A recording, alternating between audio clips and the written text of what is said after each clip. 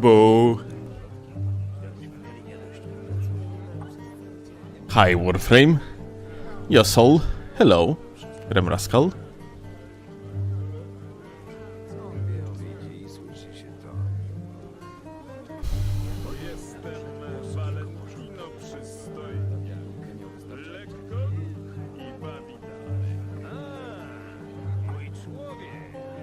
Siema, siema Jakub.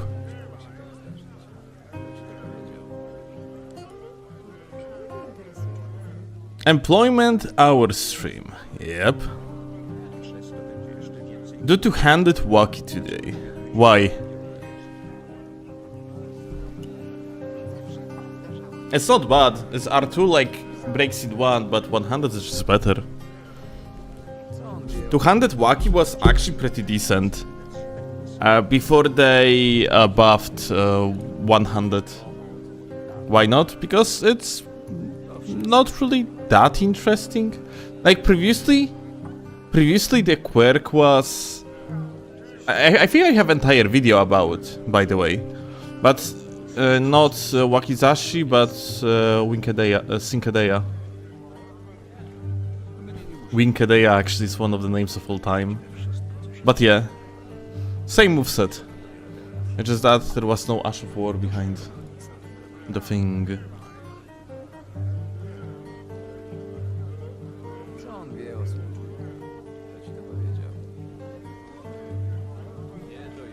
But yeah, like previously that setup was interesting because it was dagger.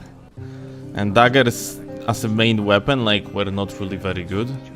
They were fantastic as the offhand tool, but not as the main weapon. And after that they made like a main hand one-handed dagger into actual meta tool, which changed everything.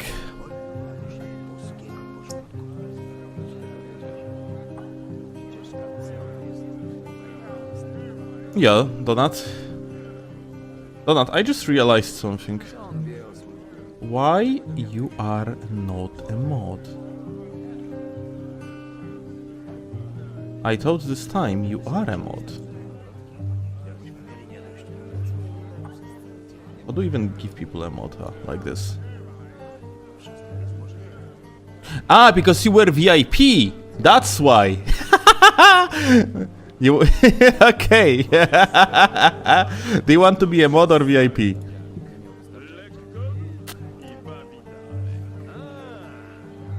You cannot be both.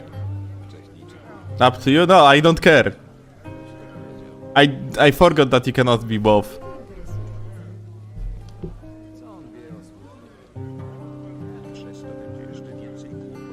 Mod is fine? Okay.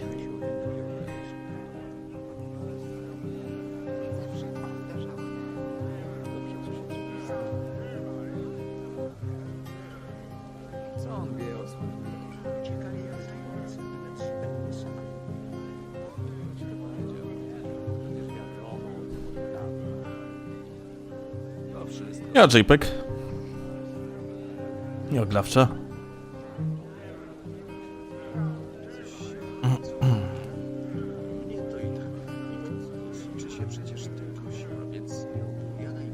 So, maybe a short explanation what we are doing today. So, first of all, I have new controller. Which means that now we're gonna have to get used to non-broken controller and how to like click the button in order to actually dodge things in time, but within like a few hours I should adapt and it's gonna be like net positive, all things considered. Another thing is that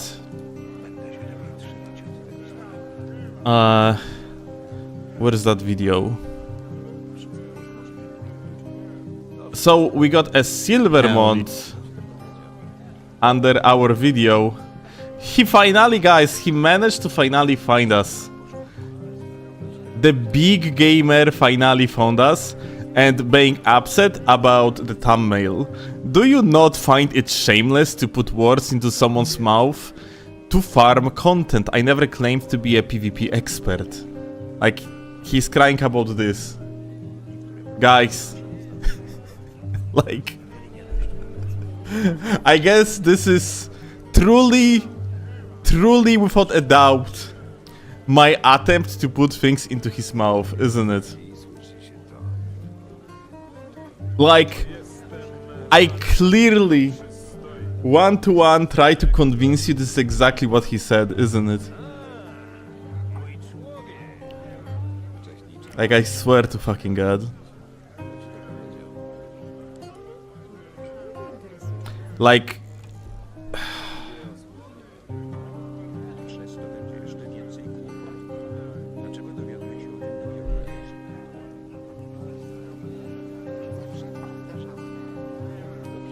He doesn't know your thumbnails are based, but it's not even like...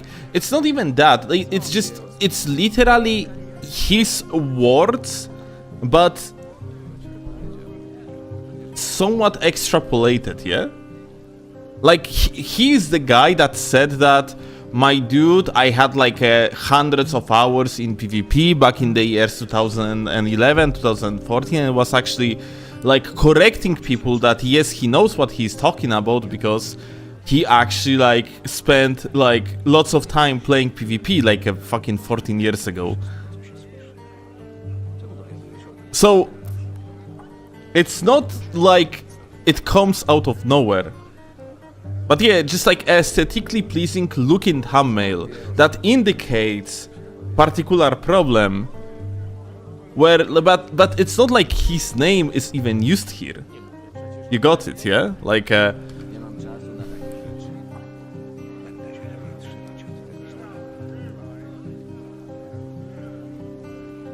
we don't have his name. We have like eventually his avatar, which I'm pretty sure like people don't recognize on its own. We have like 64,000 likes. Which you probably can tell that's not how many likes he would get. But yeah, like much more shameless, and I actually kind of admit to it being shameless, is probably this thumbnail. I guess, yeah? Why the quality is so shit?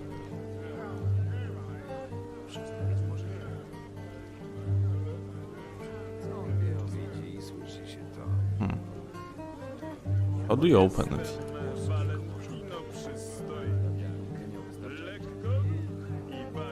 Turn this shit off.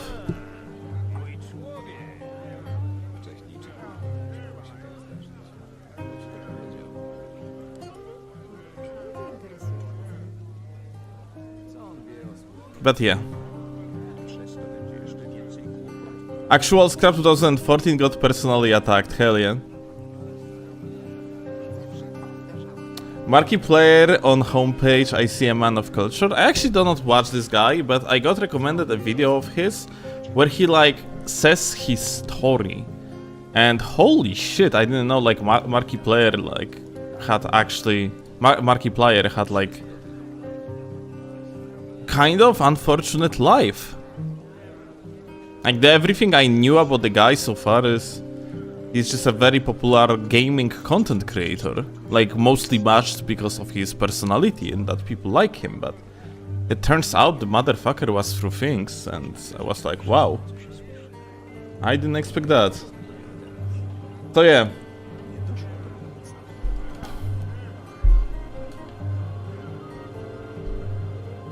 I have been accused of being shameless by a person that was like literally shitting at entire PvP scene if you dared to spend some time attempting to improve at it.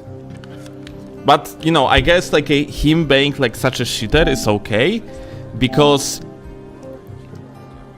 in his like sentences that he was utilizing, he was saying something along the line, oh, if you like spending your entire life improving at things that are useless to you, then be my guest. It's okay. You can do this useless shit and bang fucking menace to everyone. But at the same time, why would you do that? Like, bruh.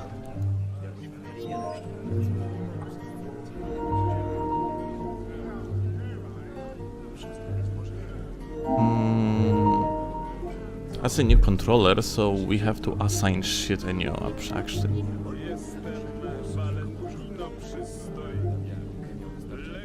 Oh.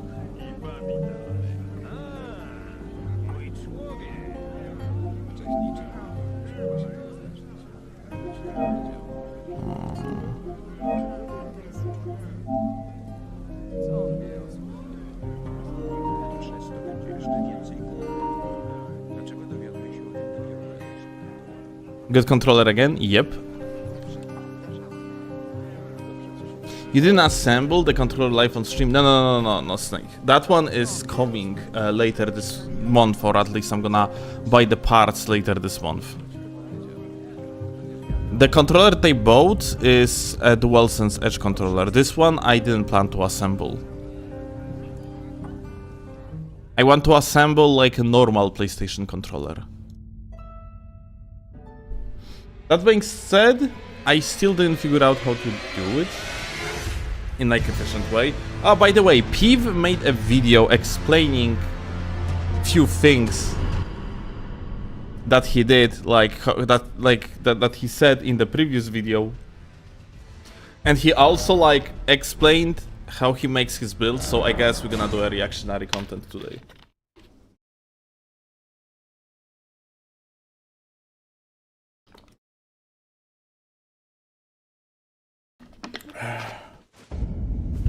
So more drama? No, it's not drama content. It's more like we're just gonna look into the mind of the madman with no like intention of spinning the drama. Okay. No more drama? Is every single reaction content in your mind actually a drama?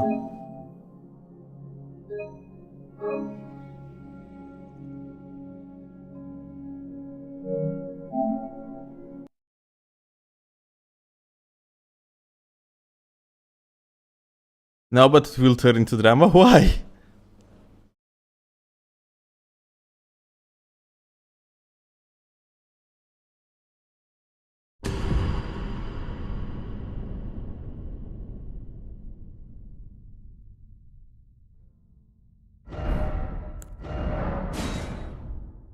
Yeah, Graver. Like... It's like, overall, stance of Peeve is quite interesting, since Peeve is pretty much detached from the scene altogether. He's just doing his own shit. Like, he is very often not aware of the shenanigans that going like within the community. Like, for example, like a Peeve has completely different like perspective of what's going on YouTube than it's than the reality is. Like, it's basically, he thinks that we as content creators, as me or G, are responsible for gamers just utilizing quote-unquote meta builds that just destroy everything without like a single fucking thought, which is just not true, because he mistakes meta builds with cookie cutter builds, and those are two different things. Like, something might be a good noob stomper and not be meta, quote-unquote. And this is something that, let's say, like a content creators that just like count on the quick views from like a casual audience gonna do, yeah? They are gonna make like, let's say, like a like videos called the best Elden Ring build or something along the lines, yeah? And they're gonna do it unironically and gonna convince you that, let's say, I don't know, like a dual scavengers curved sword is overpowered, yeah? What is that handgun? He got rage baited by this random. Let me actually see.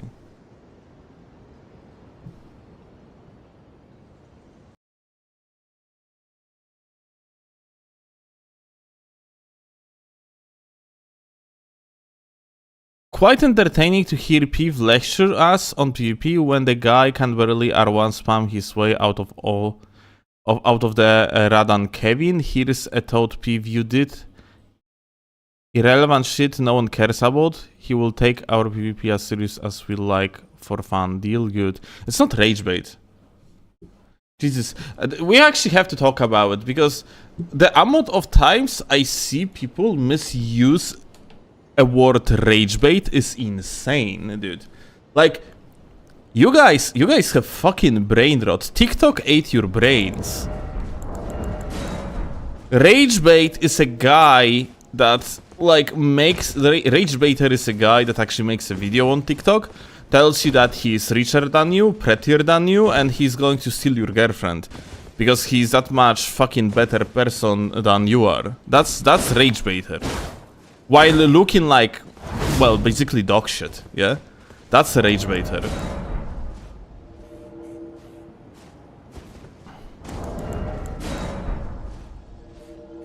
Someone being rude to another person, or just having delusional takes, is not a fucking rage baiter.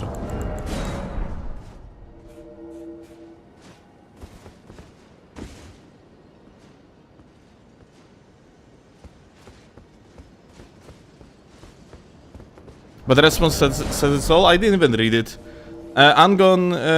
Peeve is a guy that, like, to one freaking sentence is going to answer with 10.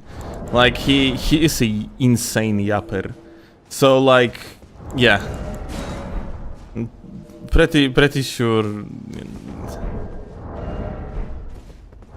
it's not something to worth even, like, looking at.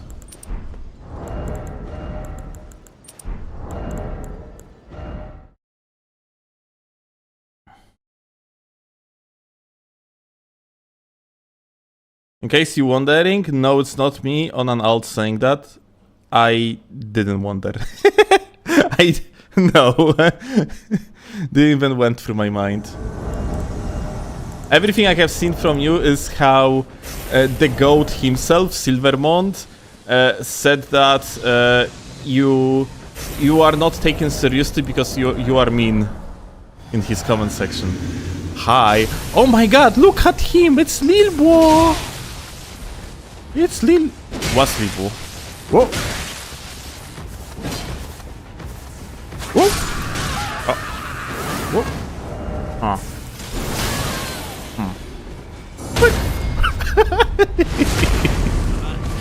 Well, of course.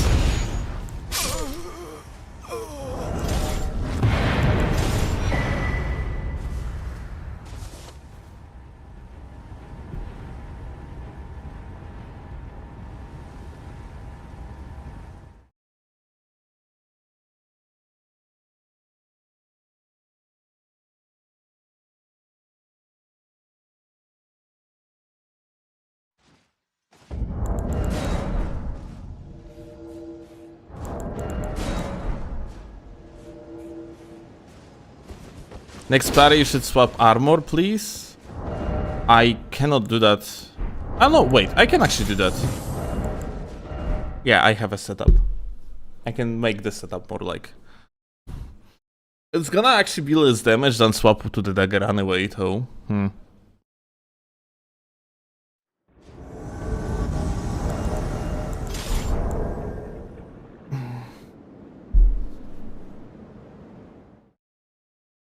He will fumble. You know what? I'm curious.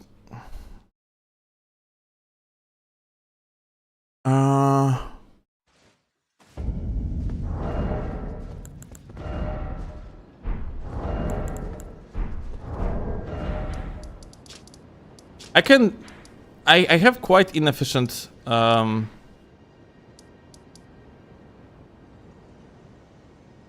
setup for the party, but we can try out of pure curiosity.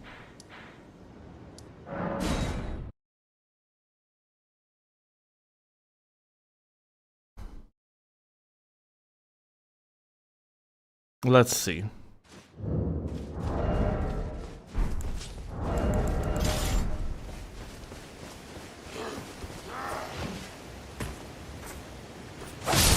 Oh kurwa, okay. Oh, that's insane.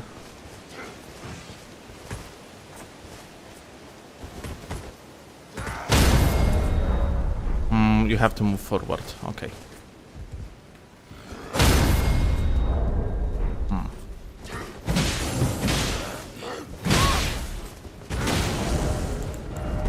Ah, look at that. I don't have things set up. Okay, let's see.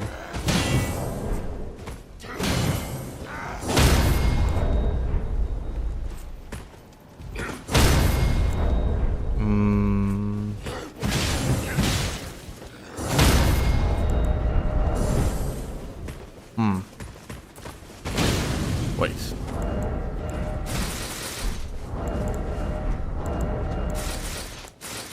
I haven't done that in ages.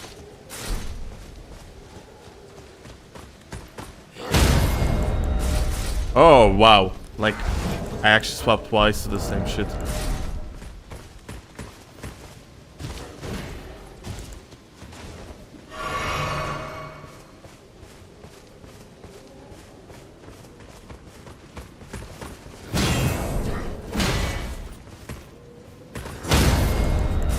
Oh, fuck, I'm clicking the wrong buttons even, like, what the fuck?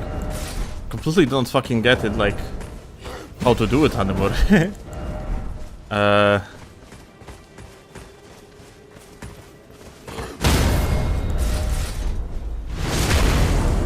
I just swapped, dude, I'm retarded. I just swapped the helmet, unequipped it, then swapped to the gauntlets and equip them. Like, I technically did like a proper I technically did like a proper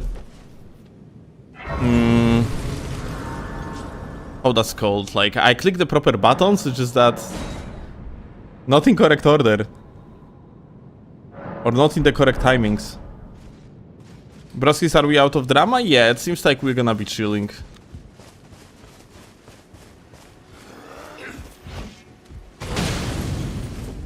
Actually, you know what? Give me the other guy. Ah, no. They're about the same.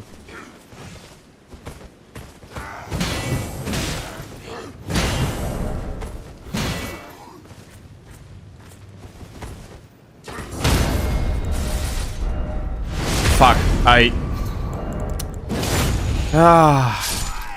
accidentally dropped the pants.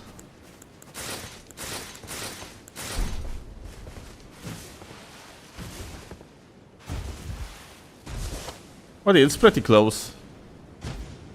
I haven't done that in ages though, like...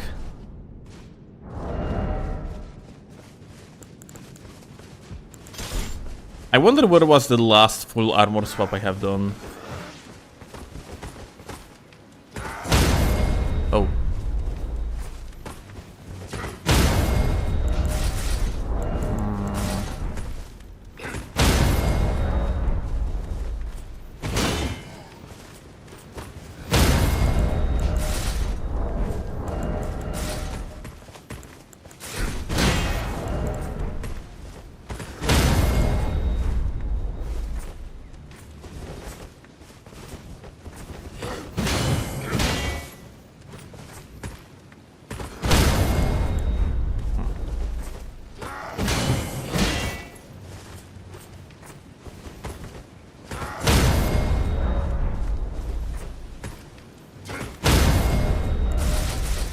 Ah, okay, I got it. Lol. But I took off the fucking gauntlets this time. Are you serious?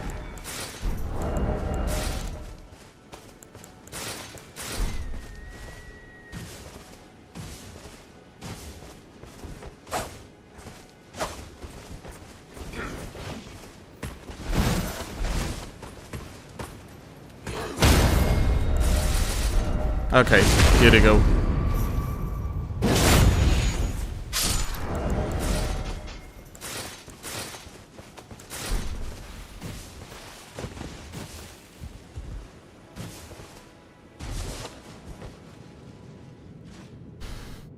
Yeah, ground. No chainsaw. I don't even have setup for chainsaw. I'm not interested to have one.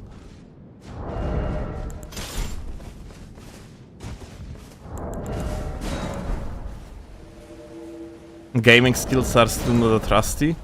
I mean, it's, you know, like, these things are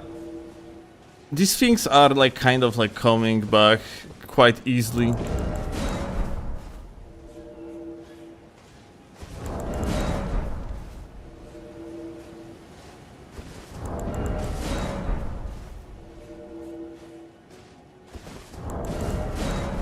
In theory, chainsaw is easier than the full armor swap, but definitely less inputs, but...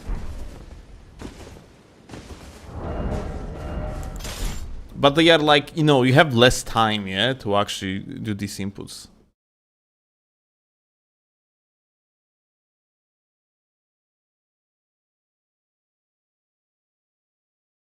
Still, when you're gonna make a video with my YouTuber Rusty, we participated in tournaments together.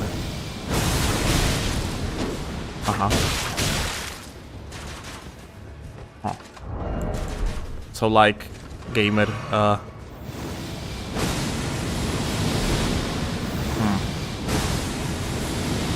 just gonna go here, if you don't mind. Oh.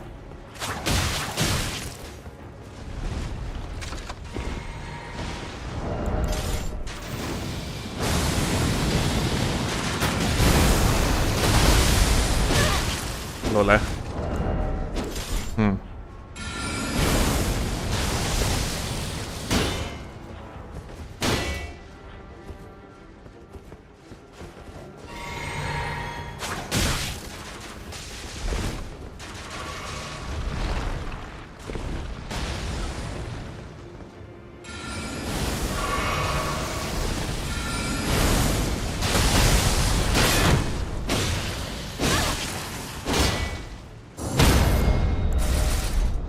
Oh. Well. I'm just gonna go here.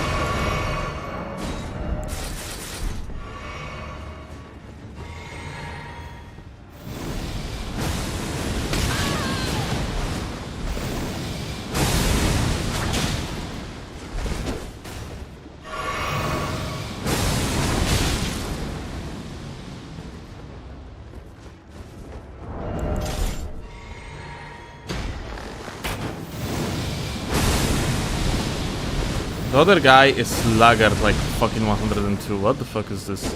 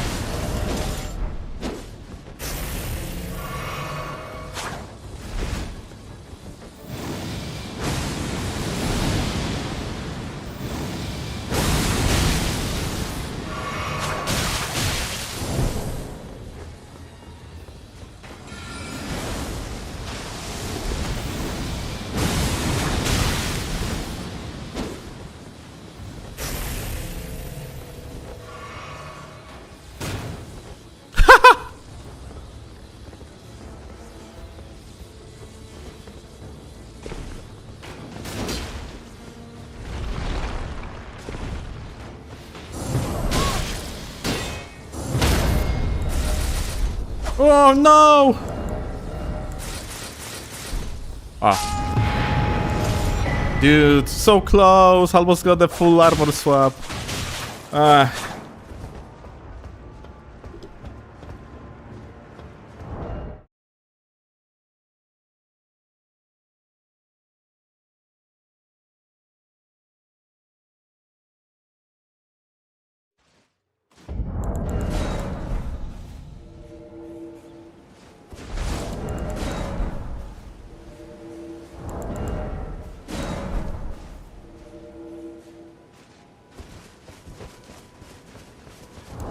You were in tournament with tier list Rusty? Ah! Rusty?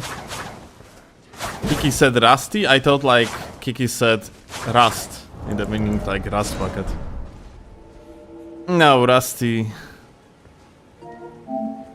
I think Rusty probably doesn't have much of interest in tournaments.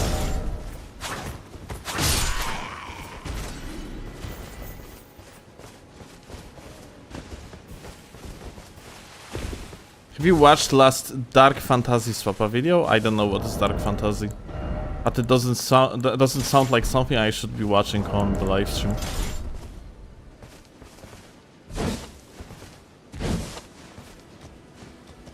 Is the new greatsword from the Tarnish edition longer than KGS?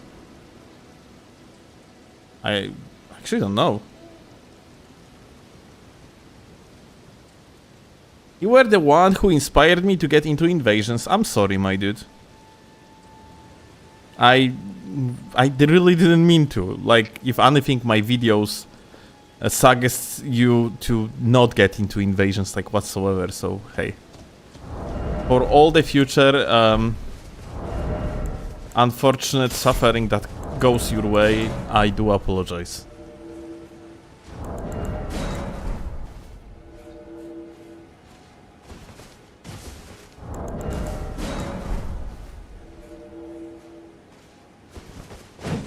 I just noticed something. Chase the bro literally destroys your content. What? Why?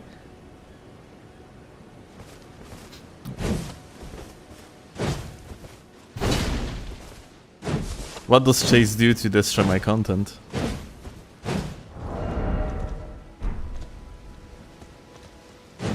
Like the stream, YouTube gamers. Thank you, no.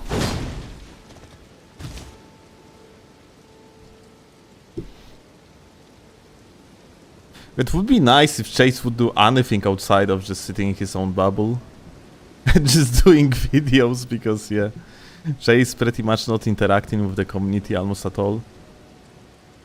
Better content, views, engagement sense, literally everything. Well, you're comparing just a mere me to a fucking god. What did you expect?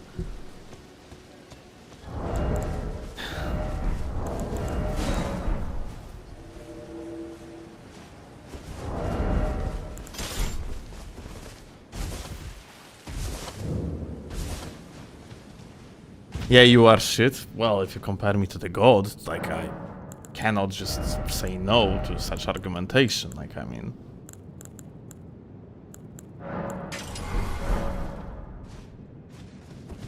It's kind of cute how hard you try, though. Guys, look. It's yet again another individual, like, tries his hardest to actually rage bait. And end up just spinning in literally the same sentence over and over.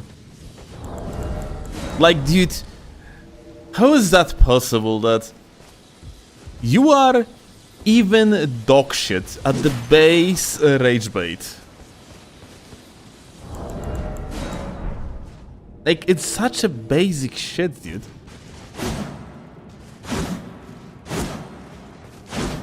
I cannot do even that.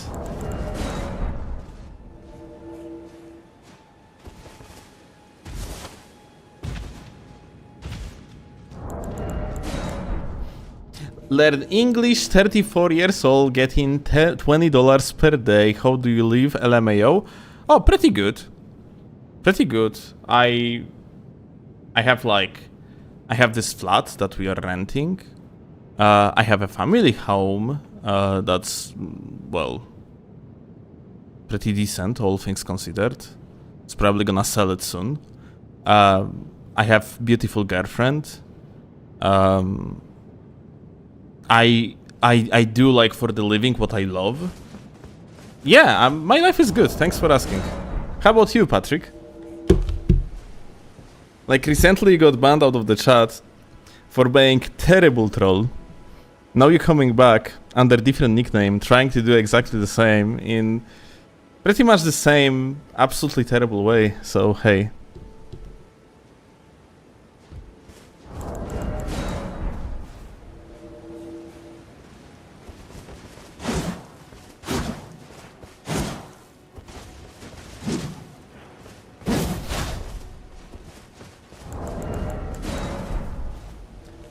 You love playing games, 34 years old. Touch grass, not gonna lie.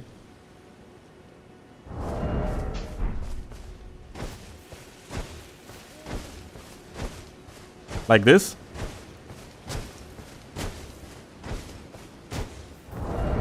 Does it count?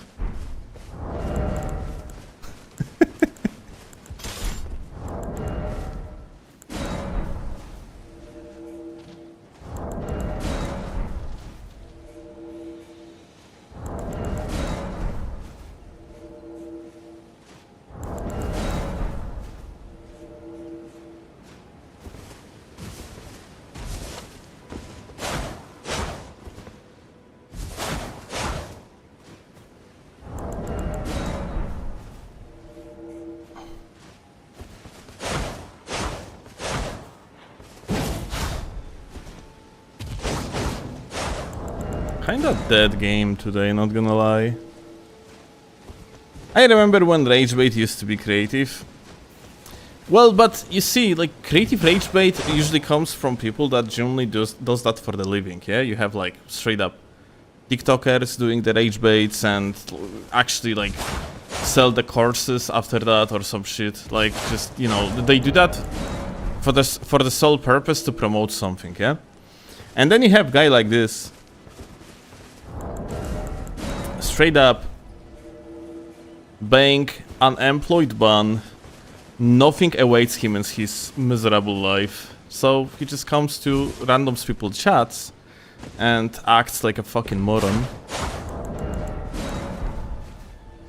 And you know what is the best? Like, out of all of it, the best thing is that after we straight up just dunked on this little bitch that tries so hard to be noticed, you just do this.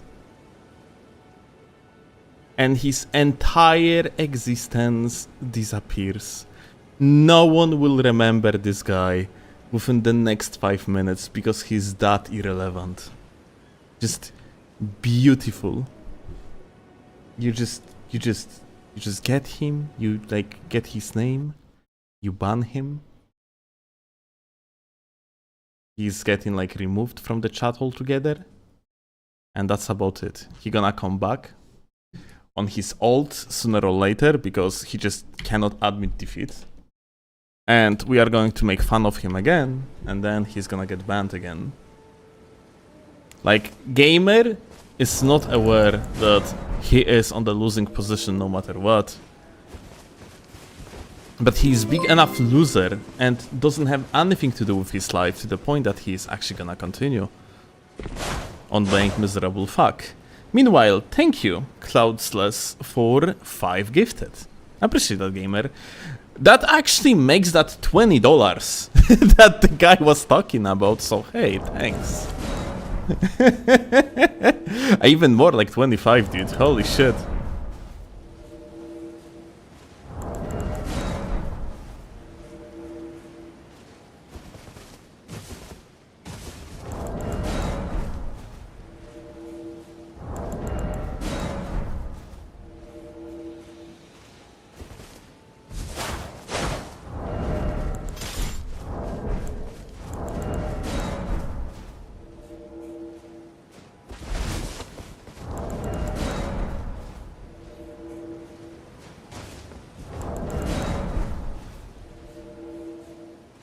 $25 made, like, stream ends soon, I guess. I mean, what's the point? Like, the daily $20 has been made already.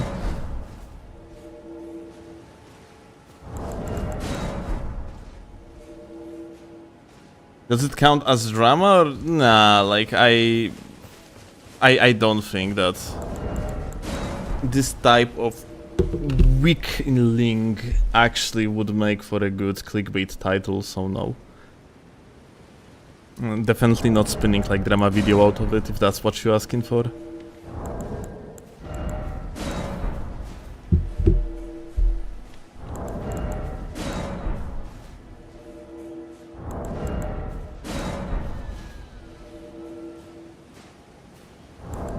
Ash was big. Yeah, I don't know why people hate on Ash. It was Ash was such a funny guy, dude.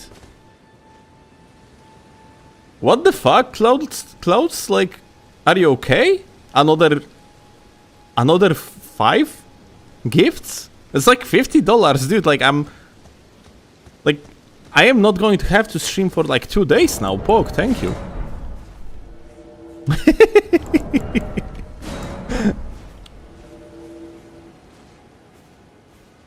Need more petty steel to make drama from everything for more content? The last week was truly a drama week. There was a lot of drama, but none of it was of very high quality, frankly. I think the best content, like the best drama content, was the one with the Viking, yeah? But it was just... It was also the least watched, yeah? Because... I don't know, I guess people do not like to watch mental illness that much.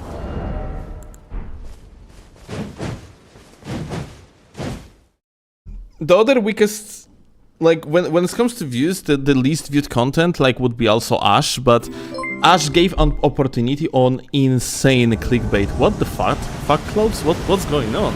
It's like 4 days already without streaming. Appreciate that, gamer.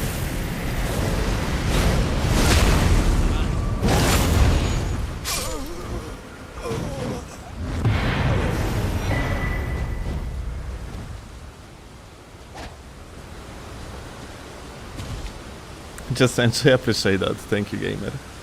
Freaking 15 gifted subs. Appreciate that, my dude. Appreciate that. Thank you. But yeah, like, Ash gave us such a great opportunity to throw both Chase and G and make like a beautiful title out of it, which, well, the drama video with Ash is, I think, so far the most watched out of like entire week. Let me actually see out of pure curiosity. I'm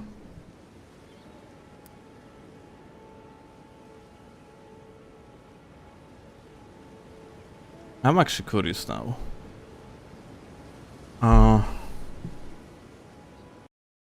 So... which actually we count as drama videos, yeah?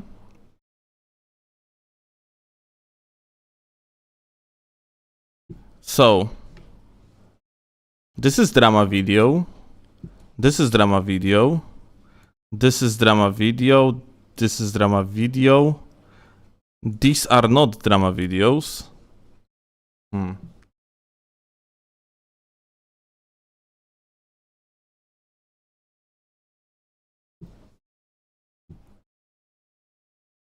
And this is a drama video.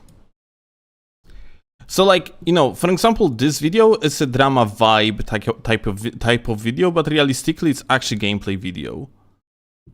So, do we count like drama vibe type of videos as drama videos or not?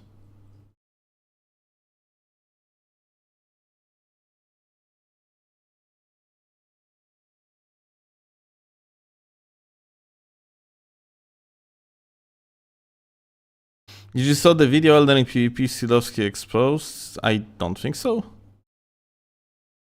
I wouldn't call like a beef with randoms as drama. Yeah, it's more like a humoristic type of like content, isn't it?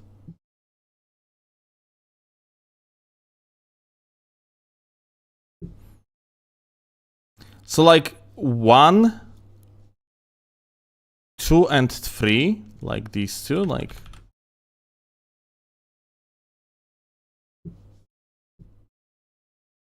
four and 5.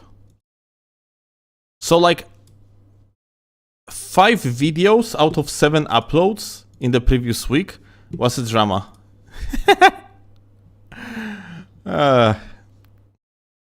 Well, that's funny. And yeah, it seems like this one is the most watched so far. 8K views out of all of them.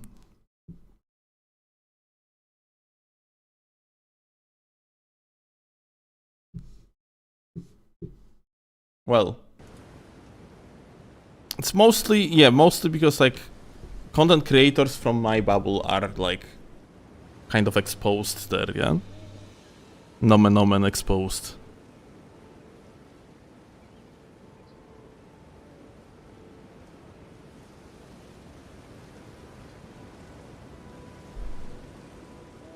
That one was pretty good with the dude who records from humanity's last bunker. Like that was so funny, dude. I have seen like, of course, you know, since it's YouTube, then you have a lot of like freaking dumbasses. But like people that were insulting this guy are just batshit crazy. How can you insult someone that literally like you can hear it, and even if the guy is serious, he's just a fucking dumbass. So like you can treat it either as a funny rage bait, or you can treat it as a guy being a dumbass.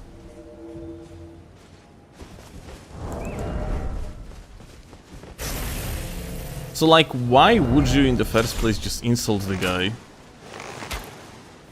Like I had time of my life watching these videos, frankly.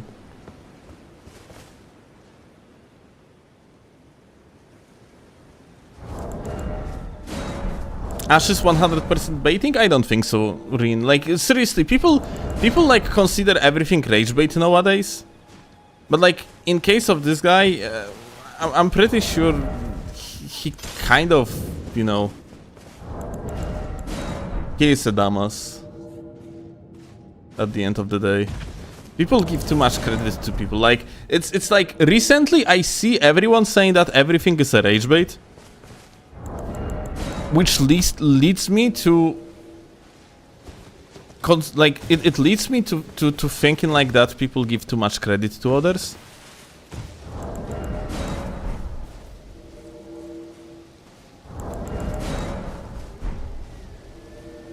If all of that would be just a rage bait, that means like every single individual in the world is straight up a mastermind. But I guess it is just a part of like a, like, you know, viewer just feels somewhat validated that he figured out something is a rage bait, that he have seen ahead. Whereas that stupid content creator that reacts to the rage bait got caught, but realistically it's just not the case. I have seen dumbasses from our Discord, like believing, for example, Silvermont is rage baiting. He's not. Like, what he would be like rage baiting for? Gen Z finding an excuse not to argue, they give people too little credit if anything. What is that, Asma?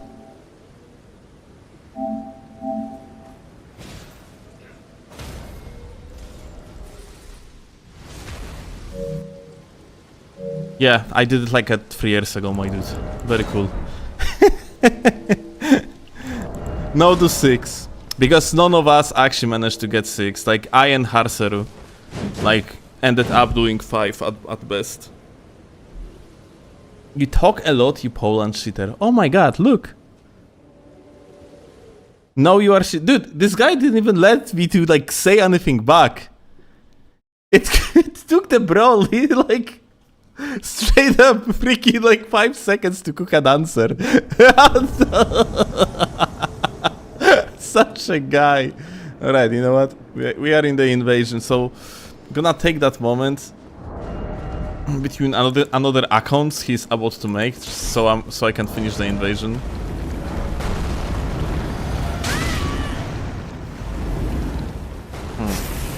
Okay, so what we have here? We have a gamer.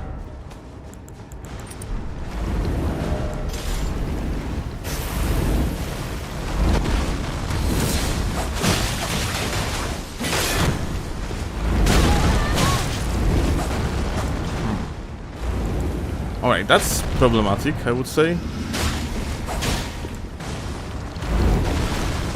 Because, yeah, this guy is just like a mashing repetitive bullshit. And I kind of, like...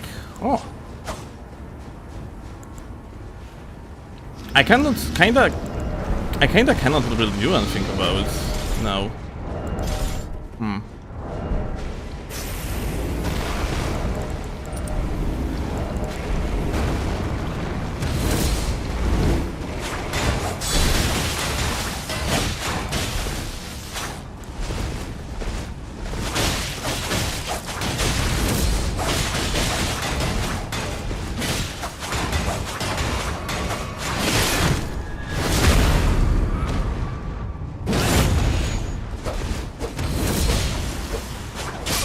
Wow.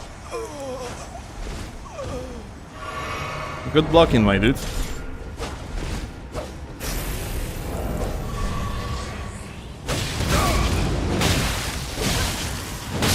Wow. Truly insane. Hi.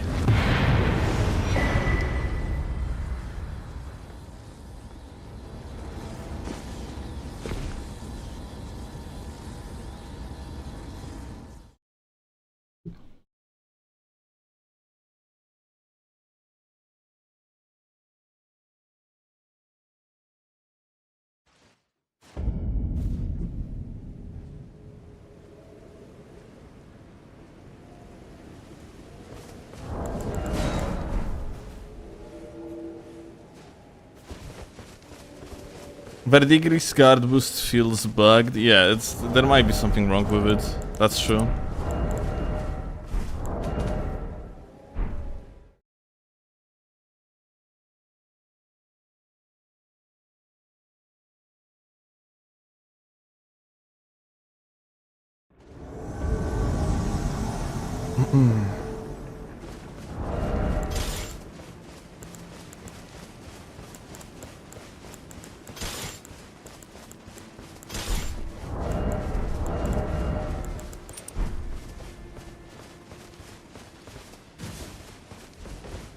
Still, have you played game called Fancy Pants?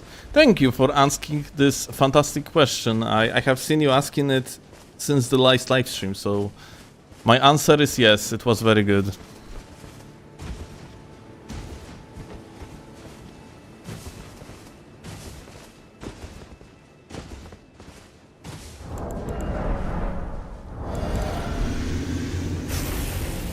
Hi. What's up? Oh. Ooh. Oh.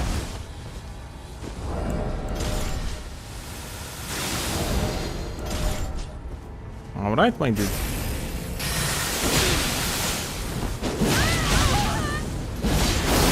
Oh! Roski has moved. Look at that.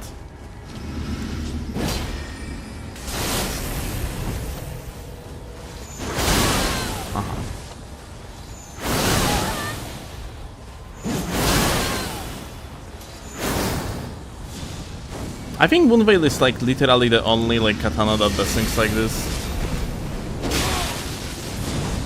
Aha. Like this guy is...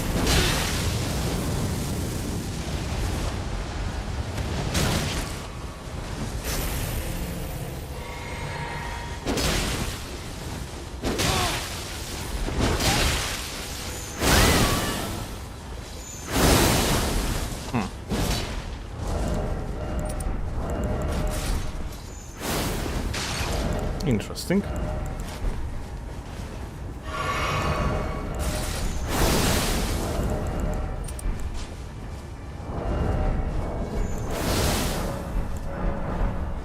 Ah, is the D-pad fucked up in this controller? It might be.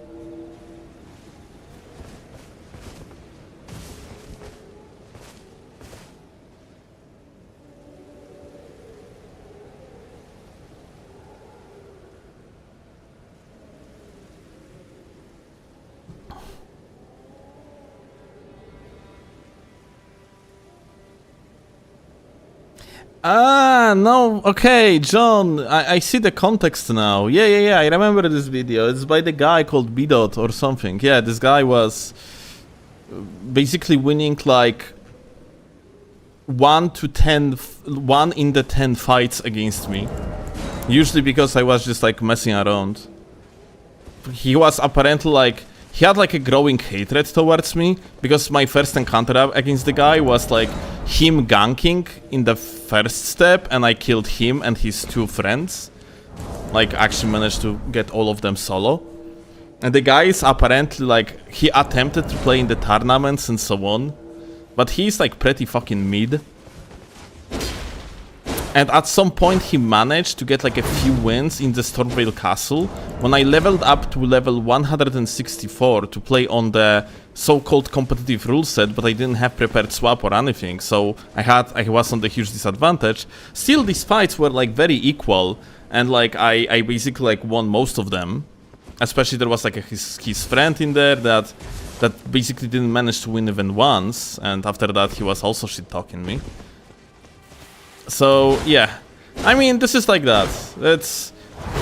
vast majority of these people that you see like doing this type of videos are pretty dog shit.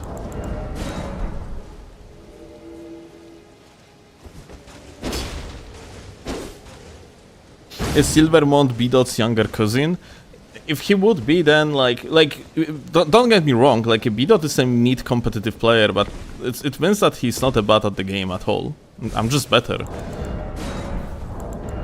And also, like, I'm not behaving like a little bitch in comparison.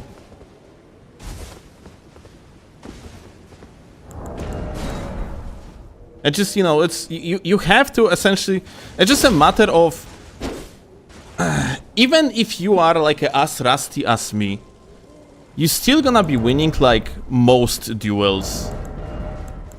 Because of the pure experience of playing against the best players on essentially what is the best platform. Which is PC. Like, PC gamers were always way ahead of PlayStation boys. And the only the only individual that doesn't fit that theme is probably like Luber. Luber is ahead of everyone else on PlayStation.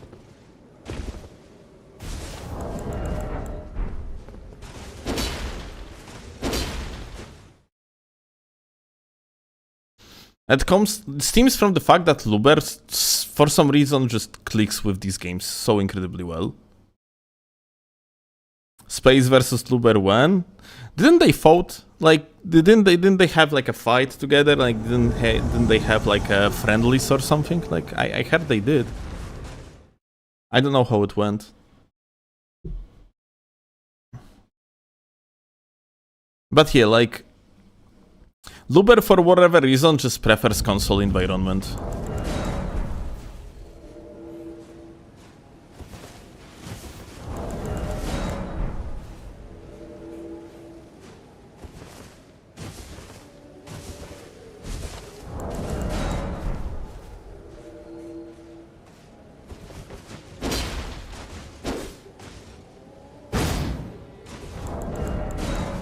Free prize money compared to PC.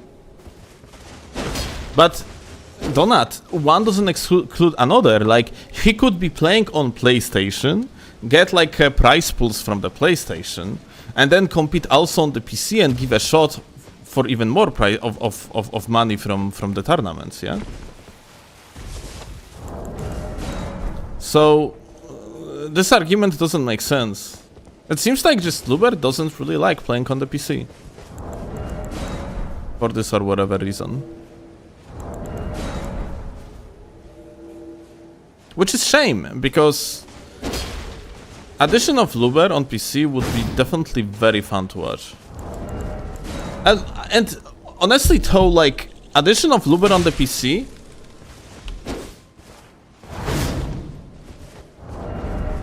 wouldn't like be, like, it wouldn't make that much of the difference when it comes like to general outcome of the tournaments, because Luber probably would beat most of people in NA. Yeah, because he wouldn't be, like, he wouldn't compete in Europe, he would be competing in NA.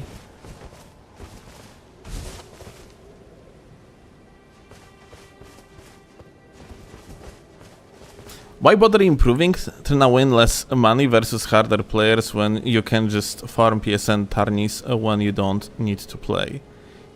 As far as I know, he still prepares though. So.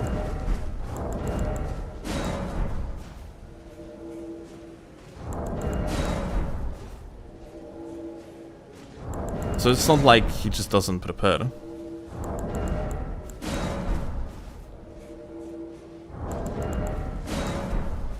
So he could technically play on PC.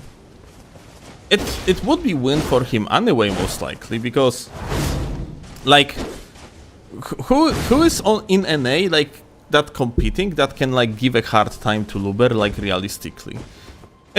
I guess it's Slants. And I don't know who else is still like doing well, but Slants has tendency to just fumble like tournaments in the dumbest way possible, and that's kind of like expected because like the last time I have seen like a Slants playing in the tourney, motherfucker was literally playing invasions in between like tournament rounds, which is just extremely fucking stupid because you do not give your brain even a moment to rest. Like, that's not how you're actually approaching tournaments. That's not how you win them. Bevan or Inservin? None of them playing though, no?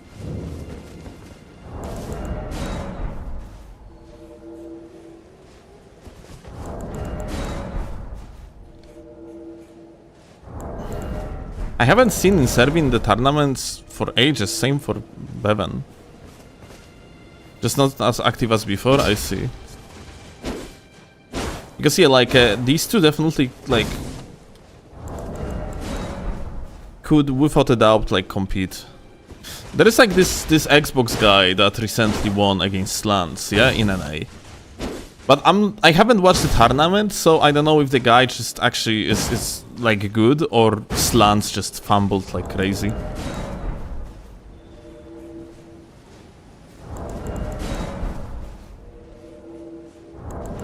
It would be cool if the gamer would be just good, because the more like of a good players, the better, yeah?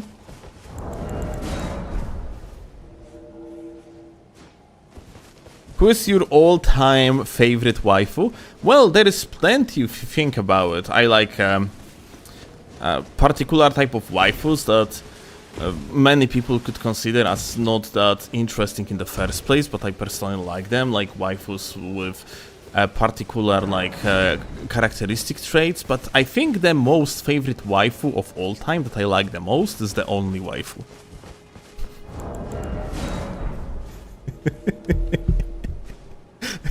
I'm so proud right now, dude.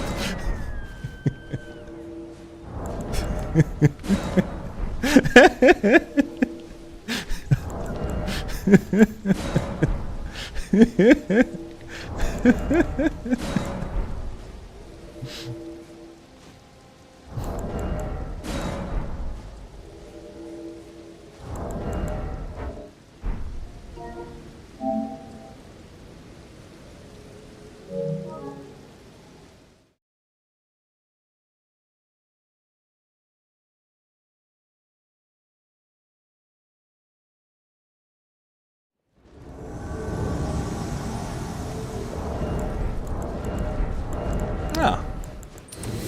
Tindero, haven't seen the gamer in ages. Yo. So what we have here? Bolas.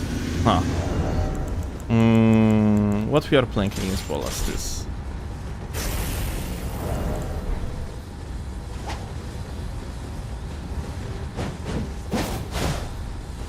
That R2 was really dangerous.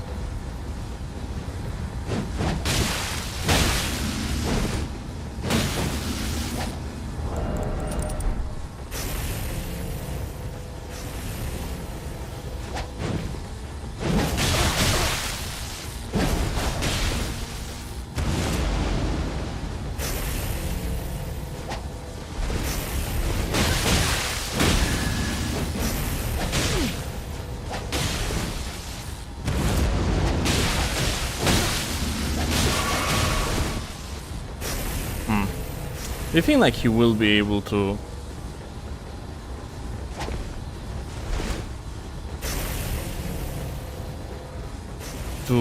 like actually break my entire tier right here?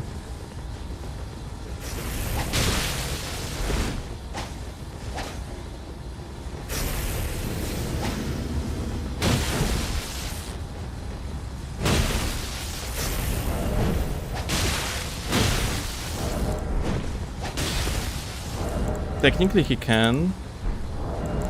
And I wouldn't be really happy about, not gonna lie.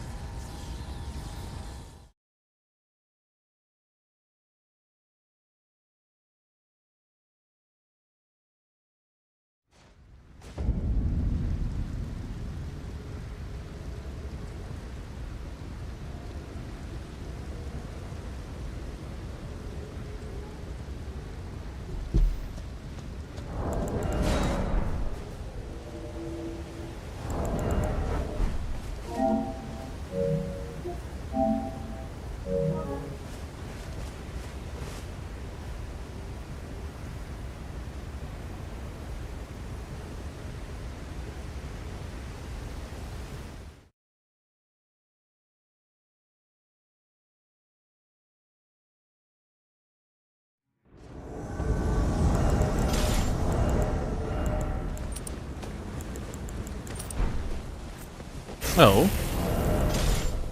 Wait. What is that?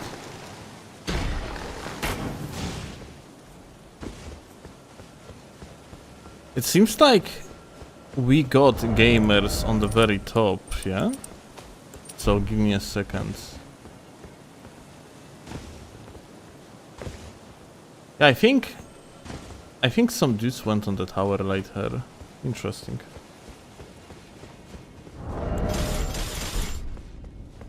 Oh shit, wrong side.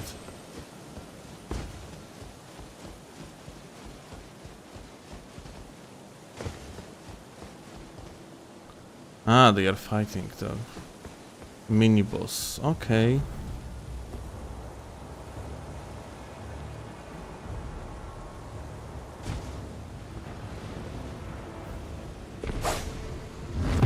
Okay, typical.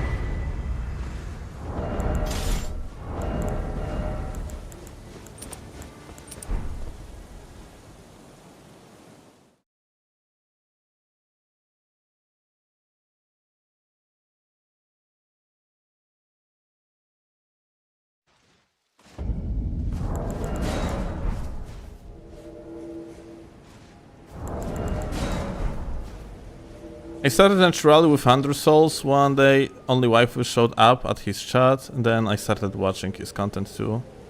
Yet he made a video about Steel, and now I'm here. Oh well.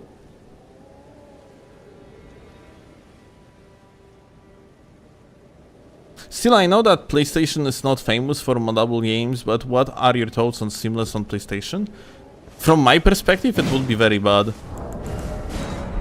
Like, if you would have like a seamless co-op mod that would split an audience on PlayStation, it would be net negative for me as an invader.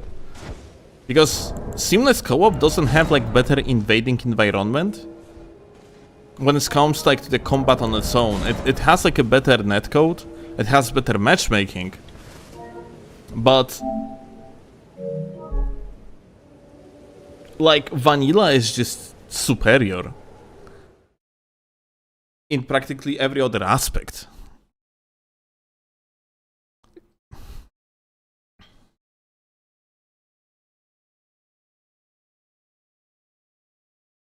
Like, the biggest issue with Seamless is just the fact you invade some dudes and one of them ends up being on one side of the lands between, another one ends up being on the other side of lands between.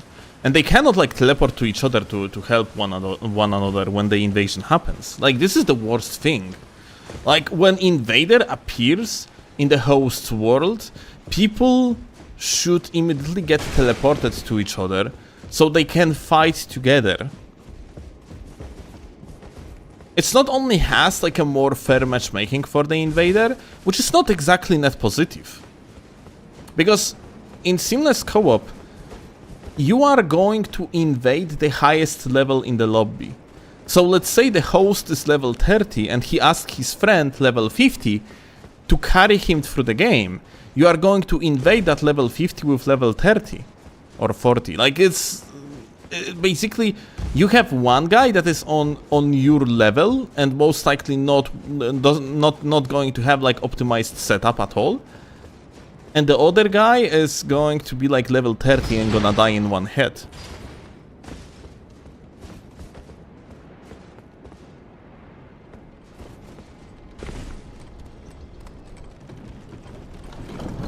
Like, in the original game you have scaling and all the other bullshit, but it is of course not perfect, but it balances the game somewhat decently in the way that so like Invader just doesn't steamroll. Hi. Okay, well, understood. I see how it is. Lol. Gonna jump up? Jump down.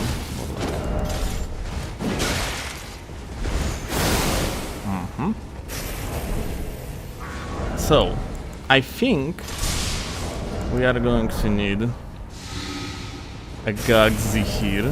Trusty Gagsy.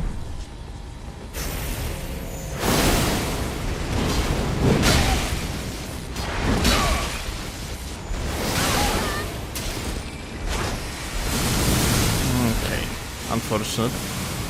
Not managed to finish the boyo. Let's buff. Buffs should be good here.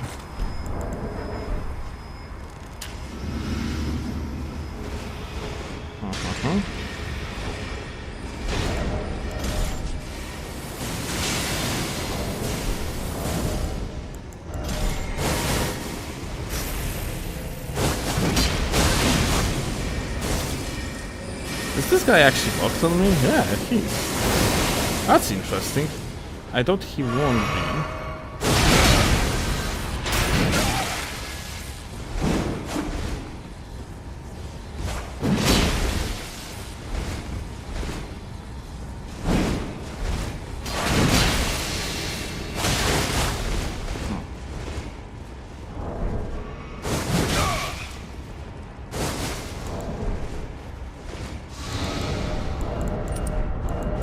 They are so overly aggressive, it's actually funny, dude.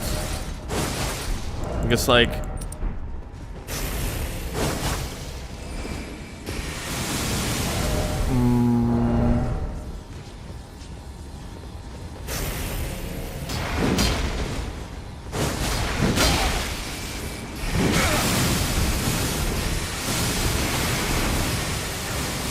I technically just...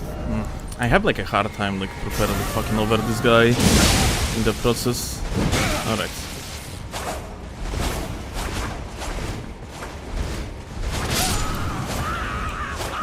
Okay, here we go, finally.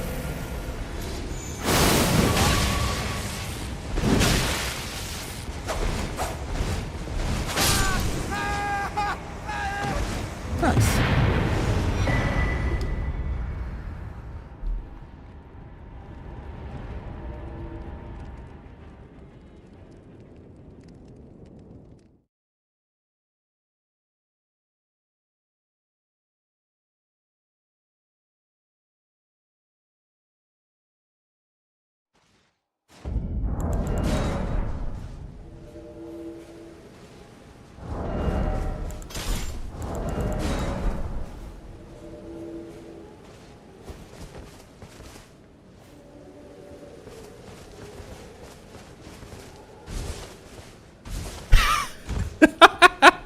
Honey, I'm sorry, I accidentally watched YouTube while being logged in your account, so if your dashboard is filled with gym bro and yoga shit for the next few weeks, I'm so sorry, it's my fault. It would be so much funnier if I wouldn't receive that information.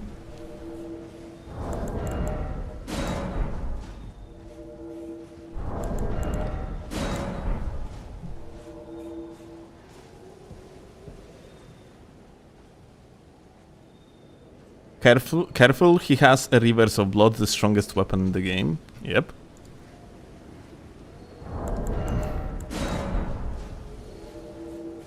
Gym Bros? By Gym Bros, she means Anatoly. Like, you know, the guy that pretends to be like retarded gym cleaner. And then like he pull offs like some sort of insane stunt.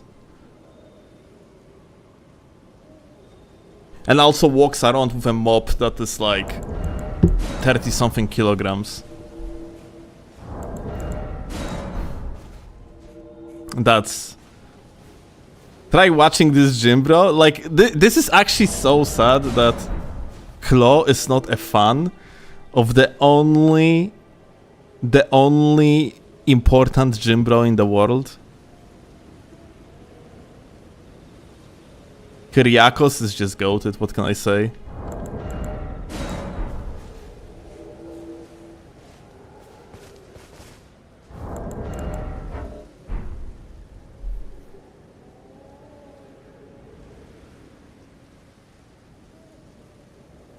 Chase the gym bro, I don't like ego lifting. Who does? I mean, I guess people who do that. So all Claude does at work is watch gym bros and yoga? No. She also messages me from time to time.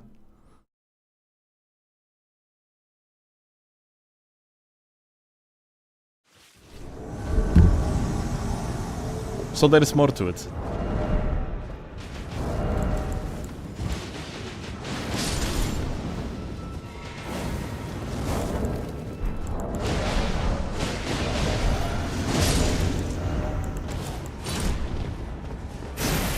Hi. What's up? Oh. Wow, Rivers of Blood, the most powerful weapon in the game, and this guy seems to be on huge packet loss. That's insane. You good?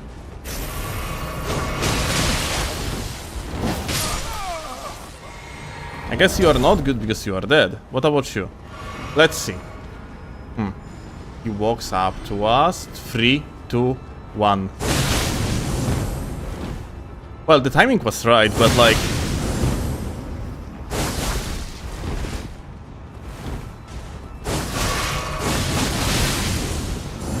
his shit net kind of like doesn't allow me to parry his ass. Aha. Okay, I mean let's try again. Well, that works.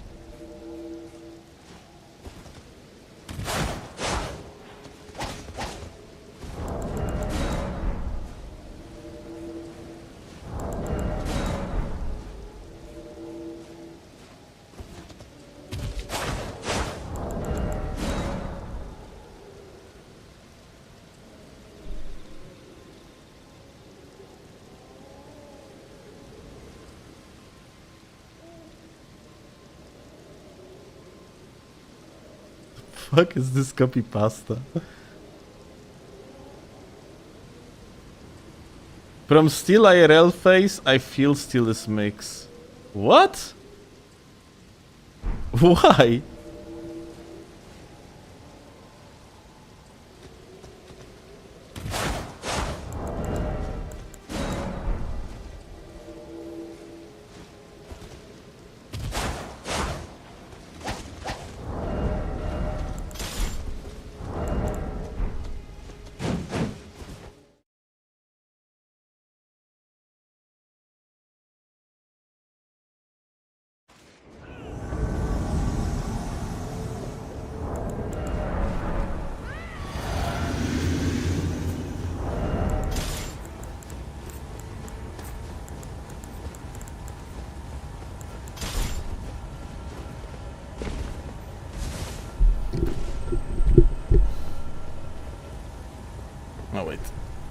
Wait, does the microphone like work just fine? Because I accidentally moved the cable. I'm not sure if I didn't fuck things over in the process.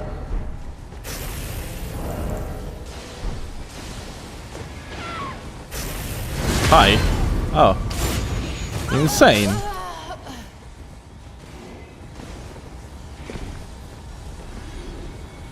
This guy got sent back home.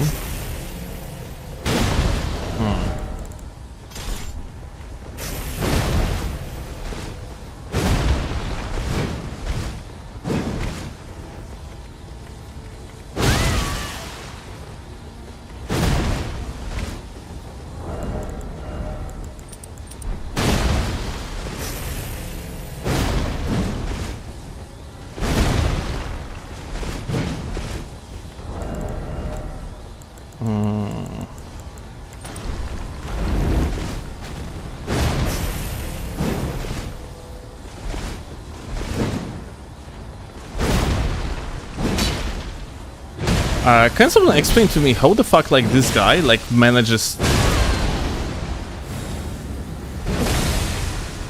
to dodge like this?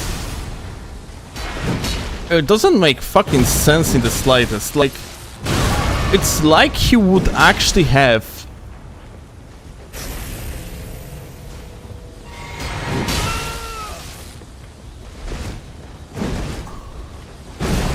like, it is as if he would have like the tally ring, Crucible tally ring. Does he have it? That would be insane if he had the tally ring. Like,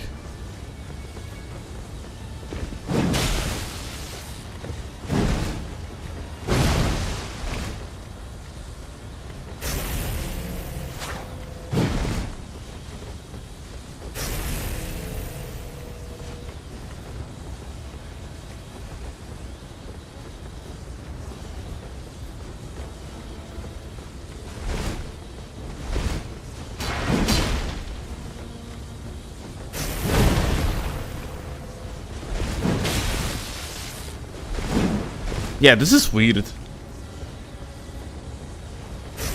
This guy genuinely, I think, like has a Crucible ring or something, because these iframes are fucking weird. Like, okay, he has just a shit net. I see.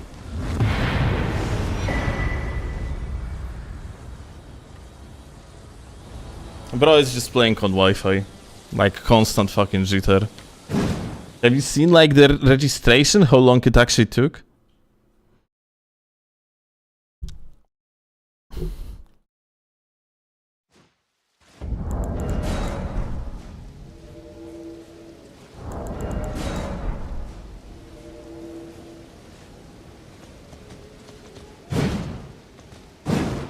Rude? Why rude?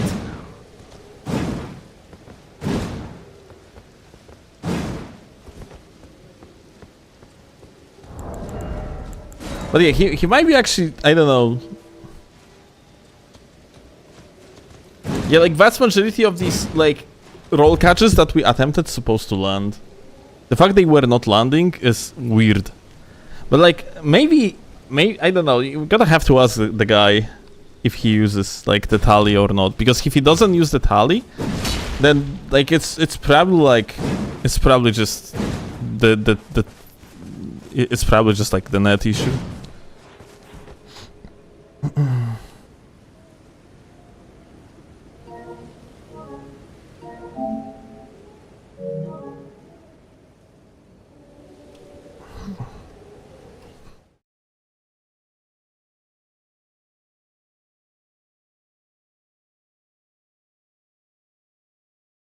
I have tried.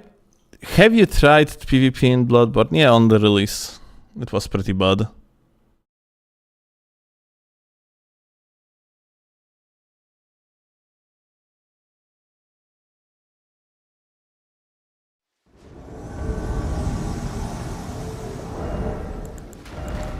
Oh, Sol. Ganking or hosting, I'm not sure. Ah, it's this gamer too. This gamer I have like very bad latency with.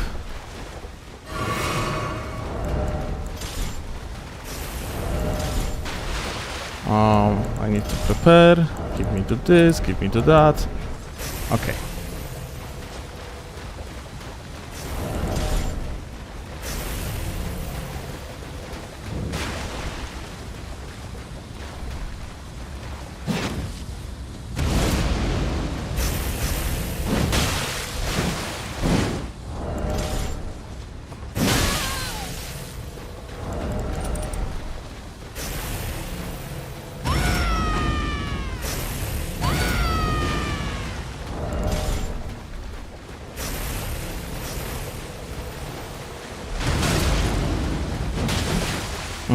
That should be a hit.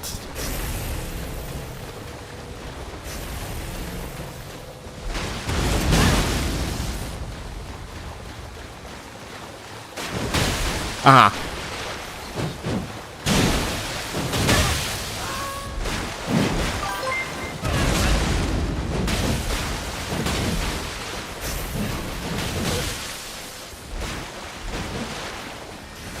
Oh.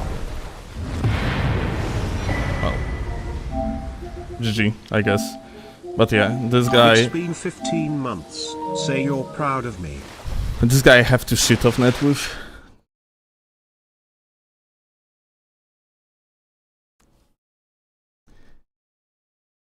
It's been 15 months. You are proud? Yeah, proud of me. Yes, darling, I'm very proud of you. Although probably not for the reason of dropping tier 3 sub for 15 months.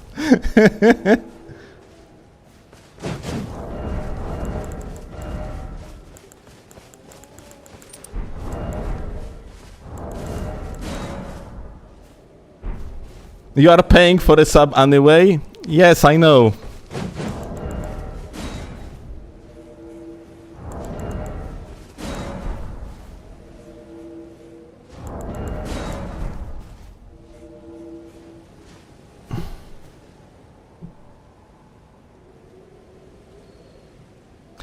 Still, have you ever played Elden Ring with your life on the line? Technically all the time, if you think about it.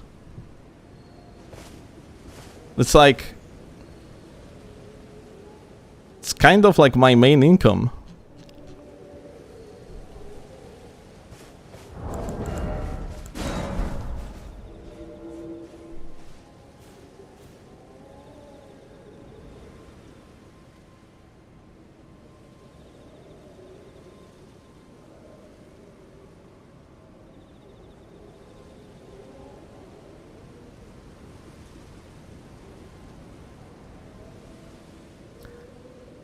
Meta slaves pussies all copy Jenny's in new fashion. Shakes my head. Right. That's totally in that way.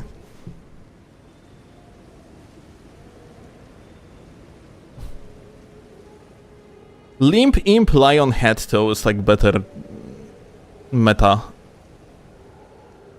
oriented hat, if I'm being frank. At least defensively, yeah?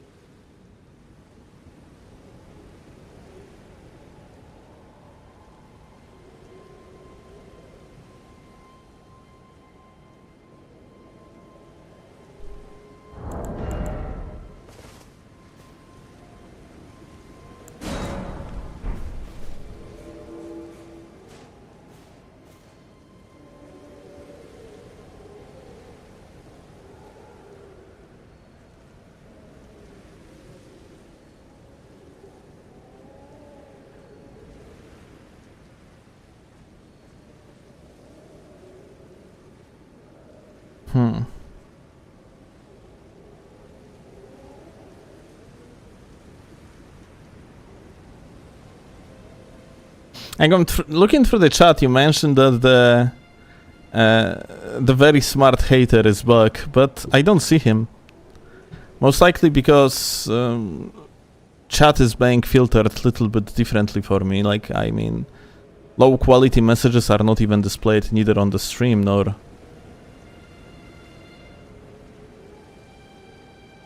for me in form of regular chat. Like there is live chat option. Let me actually see if I can find anything there. But yeah, I don't see anything.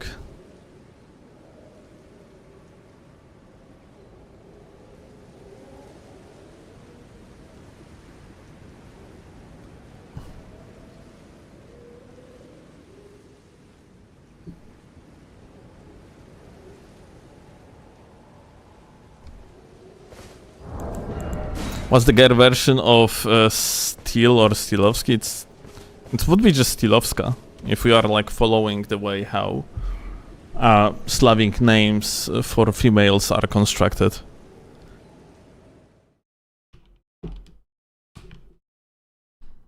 If we are following like the English logic, it would be Stiletta, if anything.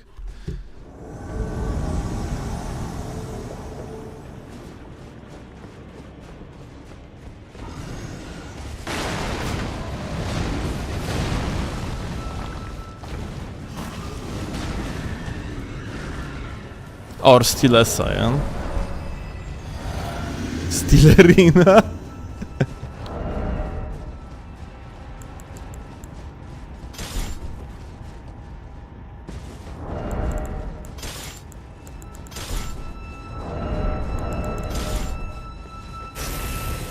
Hey. What's up, gamer? Okay. I see. You are not really fond of seeing me. Oh. So like...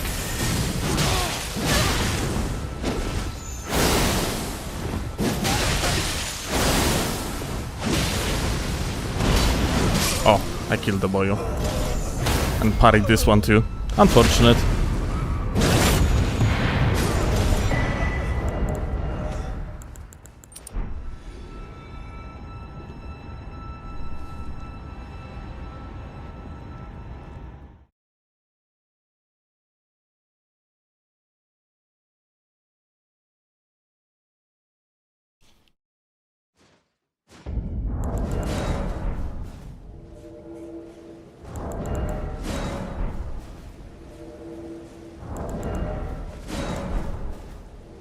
People say Steel is wannabe G9. Who says that? I have never seen anyone saying that outside like maybe some fucking retards. But like... I have been doing content way before G even like was actually like somewhat popular. So fuck no. This B-dot guy, that's literally one person and he's retarded. Like, holy shit.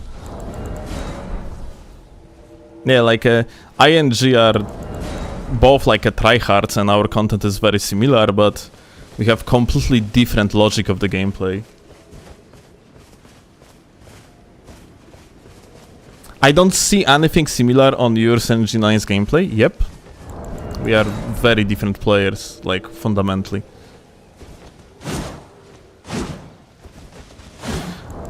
You know what was pretty funny?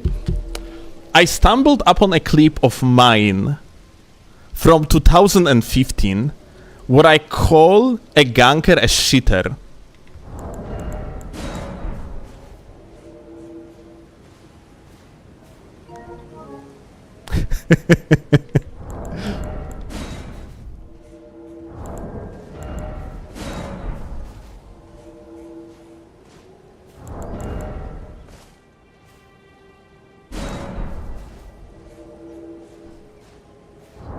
So yeah, I guess I was kind of ahead of my times, isn't it?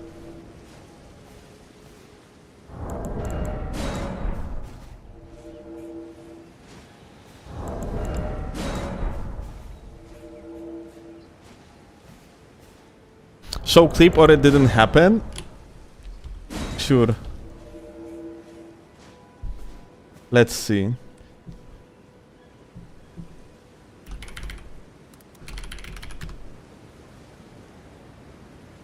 This one. You don't have a stun ring. It's March 16, 2015.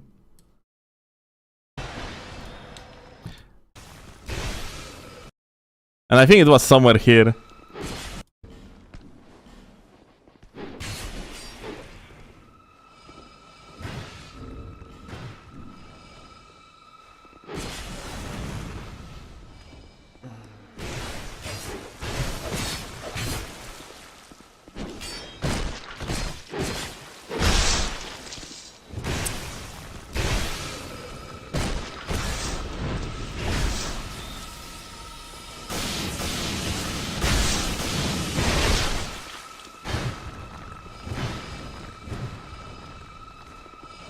Come on.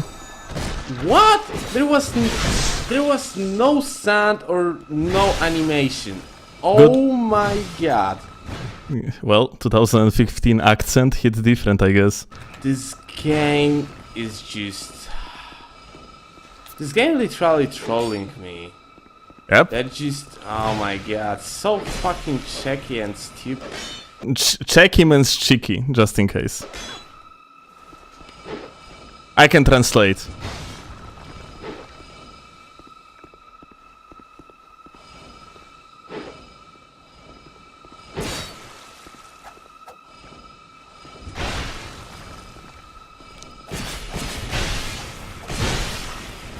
Of course, this fucking blue shitter will do these things. Ladies and gentlemen, we got them. Here is a shitter. Here it is.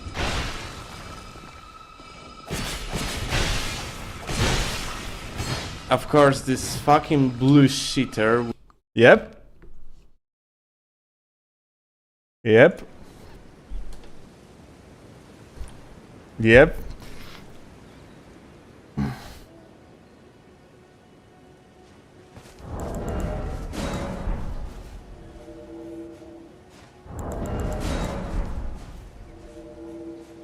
Man, that accent was special. It was very special.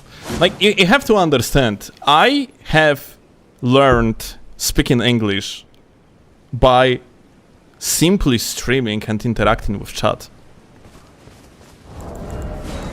And I have started learning English in 2014, year ahead. Well, at the beginning of 2013. Like, basically year ahead of that clip. So yeah, like...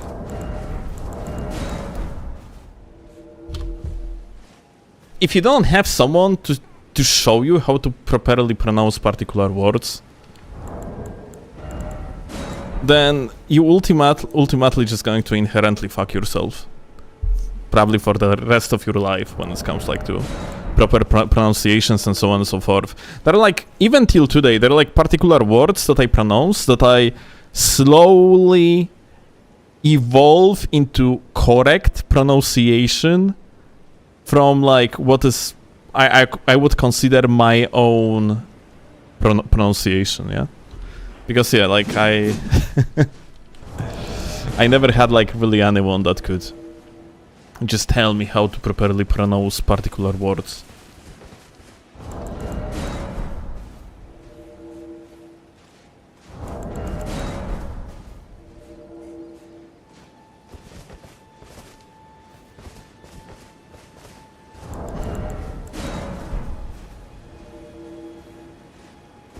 Dyslexia doesn't help too. I mean,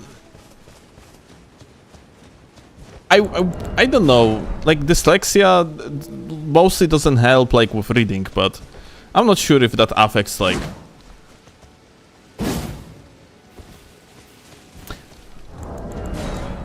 Okay, so differently. I do not apply when I learn like an English language in any way, shape, or form. Like basically, I'm just gonna hear like a new word or whatever.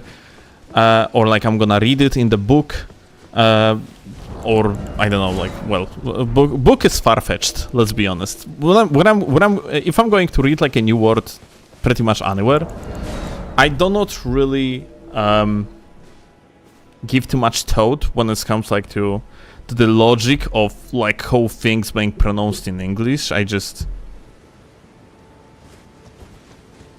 take the new word and I assume particular pronunciation, yeah?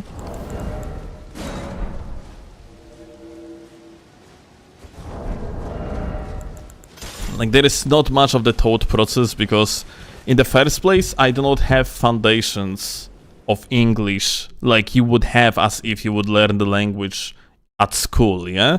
At school, first thing that teacher does to you is they explain the very foundations of the language.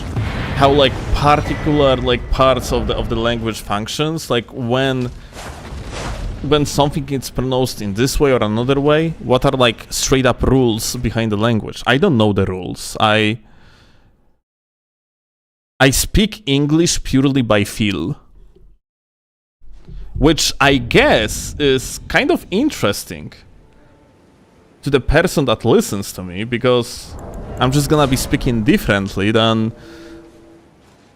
anyone else that like speaks English. Not only in the way that like I'm speaking with accent, but my sentence construction gonna be also quite different.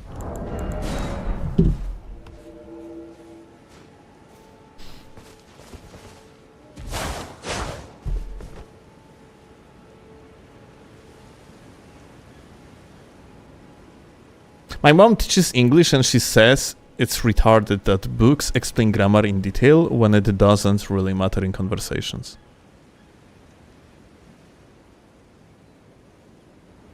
Also, English is just a language that you can kinda just wing. Well, I guess. Syntax by vibes, yeah, pretty much.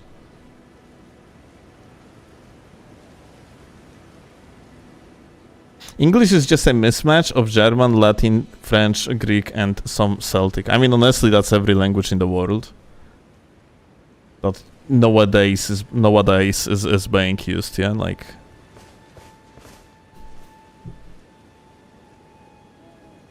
So-called dead languages are.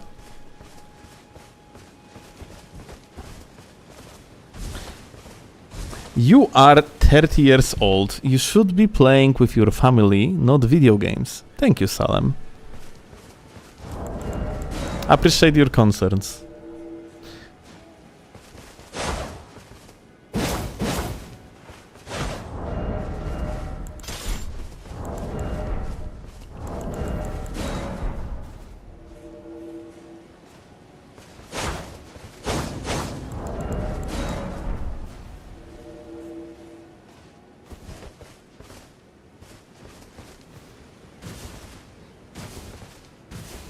Yeah, why don't you play Lego with Clone?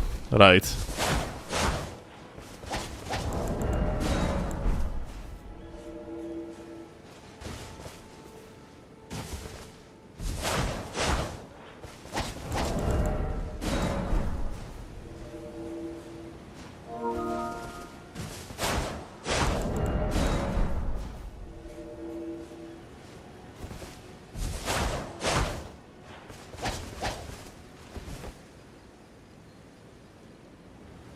Old man killed me, it's so embarrassing.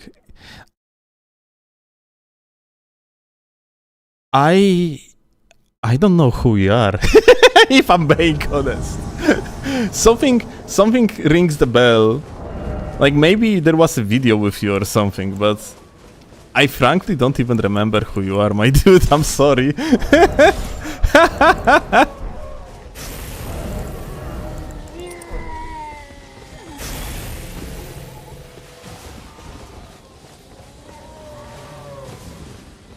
Hey, Alex the Great, wow.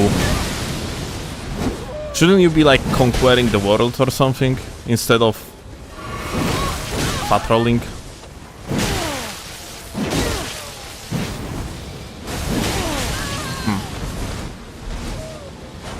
Well, okay, I mean, it would be like that, I guess.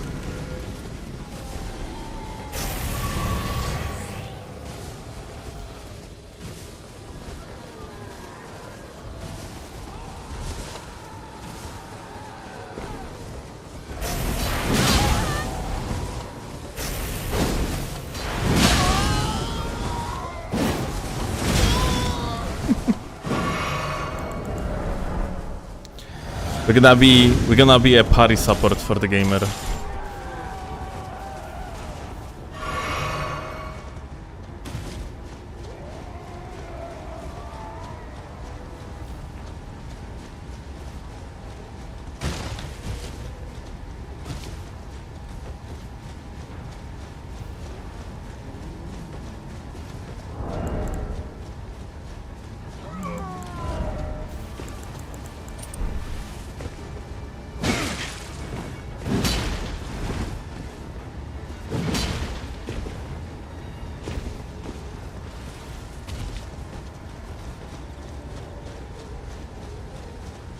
Watch him just do turn and burn in 3, 2, and 1.5. And oh.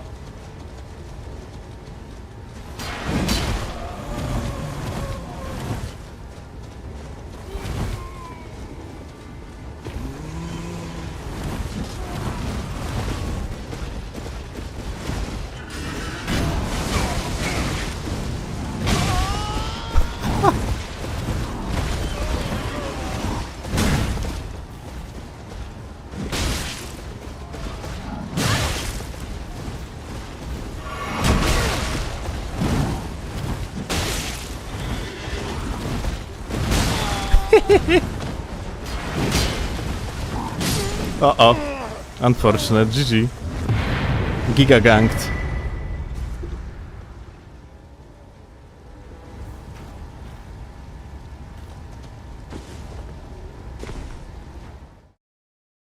Send you pretty important message. Let me see that cut.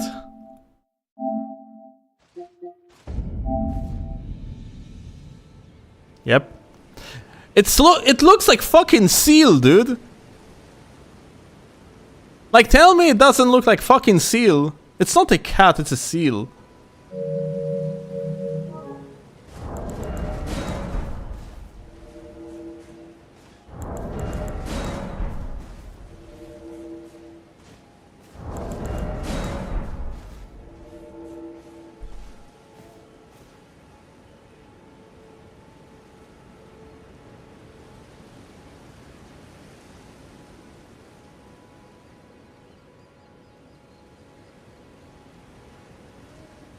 Wait, Salem sent a message. I need to see what's written here.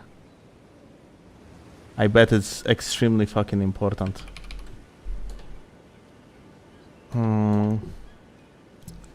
Okay.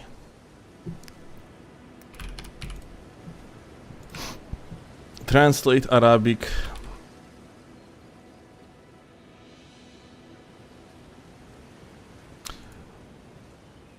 Oh man, the problem with Arabs here is that you want to put them in a bad mood. Ah, I know, this is the guy that like came to the duel, demanded the duel, and he appeared with level 570. Like downscaled. I remember you now. Ah.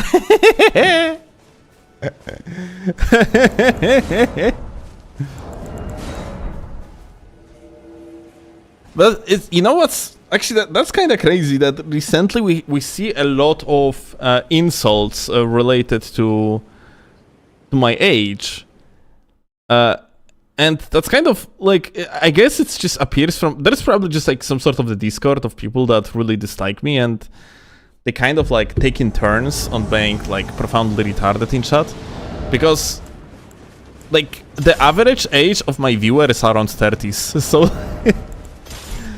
It really doesn't make sense. Oh look, it's Alexander the Great again.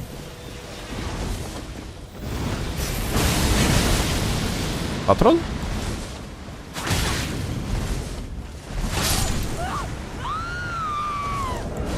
I'm just gonna stop the gamer from conquering the world. I'm gonna move on.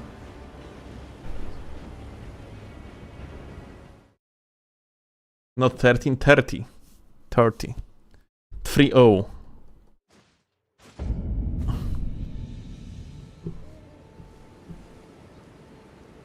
Like, I mean, we can look it up.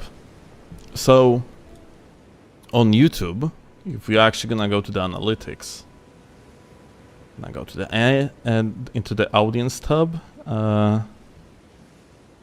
So this is how the age and gender looks like on my channel.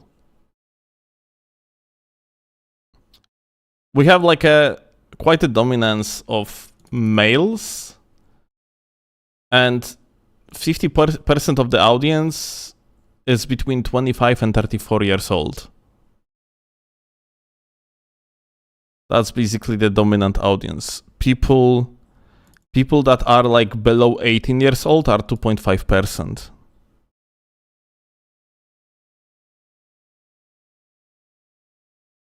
So yeah.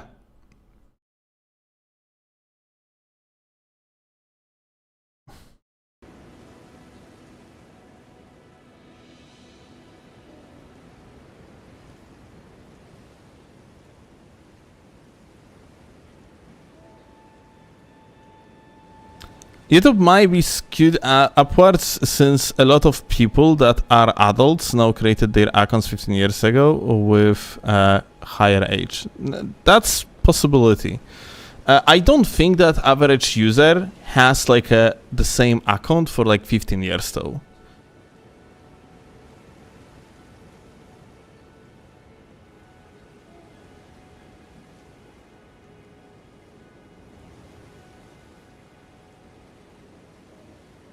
I wonder if Twitch has, like, I remember Twitch had this type of data, but I'm not sure if it still has it. Let me actually see. Maybe I'm gonna find like data for YouTube for Twitch as well.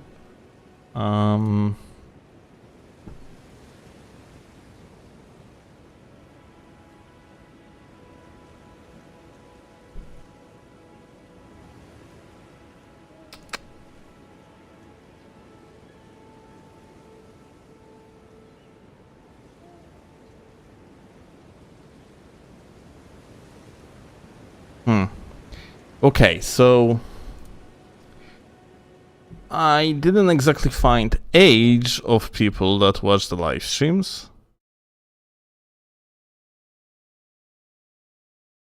But I found views by location.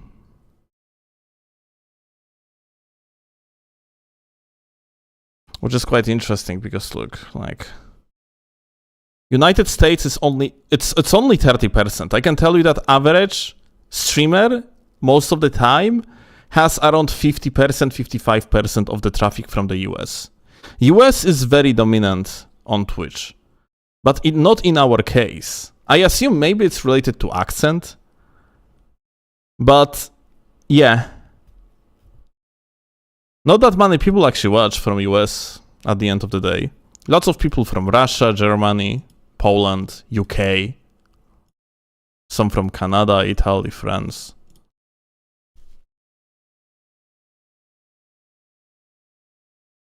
Like, lots of variety. That's for sure. Like, people that I share the audience with, it's mostly G and everyone else is irrelevant. Because just like the sample is too small.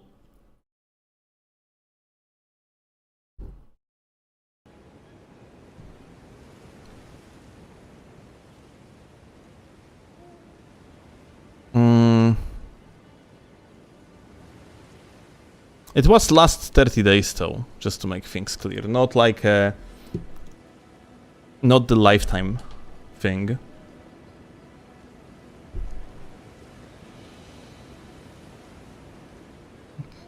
How does Twitch know where we are? They are in your walls.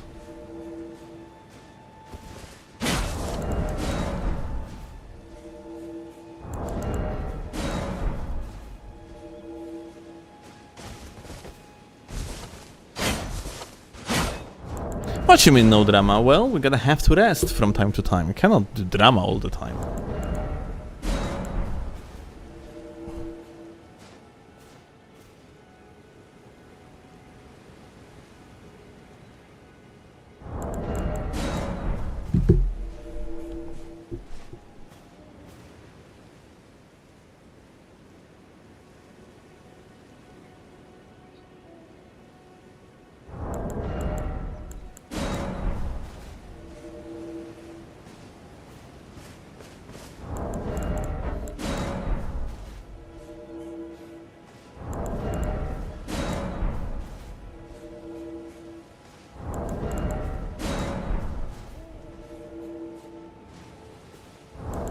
I have to swap to Pyrocynical for my drama slop.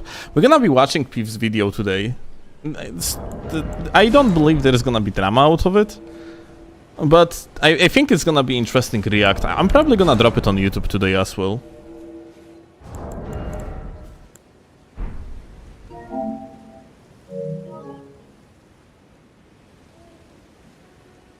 Still, please end slavery. You are the end slavery. Holy shit!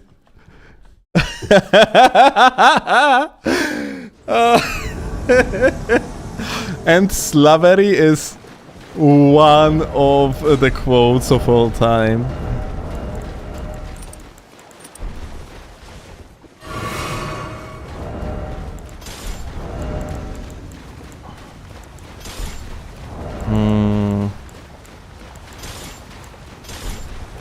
Hi, gamer.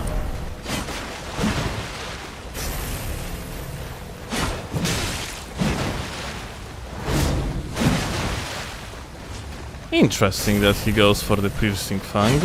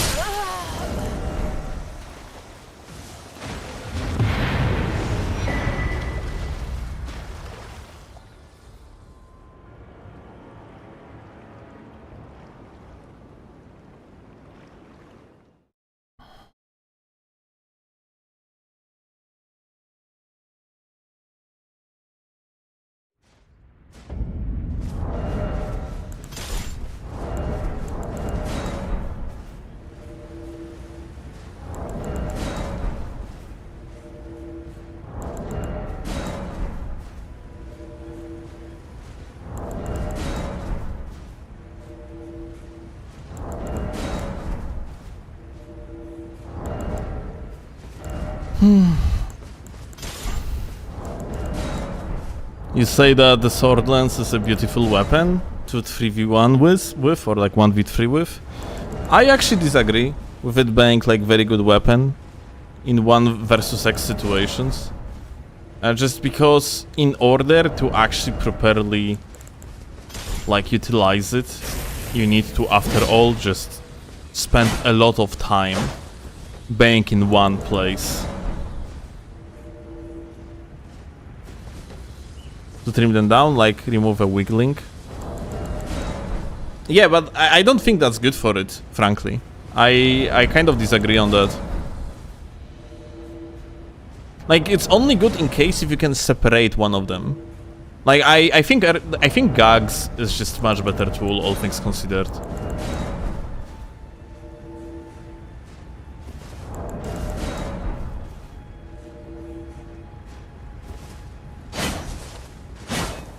For me, a drama, come 1v1 if you are a man. Well, today I do not feel to be a man. You are too goated on your level 570, my dude. Maybe next time.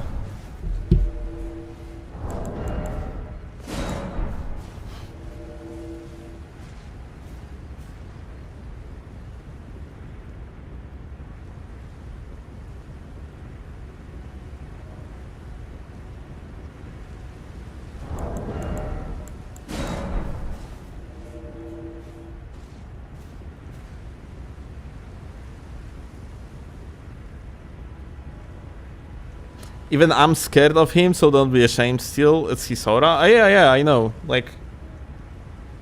You are gay! Dude, I love you. You are amazing. You are beautiful.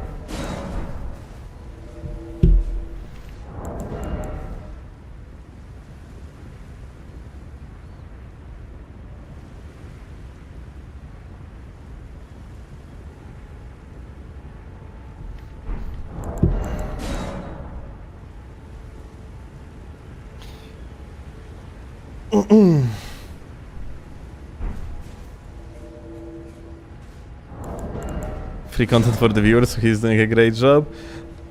I have noticed, at least on the YouTube channel in the comments, there is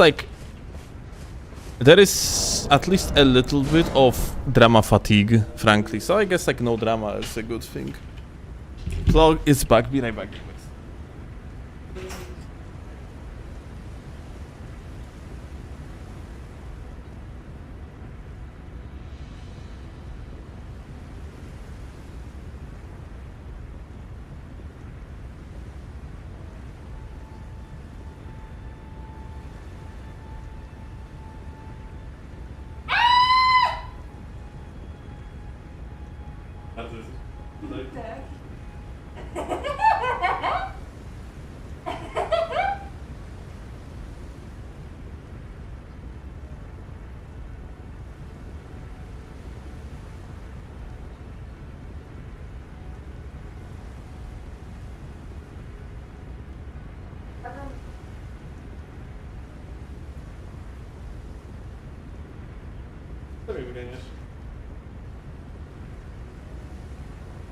Yeah, I am not going to even explain what just happened, so fuck off. Just take it for what it is.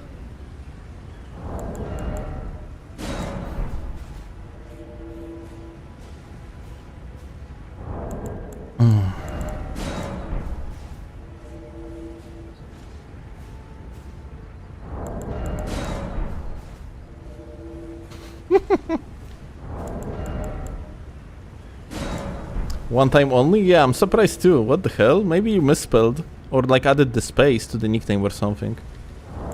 Like there is no shot, it's only one time. Like you can expect anyone to be like one time banned, but not Snake.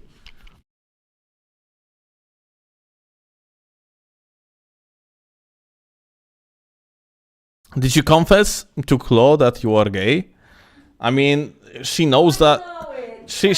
She knows that because come on, like there is like it's just by pure fact that yeah, she's a woman, and honestly, hanging out with a woman instead of men is kind of gay. It's so gay. I mean, like there is nothing more manly than love between two men, and there is nothing more manly than having a man inside of you if you think about it. Right. And listen, we are a gay couple. He is a gay man. I am a gay woman. So we are gay couple. So obviously, I know he's gay. Because gay man's happy. Yeah. I hope you don't think about anything else, gamers. Okay. Gaming time. Gaming. Gaming. Yeah, we are even doing gaming. Blue, yellow, and the host. Hi. Aha. Well, that was kind of expected response. Oh, this guy mashing out too, just like that. Very interesting. Whoop. Whoop. Whoop. Whoop. Ah. Whoop. Ah. And that guy has reverse of Boba. That's insane. Okay, so okay, I mean that seemed like typical Elden Ring squad. So anyway, bonk. He's okay. Wait.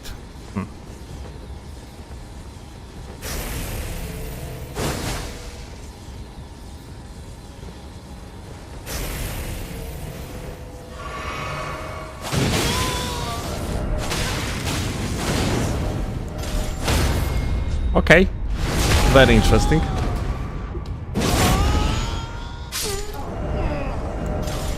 Did you tell people that you bought another controller?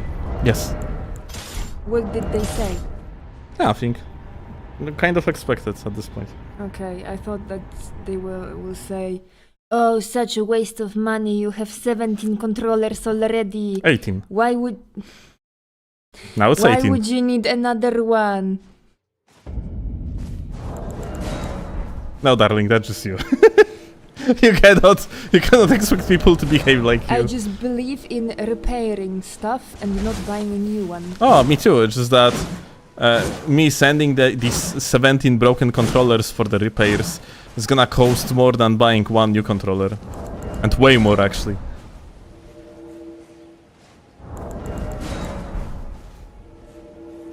Why do you think of Gothic Gachimushi videos? My favorite. Very manly.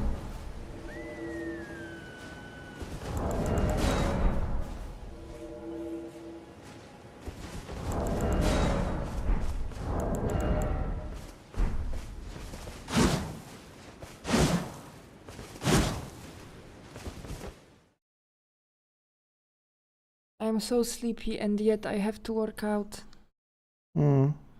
Stretch? No, I need to do resistance today. I haven't done weightlifting for 2 days. It's too much of a break. Do you want me to prepare things for you and you're gonna take the stream over for a sec? No. I will prepare the setup. Okay. This is a very handsome night. Hi, handsome knight.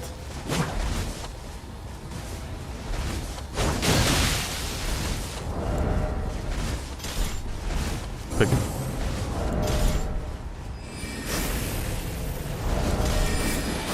Ah. God damn it.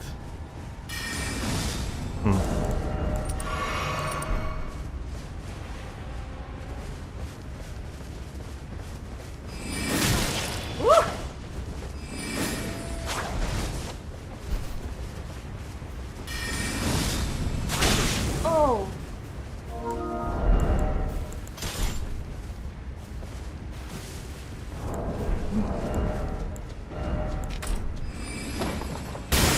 Start moving. What? What did you do? You cheating person! What do you mean I'm cheating person?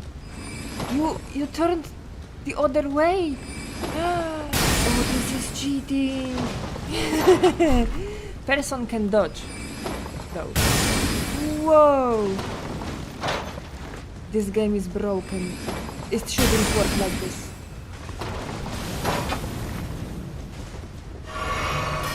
Hell.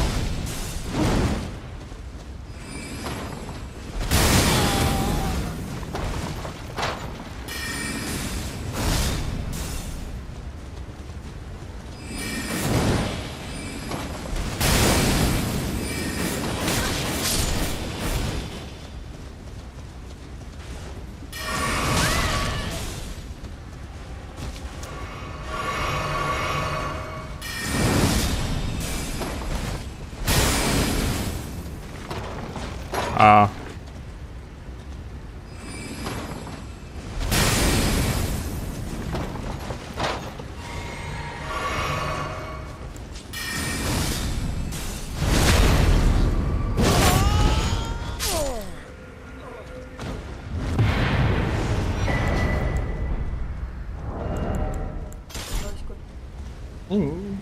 Wcześniej troszeczkę, ale nie dużo. A nie, na śniadanie mu dałem. No to głodny. No to daj mu jeść.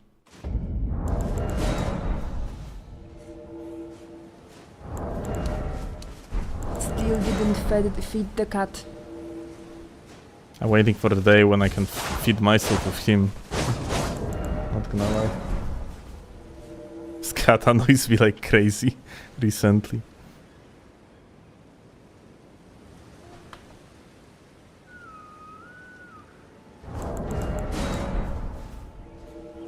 Chloe is the only woman watching Steelovsky? That's not true. Steel has a female thumbnail artist and female short editor. So, nope. Yeah, I basically took over like 90% of the female fan base of Souls games, and I offered them basically possibility to do something with me. Either work or be like lifetime partners. So like, yeah, it's pretty interesting like approach and dynamic that we have.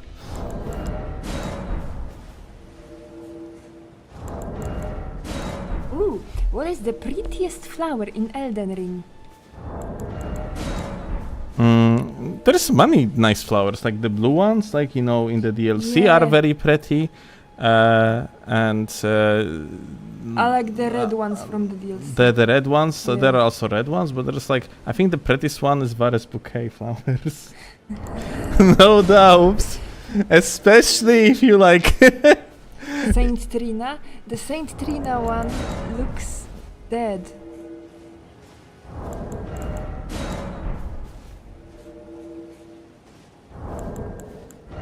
Saint Trina's one is what?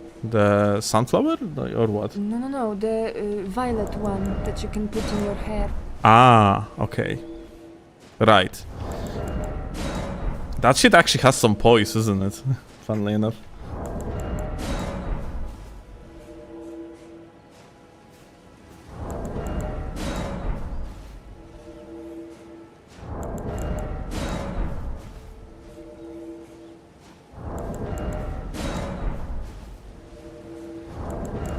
I wish they added more DLC stuff to Night Rain.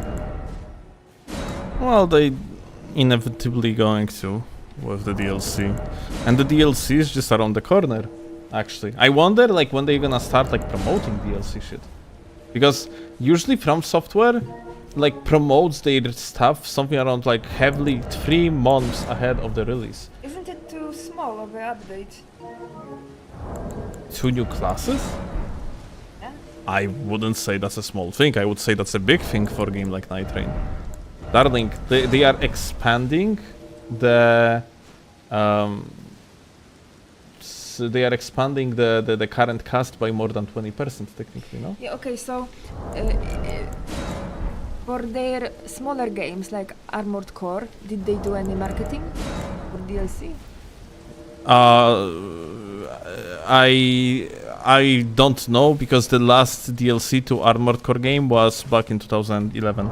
Oh, Like the newest Armored Core didn't have any DLC. okay. So like it was also different company. Tarnished Edition or Night Train DLC first? That's a very good question. I'd say Night Train DLC.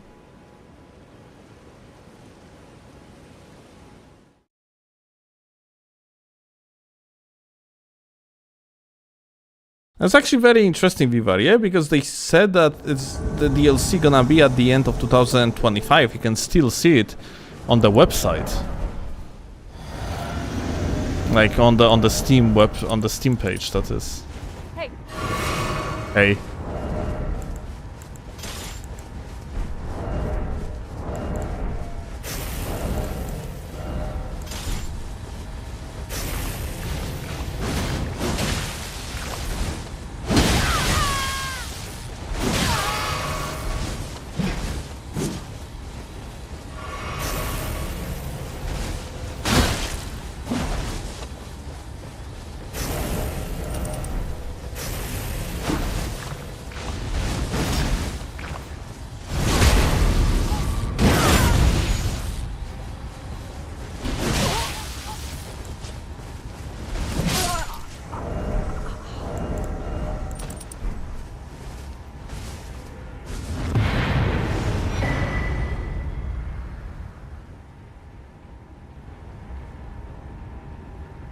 Sword Dance Freya is a vibe. Is it better than Flaming Strike? So technically not. But the running attack into the Ash of War is essentially a it's a frame trap if the opponent gonna roll out immediately.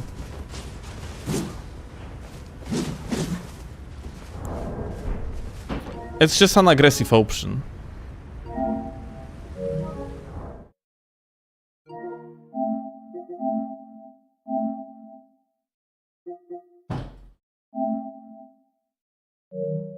I have 3 cats and cat food. Wow. That's a small cat.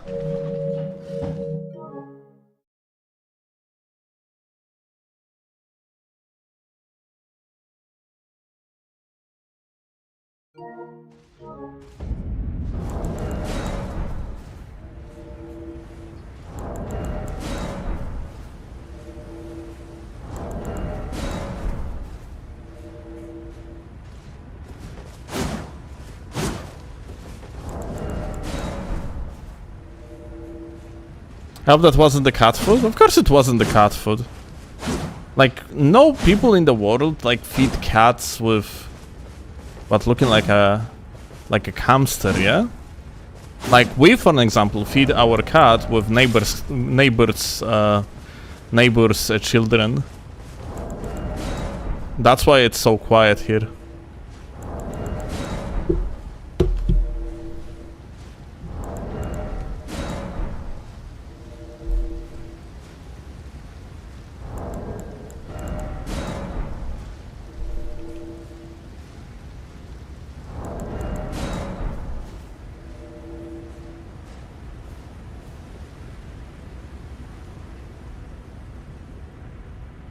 My cats graze in the carpet and then puke on the carpet. That's... In the garden. Ah, okay. My cats graze in the garden and then puke the carpet.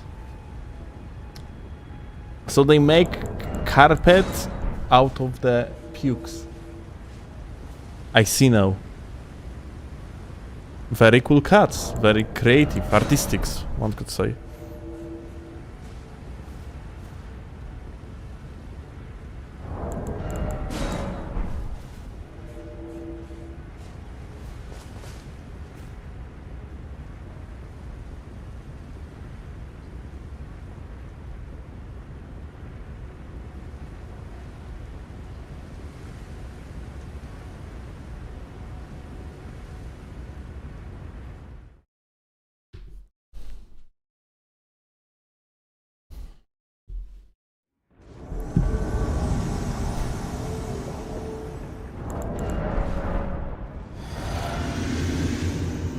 Chloe is like Baba Yaga scooping children up in the night. Yeah, I mean,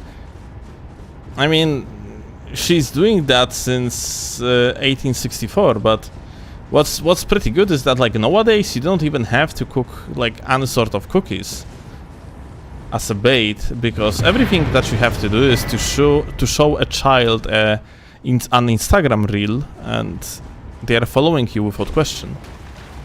So yeah.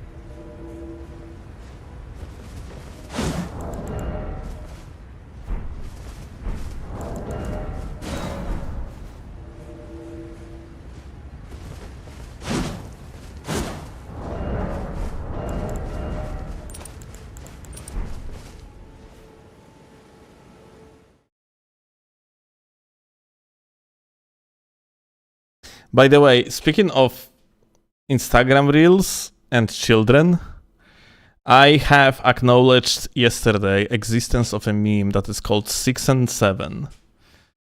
And it reminds me of something equally retarded, when kids on TikTok were dancing to Eminem's song about coming. And everyone was very happy doing so.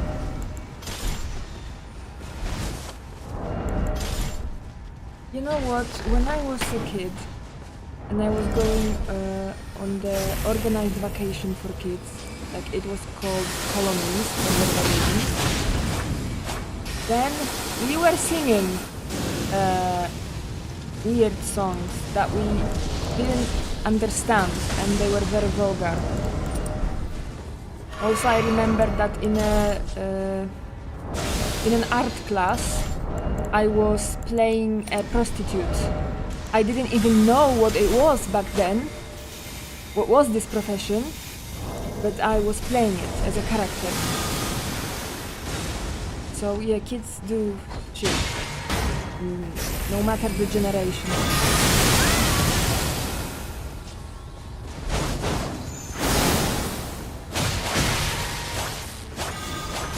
You say so.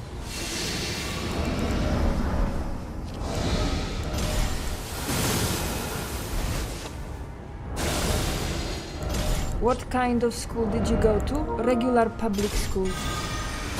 You could actually lie about it and say something funnier. Like what?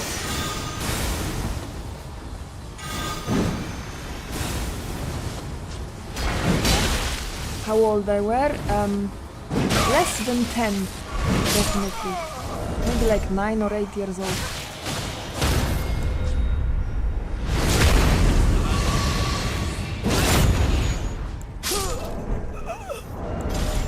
Oh my god, there is new command, waifu. We need to program it so that whenever you use this command, waifu, it gives you me. Okay.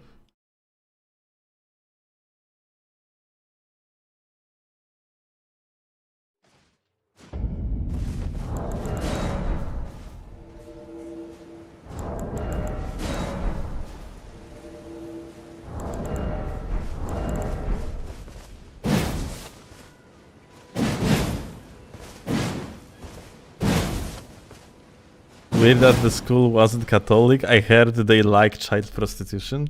You say so? I actually that's pretty funny because I actually had this joke on mind and I decided to not say it because I thought it's very inappropriate. But I wanted to mention like Maria Magdalena. Oh, I was playing Mary Magdalena in school art class as well. Wow. On the jasełka. What is jasełka in English?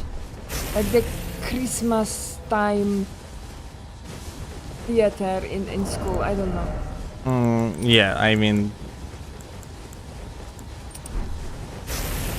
Christian art stuff, like...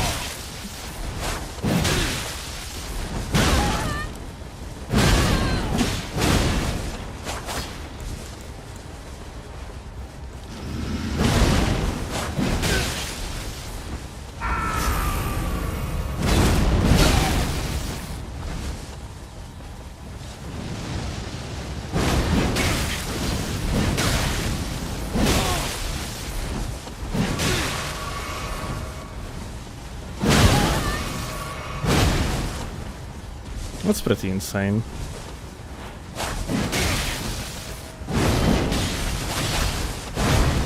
That's so annoying, dude, that this shit has like hyper armor after the attack. Like, this is probably the most fucked up thing about colossal weapons. That the hyper armor extends to the recoveries and by a lot. Like, you have this shit, yeah? Like, basically Broski just...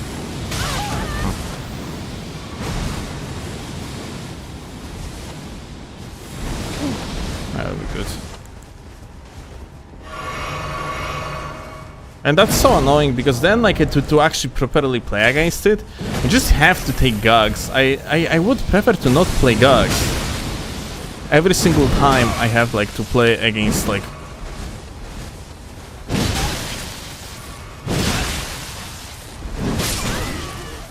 against colossal weapon, yeah? They kinda have to.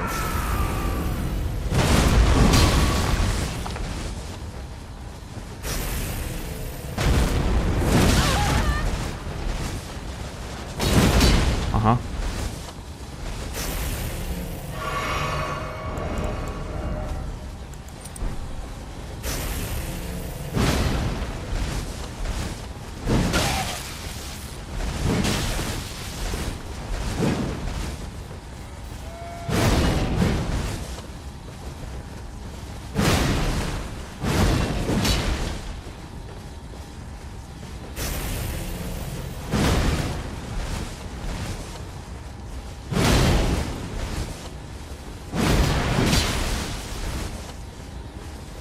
Like, when you're, like, in the 1v1, you can technically just, I don't know, like, take something like Milady and use the spinning slash, yeah?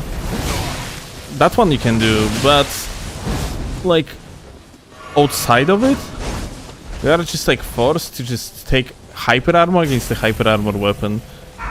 And it's so annoying.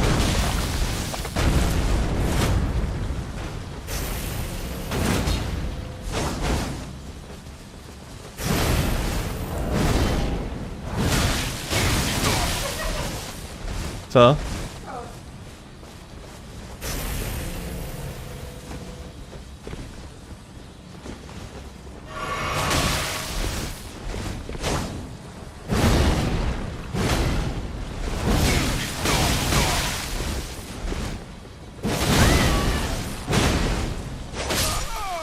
Dude, like, I swear. This game really would be better with a completely different way of handling hyper armor.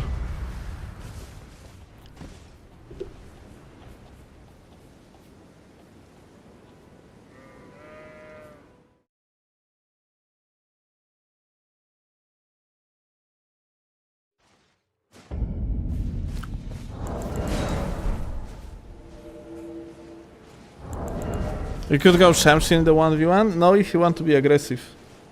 Like, Shamshir against Hyper Armor is a good matchup, but you cannot aggress. And with the infinite, like, infinite map to run through, like he had here, just Shamshir is just a risk, because its hyper armor doesn't actually break the colossal weapons. Sorry, its poise damage doesn't break the colossal weapons hyper armor.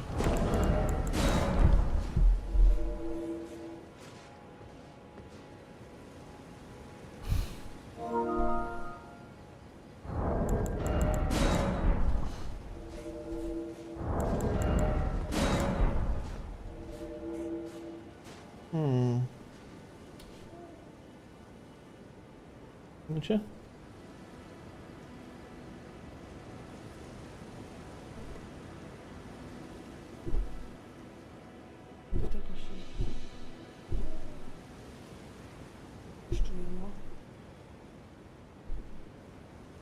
Już?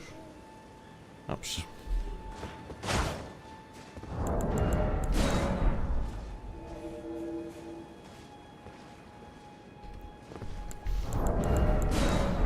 We need new Souls game. Elden Ring is kind of dead. Yeah, it's fine. It's not really that dead like people give it.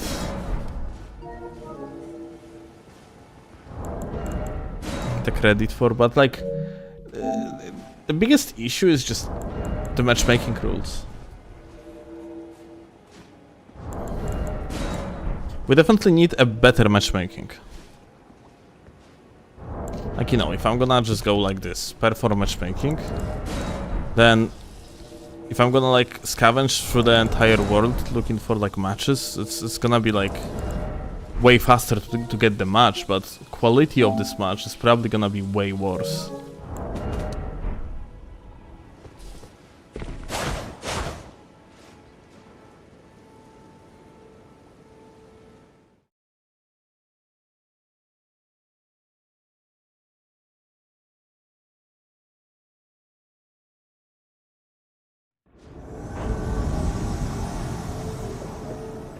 TGA soon? When's TGA happening?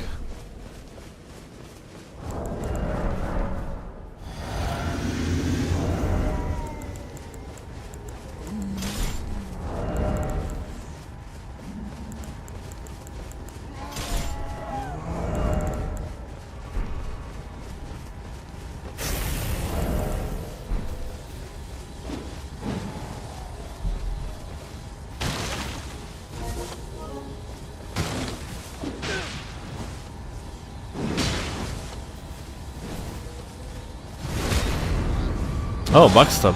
Nice.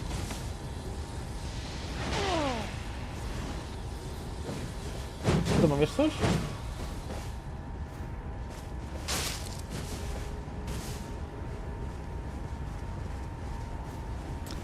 Why is so much drama recently?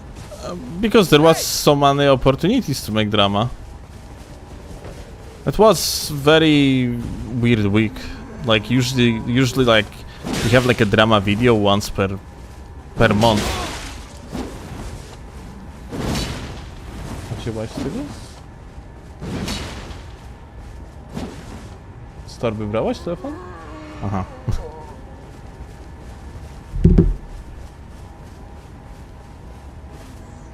Hey!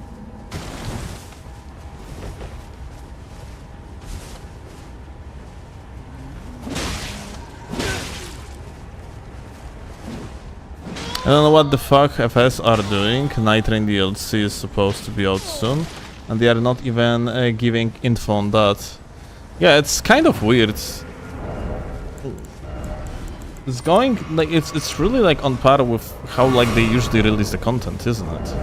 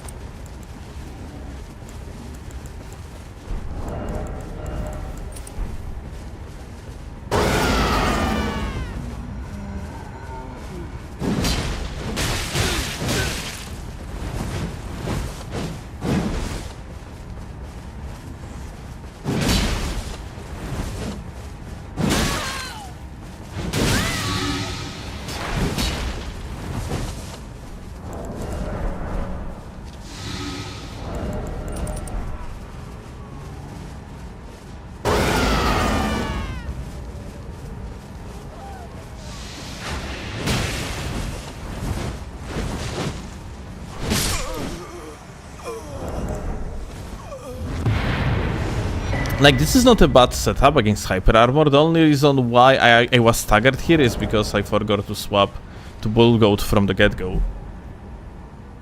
But...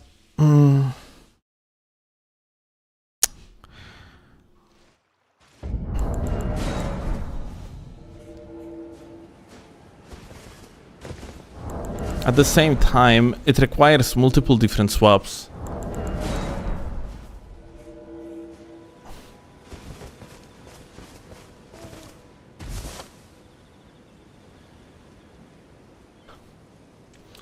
What's one that tier that gives you the second chance? Crimson Bubble tier.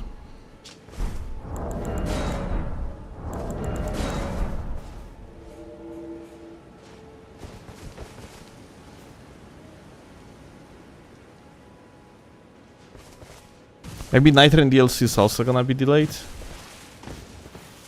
It's very interesting, isn't it? Like, From Software... Did From Software ever, like, move to the...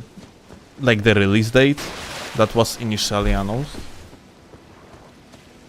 Although Q4 for the businesses is, like, all the way up to the March, isn't it? It is already delayed? What you mean it is already delayed? Where that information from?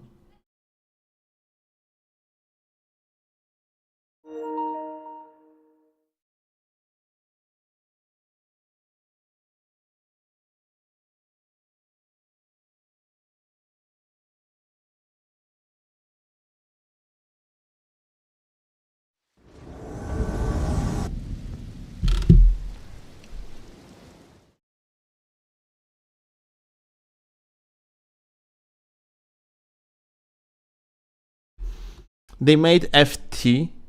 The fuck is FT?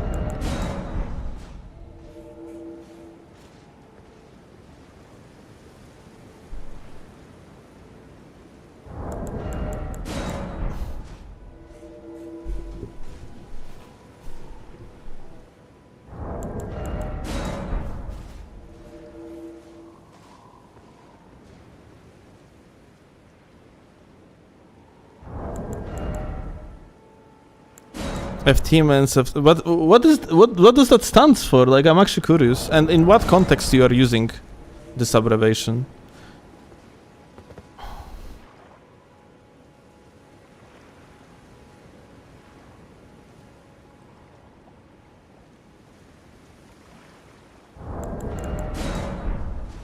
Like, as far as I know, like in the business world, Q4 means like up to the March of 2000 of the next year, yeah? No, not in Europe. Absolutely not. Klaus says not in Europe, and being like very upset about me saying that. But yeah, I'm talking here about like Japanese region.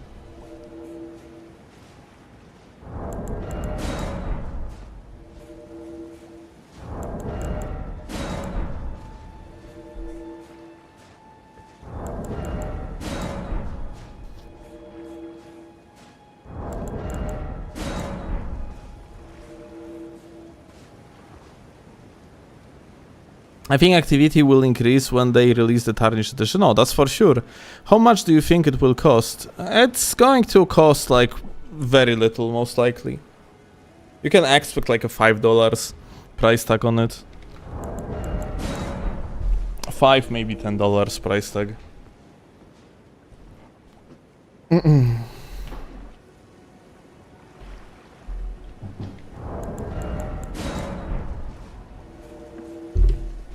Unless, you know, maybe they changed their mind, but initially, like the message to the media was that like the Tarnished Edition gonna be paid DLC on other platforms that's not Switch 2, because they kinda cannot release it differently, and if they could, they would release it for free, which sounds like such a bullshit.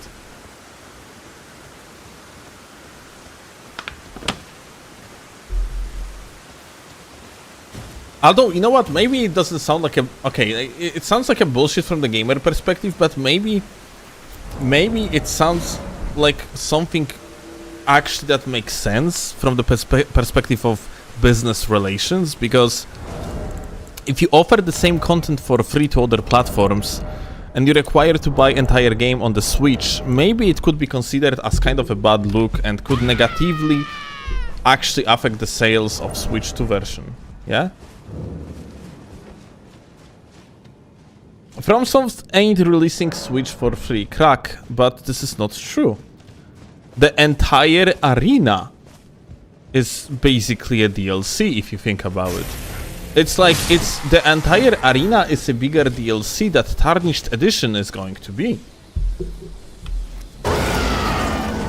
And yet, like, patch 1.08 was completely free.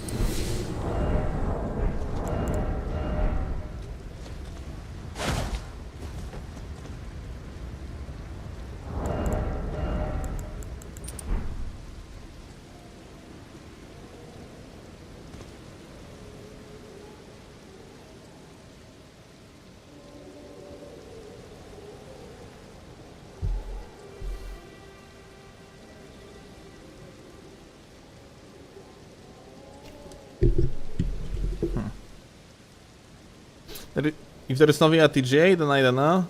What like TJ is the awards, yeah?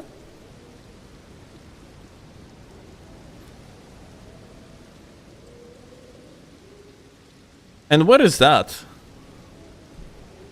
What is that event taking place?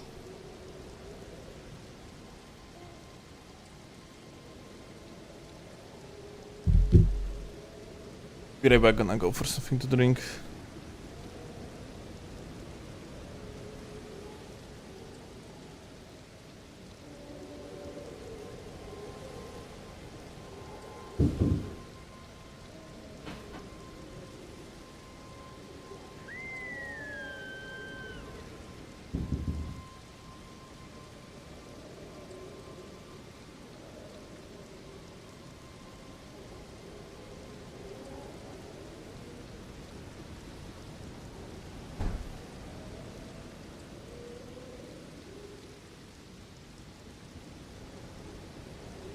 Okay, back.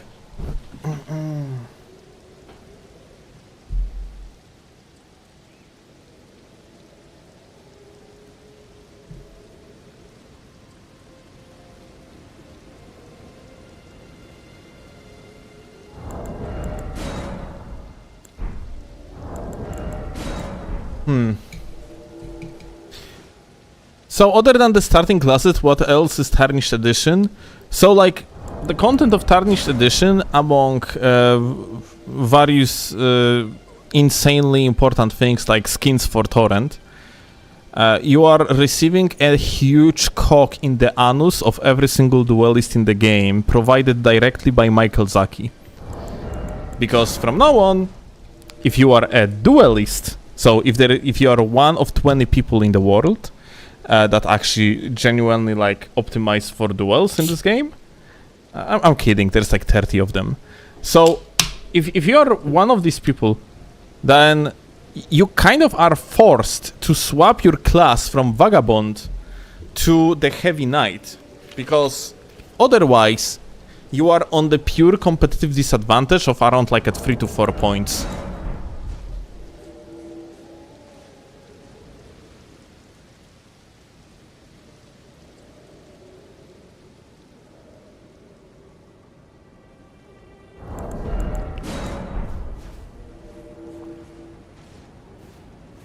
Even 5 points, I'm sorry. I guess 5.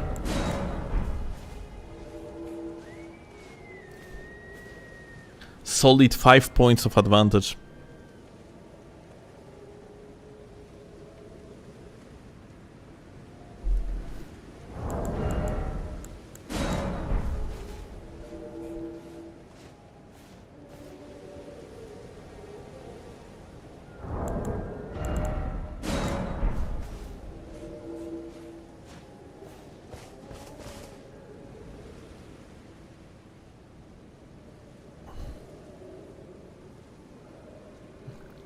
They actually implementing the LSS? Chaste, like for real? Where that information came from?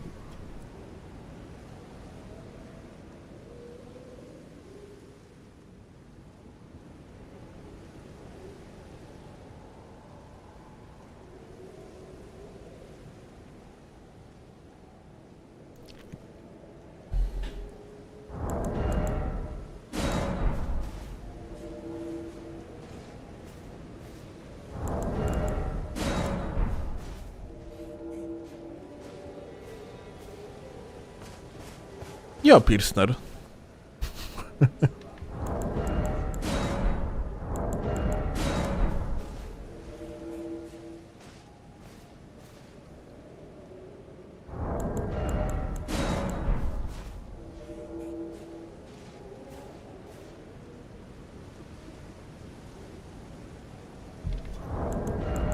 I just want to point out, gamers, that Tarnished Edition, if you think about it, kind of looks like step in the direction of how Ubisoft or Capcom are releasing their games. It's actually paid content that straight up locks out particular options in the early game for you. It's just like, you know, like you would have like Dragon's Dogma with the like limitations of the resources that you have in the early game, but you can of course buy them through the microtransactions.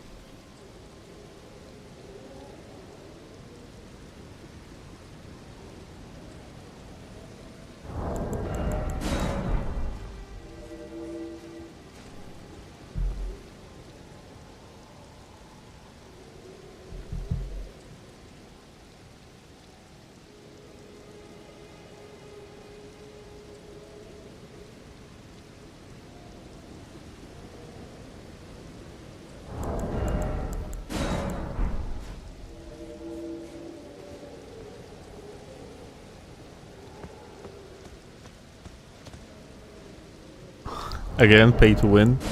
Well, that's what DLC kinda was, yeah. Yo, are people getting excited for 30 FPS in 2025? You know what, Cesar? Think of it that way.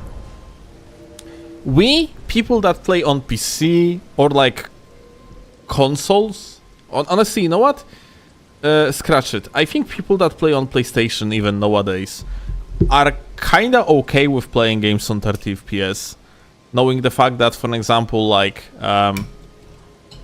Dragon Dogma 2 has been locked on 30 FPS.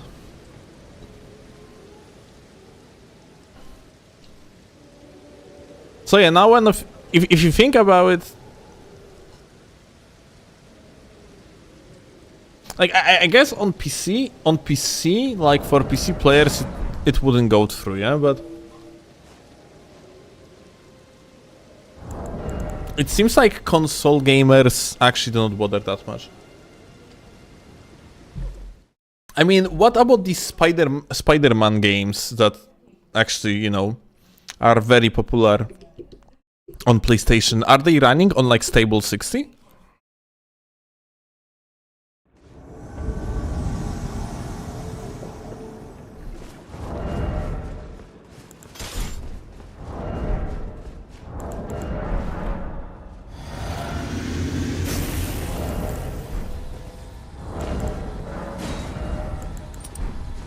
Yo. What's up, my dude? Oh shit. I'm sorry, I wasn't acknowledged with your game.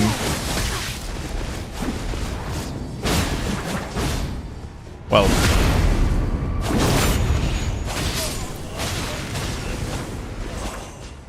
Anyway,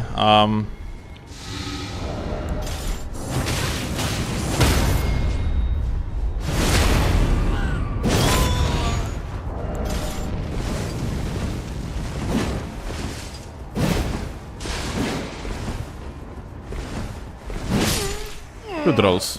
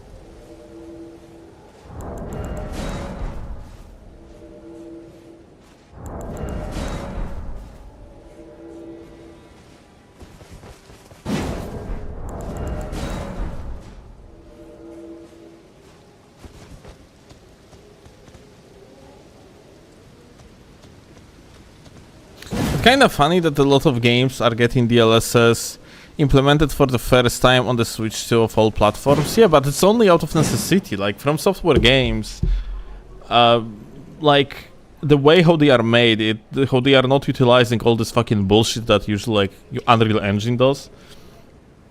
Like, some lumens and other garbage. They are just... like, stuff like this is not needed, and for a good reason. I mean... like, DLSS is fucking ass, dude. It negatively impacts the performance of the game.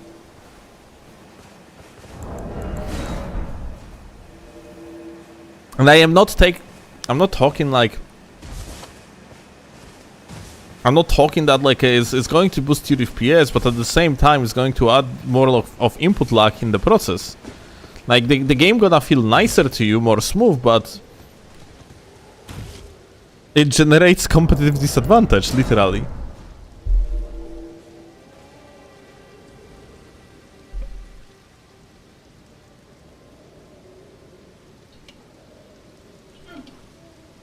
Well, FS aren't making Switch port alone, so that's also somewhat a worry or concern. Like, dude, fucking Dark Souls Remastered got a very good thing on the PC that is called an ability to set up your fucking monitor output on higher amount of hertz than freaking 60, because that's what all the freaking games made by From Software are set up to, and From Software never actually followed with that technology. It fucking pisses me off so much that when I'm playing this game on the PC, I have to play it in the windowed mode, or like borderless windowed, in order to actually like play on the higher hertz than 60. Like, when I have seen Sekiro for the first time, that and have seen in the options that Sekiro doesn't have possibility to just set up the hertz of your monitor to the higher amount than 60, I just couldn't fucking believe it.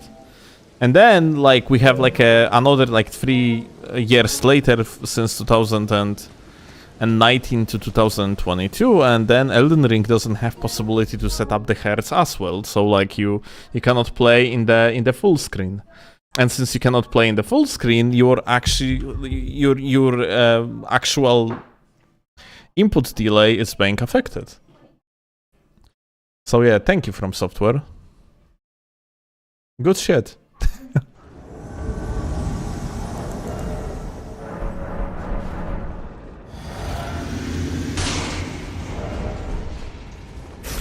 Oh, hi. What's up?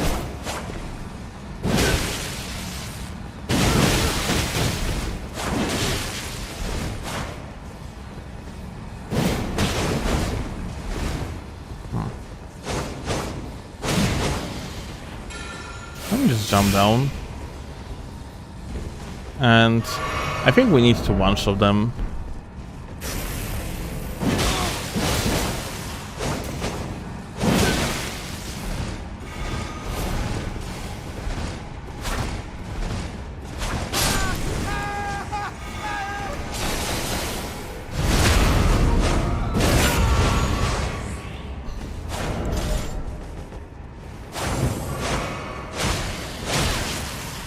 What the fuck? Okay, Puri.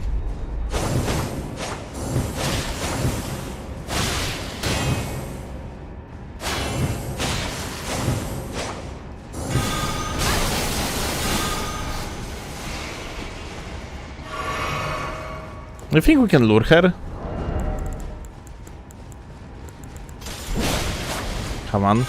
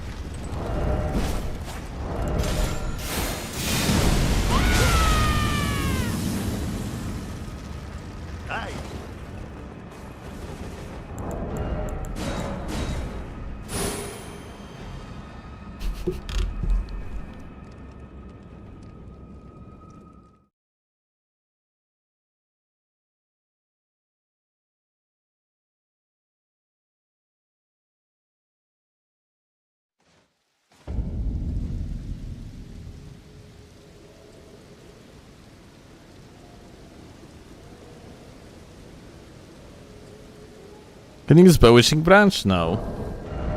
NPCs are stupidly busted. Especially in the DLC, but like even outside of the DLC they were fucked.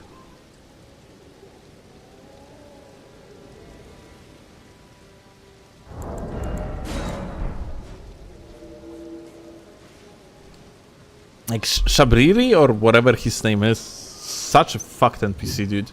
People were going to NG+, like +7, in order to max out his stats, and bro was two-shotting invaders.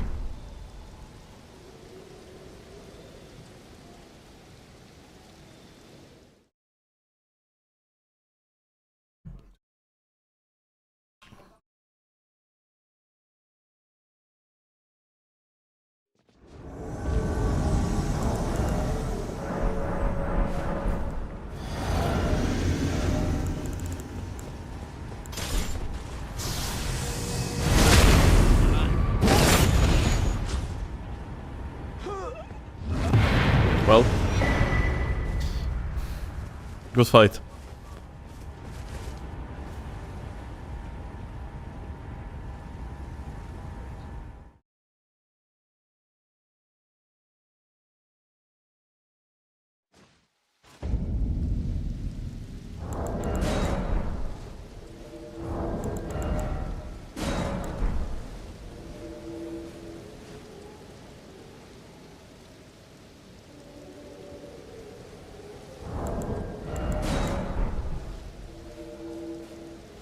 We are almost reaching 3 hours of the live stream and we are deathless so far. I think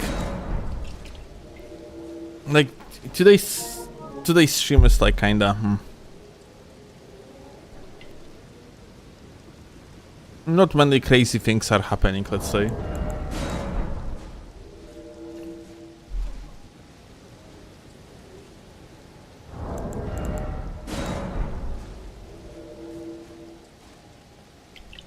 One invasion every 15 minutes will do that, I guess.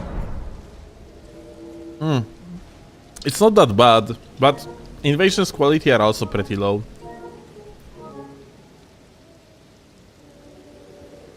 We're gonna watch Peeve's video after this one, I guess.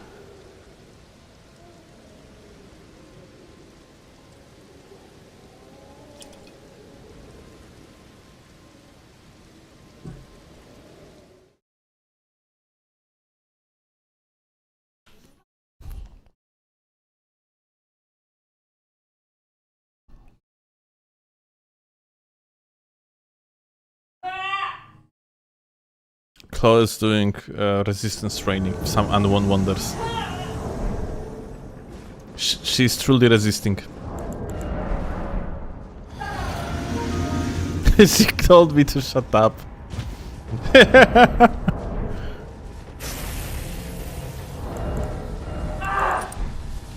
Hi. What's up, gamer? Oh. Your friend is truly prepared, isn't it? Huh.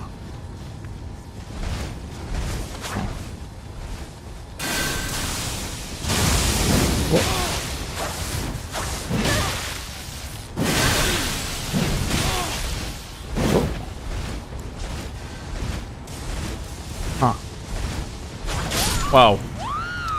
Can someone tell this guy that maybe he's not supposed to just use the roll, like, to get away from others, because that kinda doesn't work.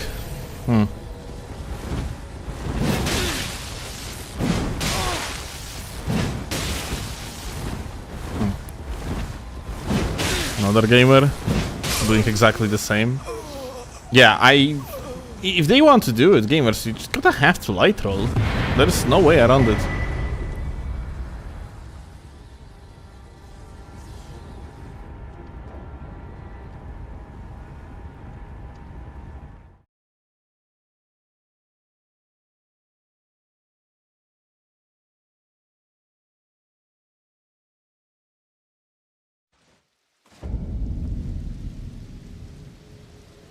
Still, I need a tip. I am talking to Polish girl.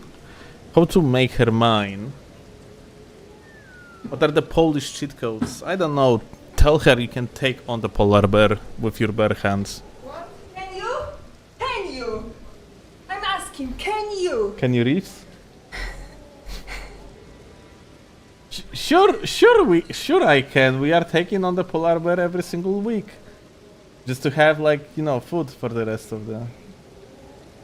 You order McDonald's. That's your polar bear right here. In your phone. Delivered to you by an immigrant person who came here to work hard. And you're just sitting on your butt and playing video games. That's the cheat code.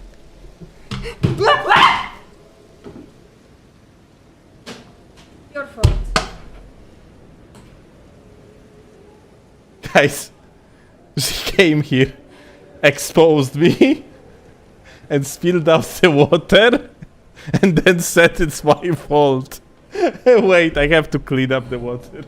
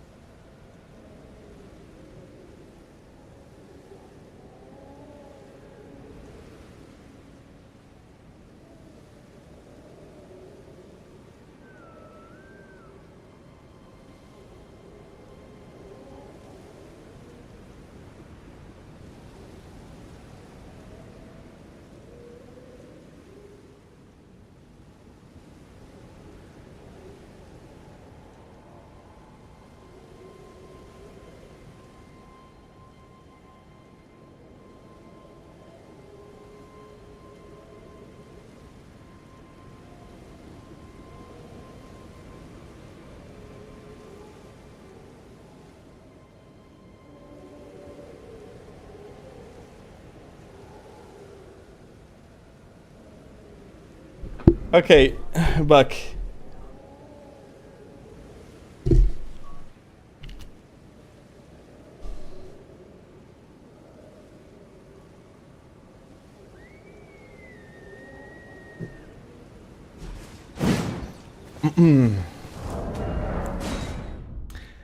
All right.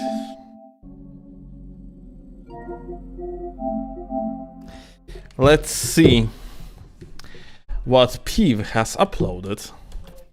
I'm gonna do a little bit of React.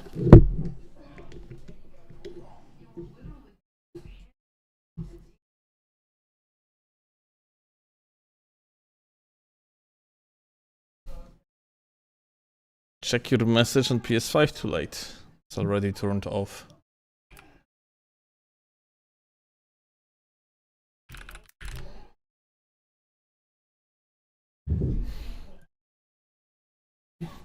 Okay. Alright, 3, 2, 1, gamers, we are doing the YouTube intro. Well, wait. Should I play like a music in the background? Hell nah. Why hell nah? We are not doing drama content, guys. It's just, we are going to just watch the gamer's video and we are going to bring our perspective.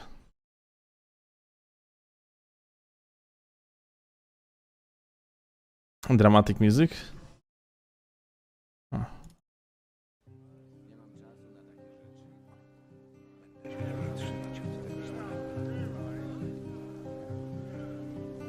Okay. Let's go. 3, 2, and 1.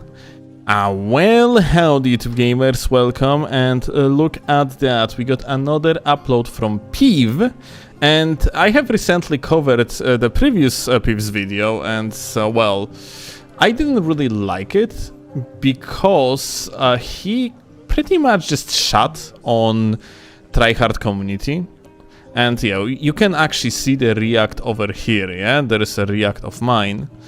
And I have explained particular things that like Peeve mentioned in his video, things that I think he was incorrect about, and so on and so forth. So as far as I know, he addresses these things in that newest video of his, and then he also is going to talk about the ways how he creates builds, because not many people know, but Peeve is absolute madman, and he optimizes off meta.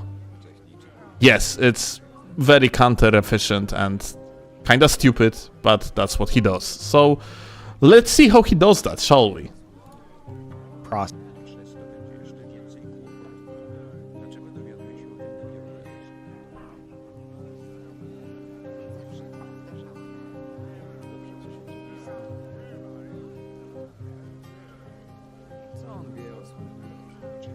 What languages are the Gothic theme noises? Polish. Hey everyone. Boy, Hi. I got one hell of a yap session for you today. Oh. First though, I just wanted to quickly clear up some confusion from the previous episode. You can skip ahead if you prefer. Utilizing the almighty power of this script I wrote to minimize rambling, I think the best way to clarify my concern with Dustbloods is to say if every match devolved into the equivalent of 8 Iron Eyes rushing each other down and ignoring other elements of the game, because that's deemed the best strat, it probably wouldn't make a game with latency issues and a $600 barrier to entry look too hot. Okay, so speaking of things too hot, he's scorching the gamers, including Kevin, in the amount of 1. So in that previous video of his, yeah, he mostly talked about Duskbloods. It's on me that I kind of changed the topic of the entire discussion from Duskbloods to Elden Ring PvP meta. But yeah, that's essentially what happened, yeah? But yeah, like, his concerns about Duskbloods, apparently, like, especially like, because I talked with Peeve for like 7 hours after that unfortunate video of his and my react. And he basically, that's a particular problem. Like, he says that equivalent of 8 Iron Eyes, yeah? Because in Duskbloods you're gonna have classes. He kind of thinks as if meta equals cookie cutter, easy to utilize builds that can bring you wins. But this is not what meta is. It is what cheese is. Meta is usually not a cheese. Like, meta strategies are usually like are focused around things that actually require brain to utilize. And of course, sometimes something might be meta that is completely stupid, like Swift Slash at the beginning of the DLC, like when the Elden Ring DLC released, you had absolutely broken Swift Slash, yeah, but it was less of a meta and more of such a powerful cheese that that cheese could take over meta setups. Ultimately, it's up to From to handle that properly, if it even is the case, and is likely a non-issue to its overall success anyway. It wasn't meant to be that deep. I also went on a tangent and expressed my frustrations with lack of build variety in Elden Ring when I just want to say that if you guys hear some sounds, some sort of the noises in the background, that's my girlfriend doing the resistance training. So yeah, that's an explanation. players I encounter in the open world seem overly concerned with the win, which ultimately that's fine. But express this in a shit way using an Evo reference. It's nothing more than a personal frustration I rant about relating to lack of build variety. She told me to stop laughing at her. I cannot hear what Peeve says. Okay, let's do it again. And express this in a shit way use which when put on a tangent and expressed my frustrations with lack of We're just gonna wait for Claude to finish the set.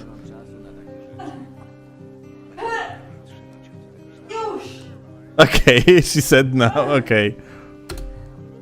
I also went on a tangent and expressed my frustrations with lack of build variety in Elden Ring when players I encounter in the open world seem overly concerned with the win, which ultimately that's fine. But express this in a shit way using an Evo reference. It's nothing more than a personal frustration I rant about relating to lack of build variety in my own encounters. Also, any references to meta reliance were mostly with cookie cutter builds in mind, like the dual seppuku naginatas of 2022. Yeah, like dual Seppuku Naginata is not a meta build, it's a cheese build. Like anyone that uses PSGS or like for example like or even better like Gag's crouch poke strategies is going to completely shit on dual Seppuku Naginata setup. In other words, I mean, assuming that they know what they are doing, of course. the strong things that get flocked to and relied on by the broader player base and dominate the scene for extended periods of time. A bad attempt at making a connection to what something like that might look like in Dustbloods. And no, for anyone even questioning it, I am not talking about Rivers of Blood. That's so funny he mentions that because we have Damien here in the chat saying Rivera Bobera. The call out. But yeah, like Rivers of Blood, frankly, it's... I think it's no one even thinks anymore that Rivers of Blood is really good. There was a time though when people believed that Rivers of Blood was insanely good, but realistically it never really was. It was eventually a ganker's tool, but that's about it. Hopefully that clears that up, and I'm sorry if I made it more confusing than it needed to be. Like the series name implies, I go on tangents, which range from old man yells at cloud at best to big disappointed dad energy at worst. Trust me, I barely upload to YouTube as is. I have no interest in delving into the drama of it all. I let Grandpa reminisce about the good old days until he falls asleep in his chair. Very nice roll catch. Not exactly. There it is. There it is. You know, to become a Parry King, you have to be a true legend. I'm gonna give context to that clip. So, I think it was like a year 2015 or so. Bandai Namco, in collaboration with Peeve and Ouroboros, made an event where these two were competing for the title of the Parry King. And what happened is that Ouroboros was playing Dark Souls 2, and Peeve was playing Dark Souls 1. And this contest has been won by Peeve because of this one singular parry, even though, by the way, people were deciding who is actually the Parry King. So it was popularity contest, but these two were like equally popular within the fan base, so yeah. But yeah, like he essentially won that because of that moment in particular where he just like set up himself the parry and he became the legend, the giant dad in the process. Yeah. To become a Parry King, you have to be a true legend. That clip is 10 years old now, by the way. Some of you are now feeling yourselves age in real time. You're welcome. Seriously though, the conversation surrounding this got me interested in making a video I've wanted to do for a long time now. Why I lean towards off-meta setups and a glimpse into my build-making process. I think some people, especially newcomers to the community, might have the wrong impression about why I do the things I do. As if some think I'm just a silly cosplay man and get angry when anyone uses something good. Unfortunately, it's more unhinged of a process than that. It is, and I want to mention, because I see a lot of people generally saying things like Peeve was never good, Peeve was always dog shit, Peeve is just a scrub, and from the perspective of now, people are much better at this game. That's true. Like, people evolved. Peeve didn't really do that much, yeah? Because Peeve lives in his own bubble, so he doesn't really practice with people that are good at the game and so on and so forth. So he's, like, getting behind. But there was a time when the game was very new. And unironically, Peeve was what I consider as a tryhard blueprint. He was the guy that was continuously fighting gankers and finding the ways how to actually beat them. Like, for example, I remember that he was utilizing I think it was called Obsidian Greatsword, and using it in the way so like he was going behind. What the fuck? Look at that. I think this is exactly this moment. That's so funny. I actually needed it. Yeah. So he was going with the Obsidian Greatsword behind this wall over here. and was utilizing it to push gankers off the ledge. So he was figuring efficient strategies to beat gankers, which is kind of like an equivalent of what a lot of people do nowadays. In order, in order to actually, split the gank or just, kill them with some sort of trickery, yeah? So he was figuring out this type of shit, or, he was figuring out strategies how to fight, properly against backstabs. He was figuring out techniques that you can utilize. It's very tryhard-like approach. And it was ages ago, and of course people got much better at the game ever since, but one of the first people that was doing it and also popularizing this bullshit type of approach of the game, where you are just optimizing, for example, things like parry window, and you straight up, for example, he has something that is called burrito combo, when he hits an opponent with the offhand weapon in order to maximize reposed damage and one-shot people. So all of these things are basically, they are his. He was figuring out this bullshittery. So yeah, I would say that even though Peeve is, without a doubt, more of a casual player nowadays, he is what I consider a tryhard blueprint. Something that people initially looked at and improved by the scope that is kind of not even looking alike anymore. Yeah, people nowadays are insanely much better at the game than Peeve used to be back in the days of Dark Souls 1, but it all started somewhere, and it started with Peeve. To start, my thoughts on things deemed meta aren't fueled by some holier-than-thou disgust of it. There's multiple reasons why I personally tend to avoid some of the best stuff in the game. Number 1. Try to give each of my builds a unique intended playstyle that I attempt to force myself into, encouraging me to switch between different characters regularly, although I do have my favorites. This involves including multiple elements which preferably complement each other, focusing on finding synergy across the build as a whole. It's worth noting the goal is to have a set-in-stone character with minimal to no hard swapping, mostly for immersion's sake. Yeah, so it's worth to mention is that a Peeve approaches these games in the way how you would imagine a programmer that makes an RPG would want you to approach them. So by immersing yourself into the world created. So yeah, it's basically he's not making builds, he's making characters.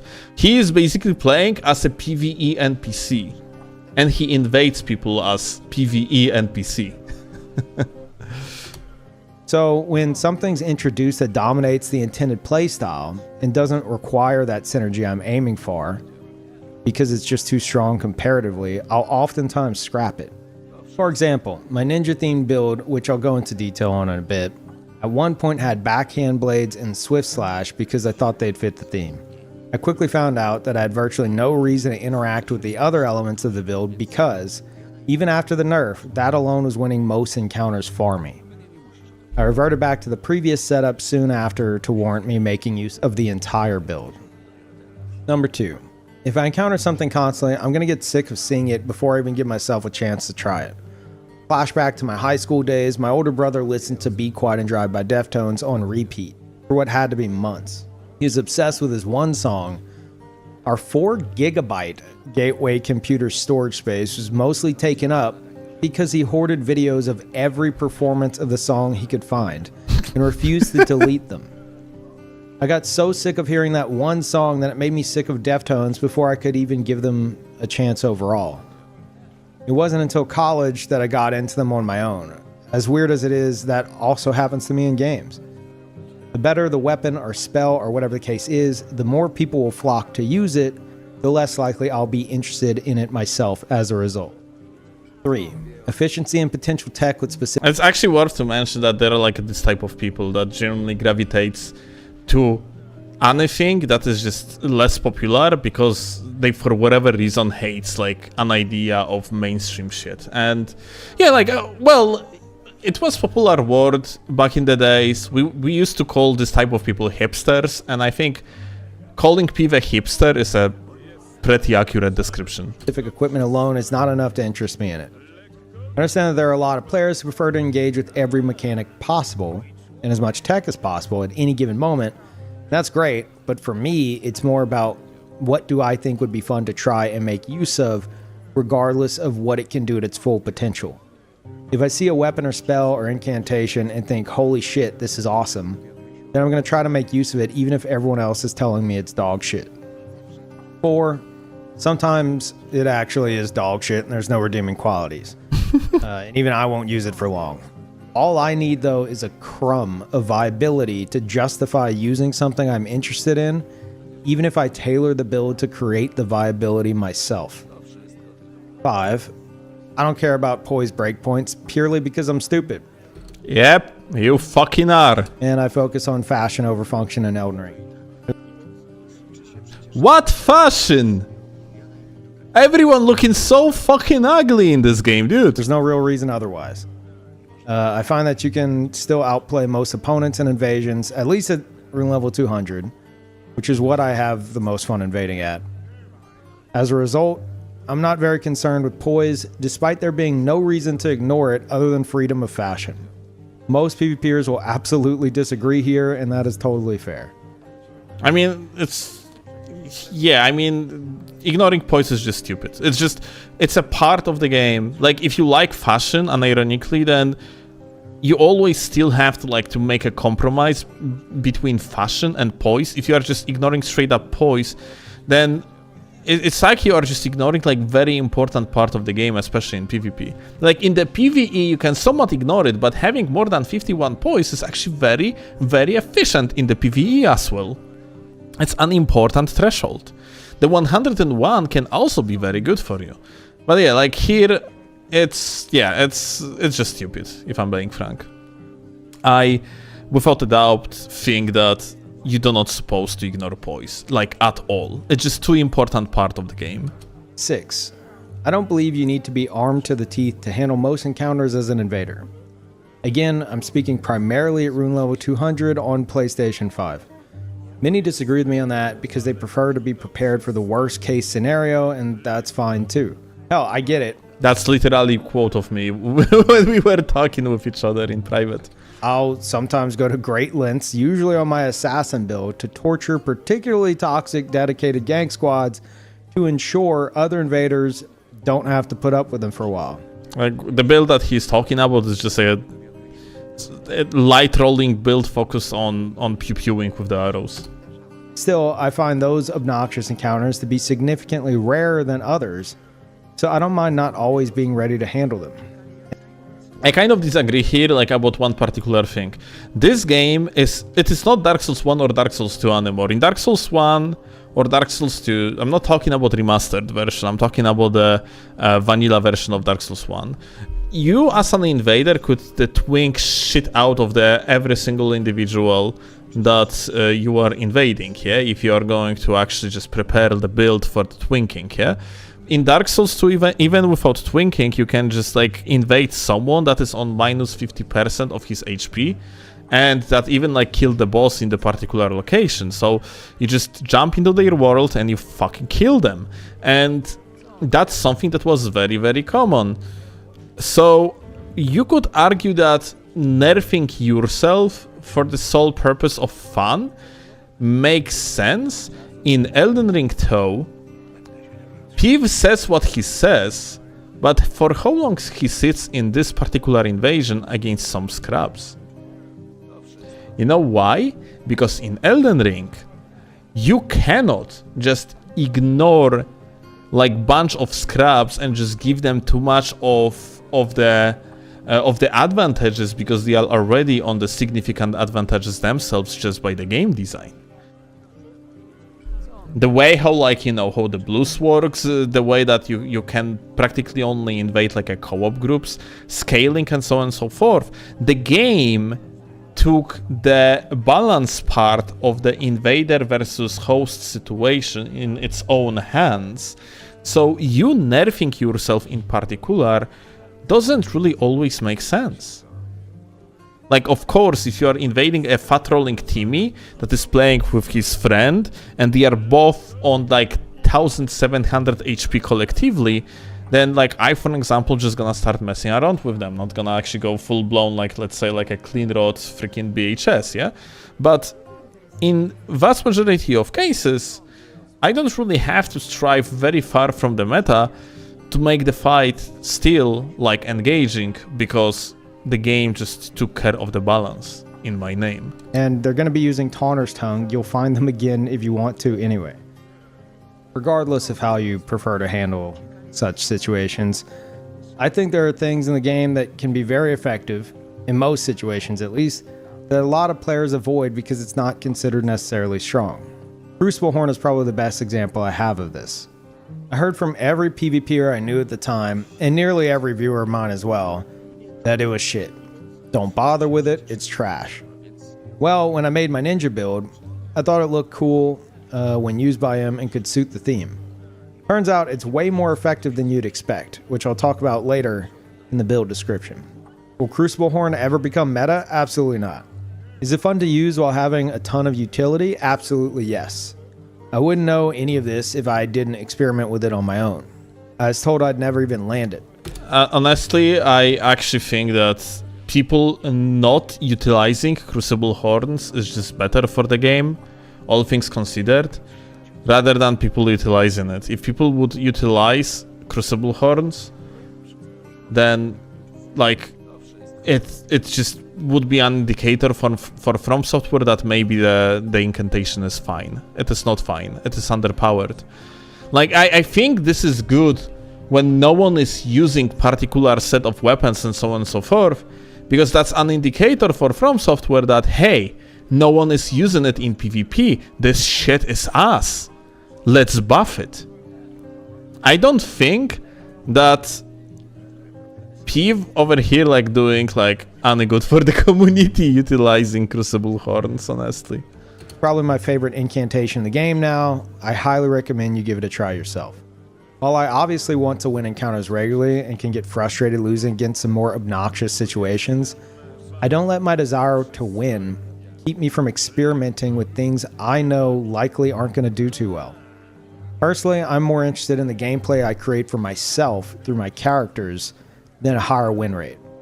Usually I don't do myself many favors with the builds I create, and that's fine. I'm aware it's a self-inflicted issue, but I do love when I encounter other players attempting things that I rarely see.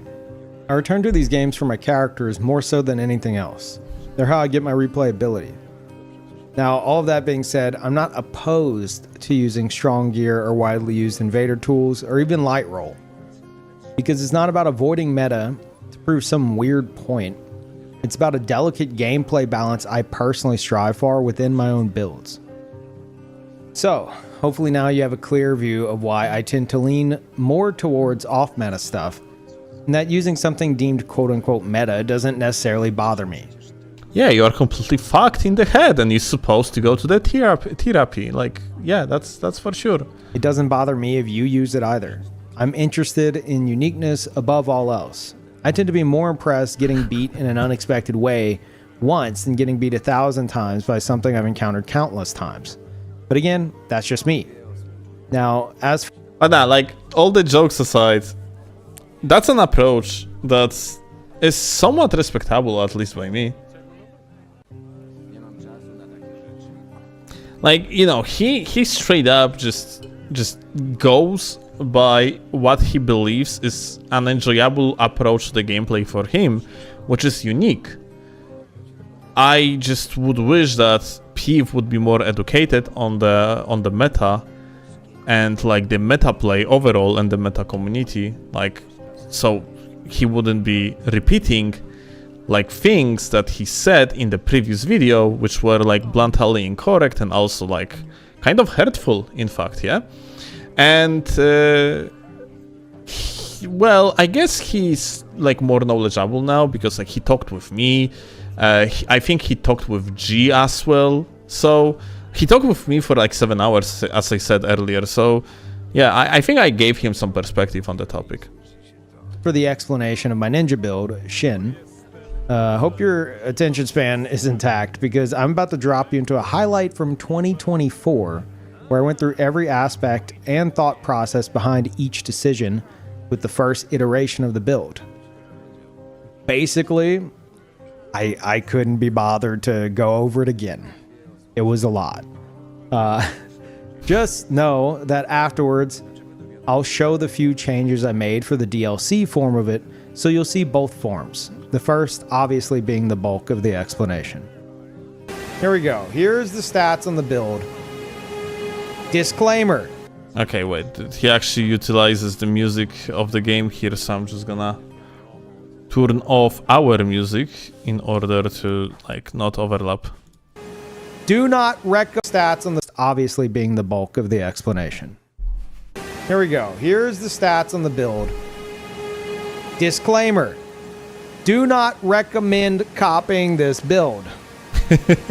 If you want any particular aspect of this build, you could probably do something way more like focused and efficient for what you're wanting to do. This build is like a ton of shit in one, and if you're not trying Simero, I have actually this is so funny you are actually mentioning it, but you know that there is no meta slaves. You are just a scrub. You getting like beaten by so-called like people that you call meta slave is not because like they use meta builds. You are just worse at the game, and you are worse at the game because you are mentally unwell. Like I have seen your comments under Peeve's video. Literally just like watch it.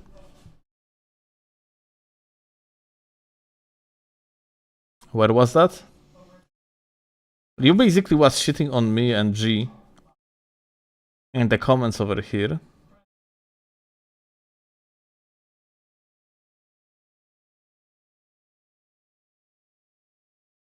And that's pretty funny because you straight up like ask me to play with the off meta. I did. Oh, here you go. Ah yes, I buff in Steel, G9 and Pathetic Tryhard Tears. Well, Daj mi ten komentarz, chcę go odpowiedzieć. uh-huh.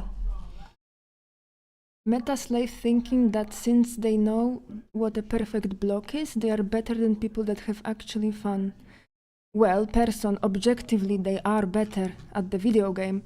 It doesn't make them better human beings, but they are better at the game. On top of that, like no meta slave is going to be upset at person like Peeve for just like playing off meta unless they are mentally unwell.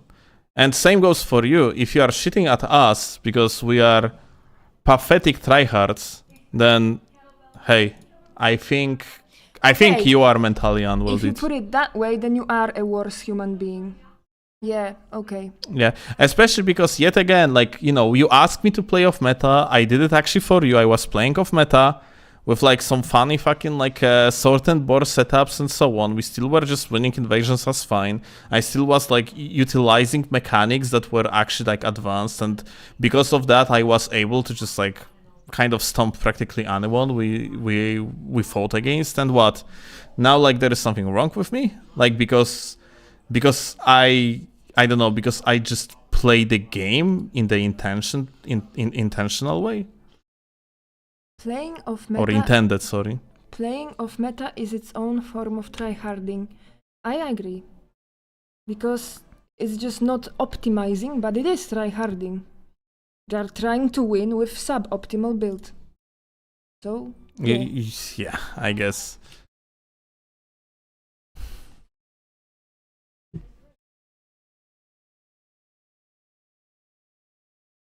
Yeah, it's pretty dog shit behavior, not gonna lie.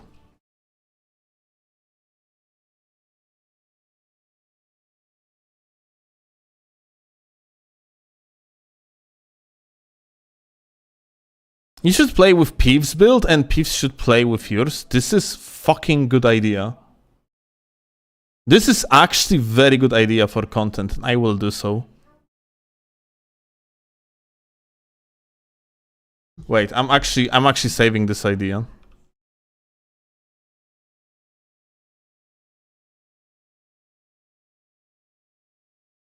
I'm gonna drop it to Peeve immediately.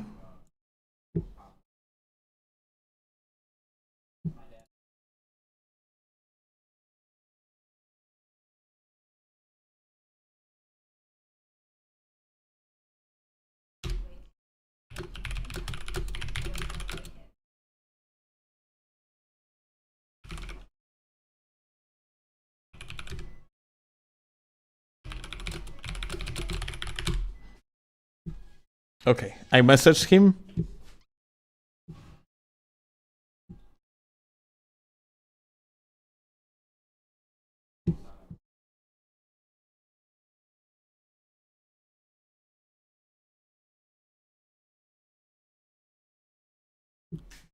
Whatever happened to Coop? That's a very good question. Let me know once you're gonna figure it out. As far as I know, just he had to stop content for whatever reason.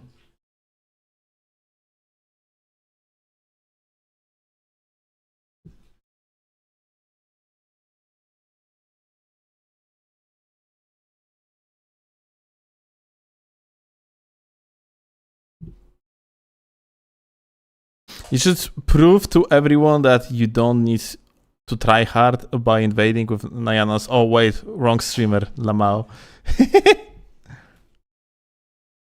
Trying to let's utilize continue. all of it. This build is like a ton of shit in one, and if you're not trying to utilize all of it, it would be better. Here's the stats. Don't freak the fuck out. I know some of you are looking at that number. Don't freak out. Here's a starting class, profit. Whenever it comes to the stats, I have 50 vigor. You should have 60 vigor, level 100 and above. There's no excuse to 60 vigor. Wait. It actually has 50 vigor. Right. What? See at 200. Except with this fucking build. I needed the stat points elsewhere. So, drop down to 50 vigor. I've got Erdtree Favor +2, Crimson Amber Medallion +2. That boosts me back up above 1900 HP. 1900 HP is what you're at 60 vigor on the dot. So And you're wasting 2 talismans in the process. Wow. That's fucking insane. technically a whopping 13 more HP. So I basically use these 2 talisman slots to offset my points in vigor and spread them elsewhere. I have Millicent's prosthesis to get a few more points in dex, as well as multi-hit with the claws, and even sometimes the katana. It's a bit harder with the katana because that alone doesn't multi-hit, but it does happen sometimes. But regardless, I'm getting that +5 dex and the multi-hit, especially with the claws. So that's nice. So Alchemy the chat says, as a joke of course, but Peeve shows build he has fun with competitive players, and I took that personally, which is kind of true, but at the same time, just you can probably, I'm pretty sure we can craft, we're gonna try to craft his build, but make it more optimal. Because I'm pretty sure we can actually do that. Like, sacrificing 60 vigor is fucking insane, dude. It's not like a quirky of meta build anymore. It's mental issues.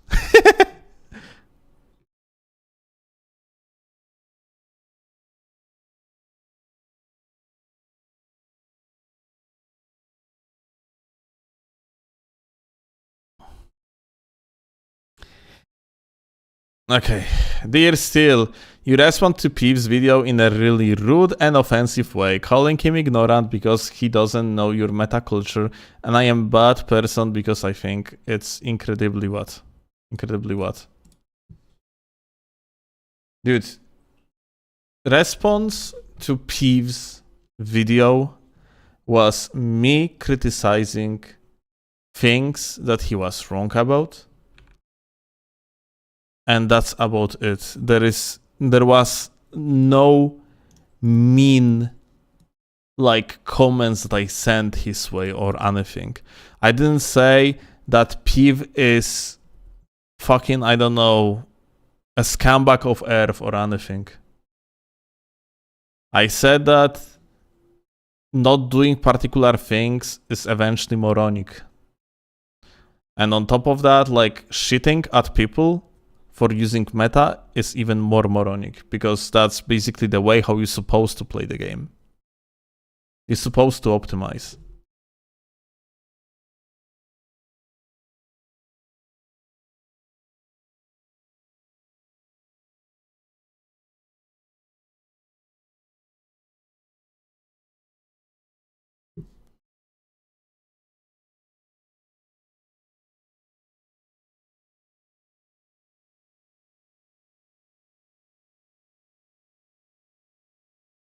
Still, you don't use compliment sandwich approach. You have to say 2 nice things before offering a criticism. Right. It's like this fucking Silvermont retard being like, oh, if you are using meta, it's okay. You are actually doing whatever you want. You are a free man that enjoys the game in whatever you want after all. It's okay to do that.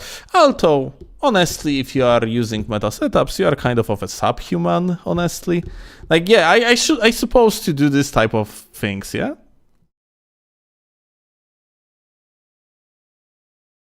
Move your head, here you go.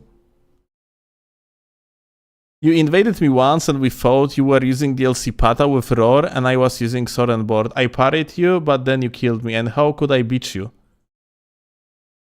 I don't know, you could try to scam again. Congratulations on the parry, goat.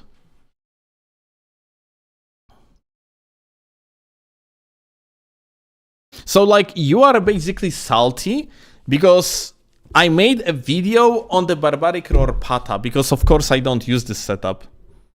It's just cookie cutter bullshit, yeah? And how could I have beaten you with my setup? I would have had to swap to Pata, Great Katana, Flaming Straight EC to have a chance. Everyone playing the same way has killed this game. This is what I'm gonna actually. This is pretty crazy. Holy shit! I fucking love it, dude. So watch it. I'm actually gonna move like the chat a little bit to the side so my head is not actually blocking everything, yeah? But this guy over here, yeah, is essentially being upset that he got killed by some cookie cutter bullshit that I was doing in the past throughout like a one session, most likely for the purpose of the video. Let's see. Steelovsky.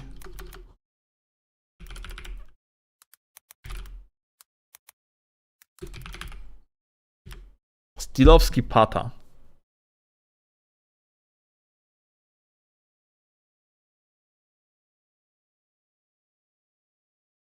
So I assume it was, yeah, here we go, like, okay, we literally got onto this fight, dude. It's the guy, literally. That's so funny, I didn't set it up or anything. Wow, such a coincidence. So you are using, watch it, the strongest PSSS in the entire DLC. PSSS that is overall good setup. You got one setup parry, good for you. And now you are crying, dude. You are not even running the bad setup. You are not playing, like, you are even fucking lying. This is not even off-meta setup, my dude. Holy shit, that's actually crazy, dude. PSSS is actually very fucking good. So, like, you are not only blaming me for, watch it, utilizing things that you don't utilize, that you could utilize, but you are basically crying about the fact that I am actually utilizing something that beats you, and you believe that you lost because of that setup only. Dude, no, you didn't lose because of that setup. I can assure you that you didn't lose because of the setup. Like, this is fucking holy cope.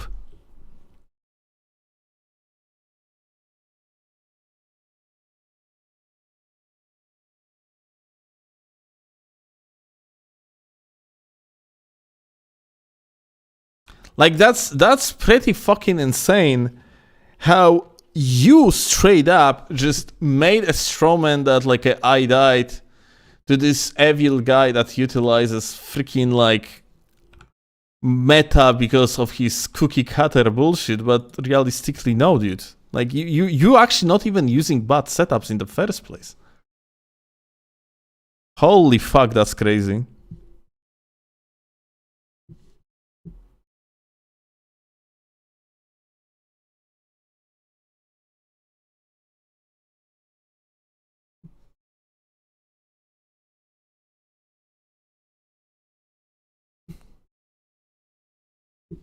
Alright, let's go further. We fought another time too. I was cosplaying as a Black Knight from the DLC and you insulted me live. Even your girlfriend defended me. You constantly insult players after beating them thanks to what? I think, like, I remember your name. I think I remember your game. Didn't you gank? Like, I don't know what you mean. I don't insult people. Like, it's very rarely like I insult people for the sake of doing that. I insult people because they behave like animals. That's very different. Insult animals. Closest don't insult animals. My bad. Compare gankers to innocent animals. People like you and G9, you are just angry kids playing video games for having fun, trying to be competitive in any game that isn't meant to be. Oh, who said it isn't meant to be? Are you like the director of the game or what? Bro actually doesn't understand that anything that is PvP gonna be competitive by default. Right. Also, like, look at that. Like, he now mentions that I insulted him, like, earlier, and even you actually defended me. Okay, defended him. Listen, person.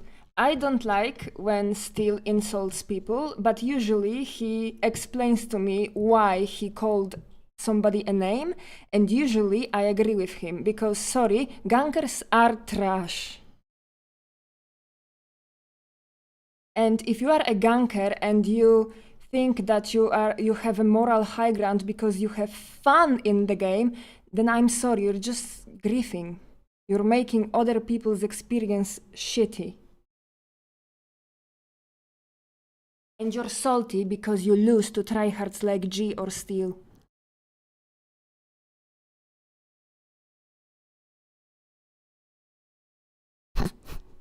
Ulamao.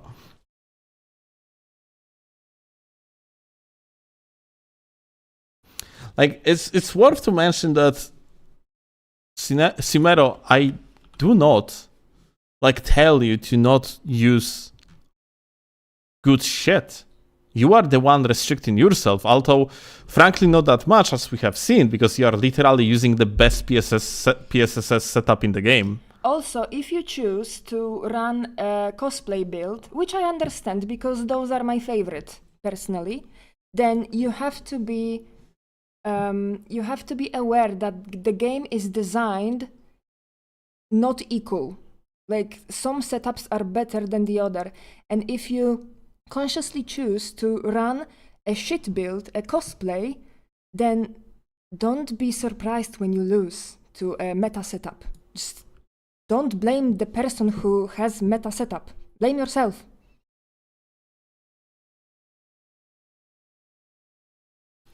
I just want to point out that the gamer basically mentions, like, always using, like, the 3 weapons. I think, like, I kind of, like, it's hard to deconstruct this sentence, yeah, but I think the gamer says that, like, he says that I am better than him, but I don't need to use always, like, same 3 weapons. And this is, like, big misconception about meta players, because we just don't fucking do that. Like, didn't you see him hard swap every 3 seconds? I have, like... That's pretty crazy, dude, but, like, let's actually go out of pure curiosity. Today's live stream, yeah? Like, when we were doing PvP, I'm kind of curious about weapons that I am using. Here we have seen Milady. Here we are using the Greatsword. Here we are using the KGS. Here we are using Gags. Here we are using CGS. Here we are using Shield as a weapon. Here we are using the Sword Lance.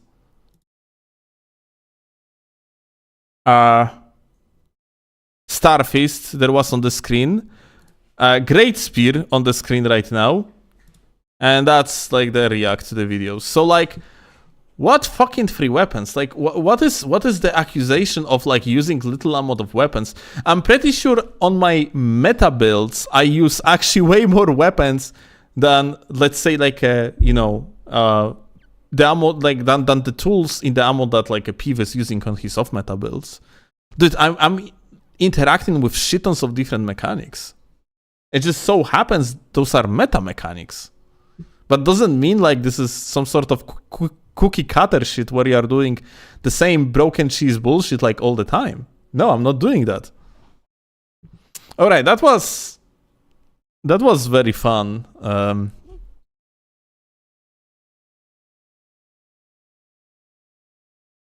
Segment, I guess.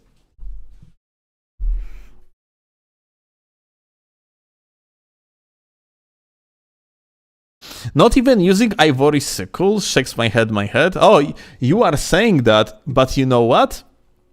I and only waifu figured out that Ivory Sickle is probably worth of swapping in particular matchups. Because Ivory Sickle actually goes through the shields. And maybe, like, you know, if I'm gonna find some, like, a free space for it, maybe in the future iterations of my build, I'm going to include Ivory Sickle into my inventory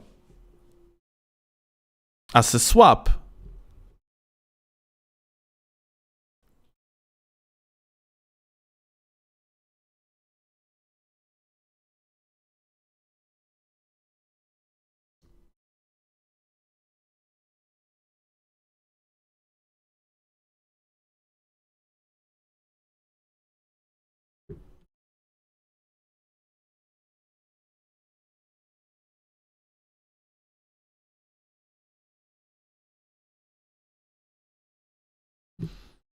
Okay, that's fucking crazy.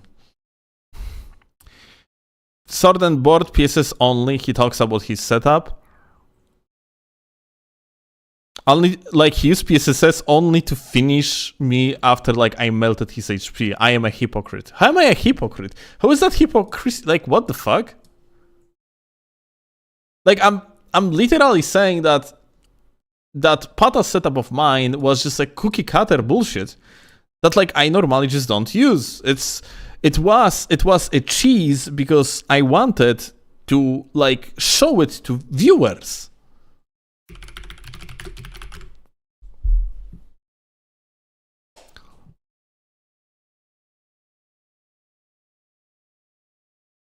It's not even, dude, like, let's make it clear. Barbaric Roar is a cheese, but it is not a good fucking meta setup. It's just a cheese setup.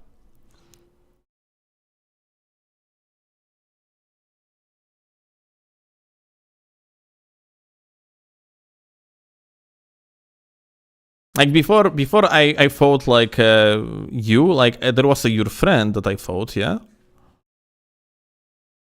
And I just pretty much blended him, yeah? Like, with the vortex.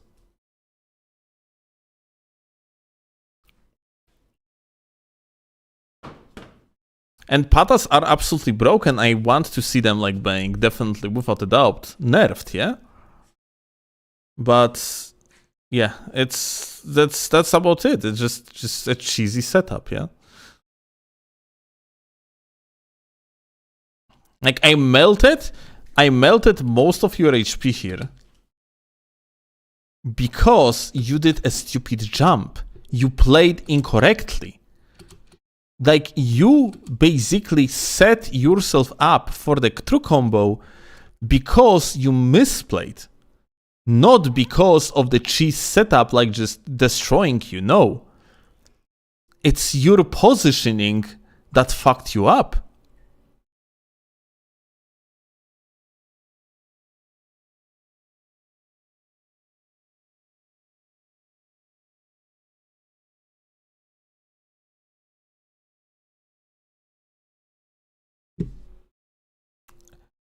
He says, I am a red, I am not a ganker person. What red? You are the host. That's your nickname, literally on the screen.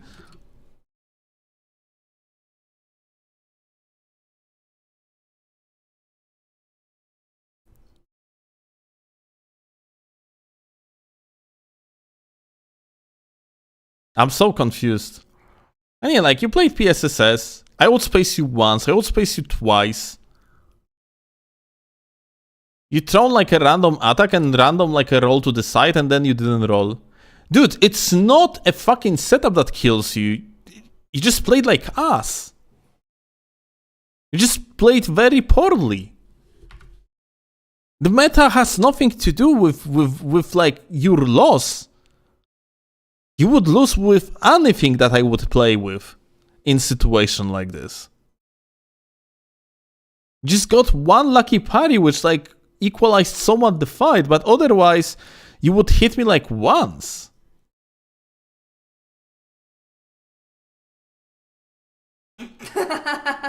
Right, by the way, I swore that today there is going to be drama, and then, yeah, YouTube chat comes in like, let's make a drama. Holy shit. It's supposed to just be a wholesome react to a streamer that I hold in huge respect ever since like 2013.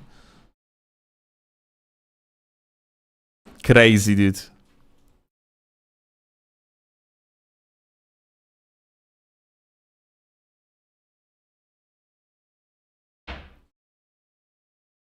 All right, let's continue.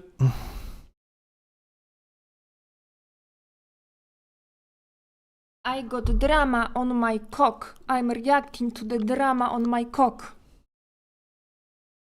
Like, okay. Like, I honestly, at this point, I have feeling like I don't even want to watch this Peeve's explanation. I'm pretty sure it's somewhat interesting how he approaches things. But like,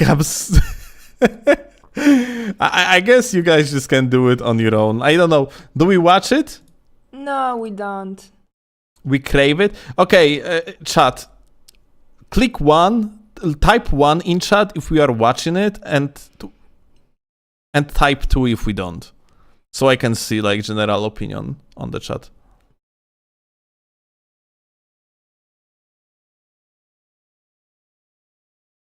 Shamshir, Great Katana, Milady, Gugs, fucking Bone Bow, and Flaming Strike, Flaming Strike, Flaming Strike. That's not free weapons. But I understand your frustration about Boner Bow. I hate it too. And Flaming Strike is jumpable as far as I'm concerned. Like the first. I mean, blow... it's insanely powerful, but we are not using only Flaming Strike. We are using many different ashes. Anyway, you can counter Flaming Strike if it frustrates you. All right, I see gamers wants to watch, so we are watching. 100 HP, 1900 HP is what you're at 60 vigor on the dot. So technically, a whopping 13 more HP. So I basically use these 2 talisman slots to offset my points in vigor and spread them elsewhere. I have Millicent's prosthesis to get a few more points in dex, as well as multi-hit with the claws, and even sometimes the katana. It's a bit harder with the katana because that alone doesn't multi-hit, but it does happen sometimes. But regardless, I'm getting that +5. I just realized that there is no chat on the screen for whatever reason.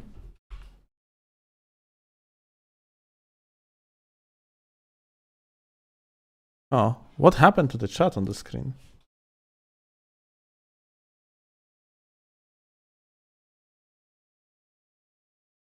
Oh, now it's back. Okay. Now we're good.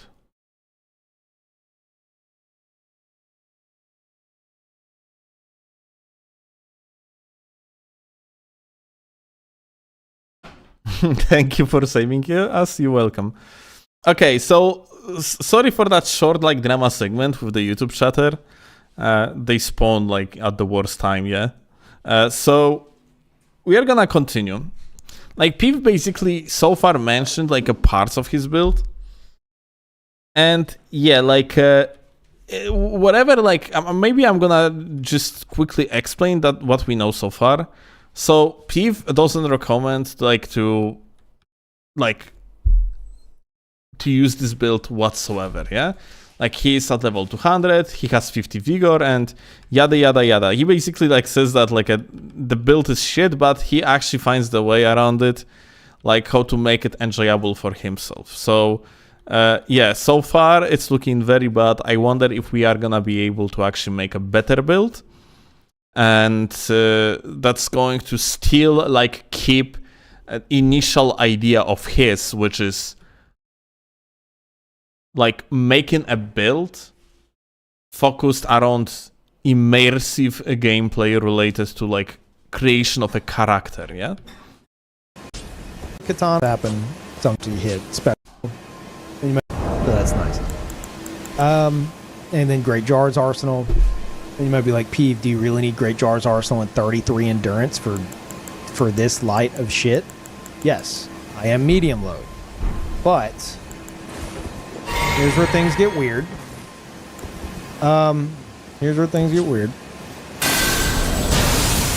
This build is entirely focused around Vike's Dragon Bolt. So Which is extremely fucking stupid. whenever I use Vike's Dragon Bolt, I have just enough endurance to where I light roll with Vike's Dragon Bolt.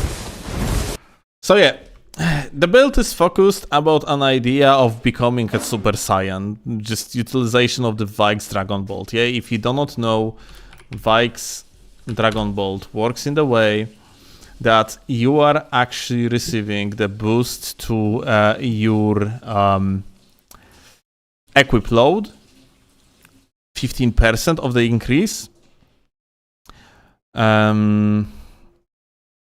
It increases the damage of the weapon at the cost of very bad lightning damage negations. And it lasts like 70 seconds. So yeah, make long story short, this incantation in PvP is pretty fucking ass. But what's actually worse about like the build of Peeves, yeah? And the way how he approaches it is that he utilizes Vikes, or he focuses build around an idea of using Vikes, only for the sole purpose to use Vikes. But if he does it, then I'm pretty sure he could craft this build in the way so he could utilize a talisman that actually would also buff him by using Vikes and keep the light roll all the time, because with his stats, he kind of needs that light roll if he actually wants to survive ganks.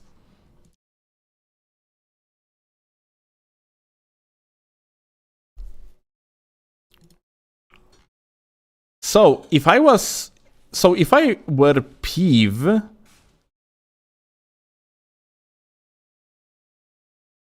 I would probably try to make a build focused around this Blue Dancer's Charm and utilize like a Vikes in order to boost the damage with the Blue Dancer's Charm.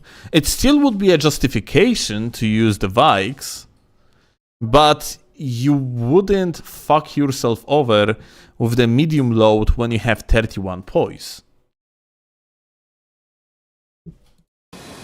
I light roll with Vike's Dragon Bolt while it's active. I also have Bloodhound Step on the Katana, which is also affected by the light roll. Vike's Dragon Bolt annihilates your lightning defenses. So to offset it, I have Opaline Hard Tier in the flask, as well as Lightning Cracked Tier for the extra lightning damage. So it offsets it a bit. I want to see it again. Dragon Bolt. So, like, just in case, yeah? He offset it just a little bit. Minus 10% of the lightning defenses went to fucking 6%. Annihilate your lightning defenses. So to offset it, I have Opaline Hard Tier in the flask, as well as Lightning Cracked Tier for the extra. Like, you don't even see it, I think, yeah?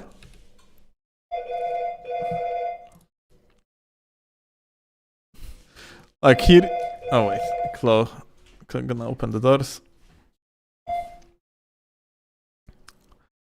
Like, dude, this is insane. Minus 10% defenses. It's so funny. Like offsetting it to 6%. I think you are not really like doing much here, honestly. Annihilates your lightning. Is it raining? Right.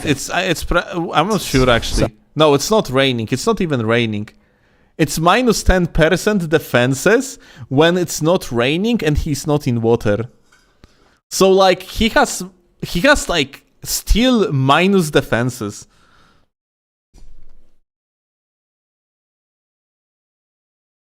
That's crazy. Like honestly, God fucking damn it. Chciałeś czekoladę? No tak. Like honestly, you just cannot justify it in any way, dude. That's crazy.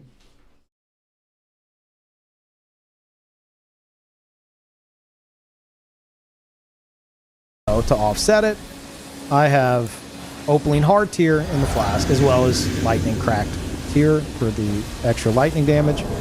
So it offsets it a bit. It's still really low. If I'm in water, like in Leonia Lake, or if it's raining, I'll cancel out the body buff with Flame Grant Me Strength. That gives me back my lightning defenses, so I'm not suffering from that and being soaked in water, which makes you take increased lightning damage. And, you know, I'll lose light. Do you understand what he is doing here? He is using different body buff in order to cancel previous body buff, just in case to not die to insane damage that comes from lightning when he is in the water or when it's raining. Holy shit, this is so fucking stupidly unhinged, man. Like, this is going so against any logic of build making whatsoever. And imagine, like, Peeve is so unhinged, he's doing all of it just to use Vike's Dragon Bolt. Because he wants that immersive feel of becoming Super Saiyan for 70 seconds. That's fucking crazy. Like, that's why, like, at least you need that light roll to be on the build at any given moment instead of just sometimes. Roll, but I get a damage buff from this, obviously. I can also focus on my flame attacks more while utilizing this. However, I also have, for very particular scenarios, I have Dragon Bolt Blessing.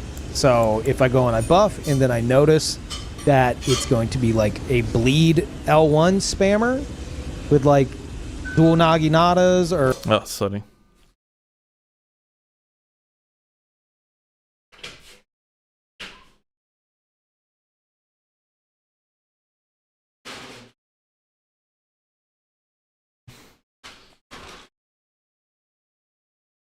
Okay.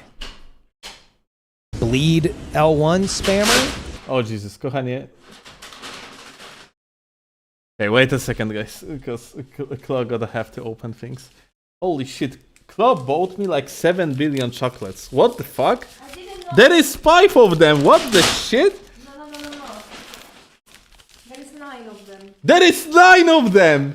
You told I me. just wanted regular one, darling. You didn't tell me. I wanted this one. I told you. You told me you want chocolate. No, the milk chocolate, the one that you ate yesterday. All of them are milk chocolates, but with different toppings. But the milk. Holy shit, Well, rip diet. Anyway. What? What diet? You are not on a diet. Well, now you are on chocolate one. Yeah, I am on the chocolate diet. Literally. Damn. Oh my god. There is a chocolate that is called Dame. I prepared myself a protein salad post-workout. I'm gonna eat protein. Darling, I literally feel tuna from your mouth. Yeah, because I need to check if it's tasty. Okay, I see. But yeah, there is tuna in it. Tuna and lentils. You smell, yeah, like tuna. And a lot of greens. Steelovsky weight gain stream. I just wanted one chocolate, dude. Like, Oh no, cat! Ah, my tuna! Shh. she left the kitchen and the cat took the opportunity.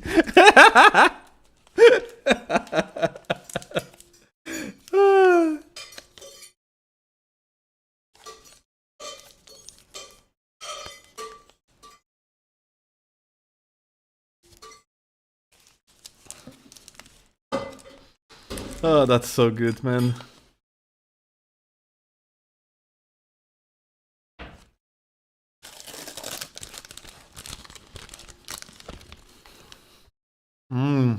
Ale dobra.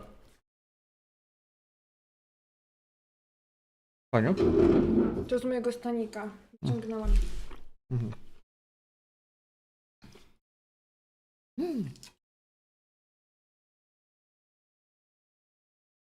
Mogę troszkę? Lol. Jo. Chcesz? Z czekolady?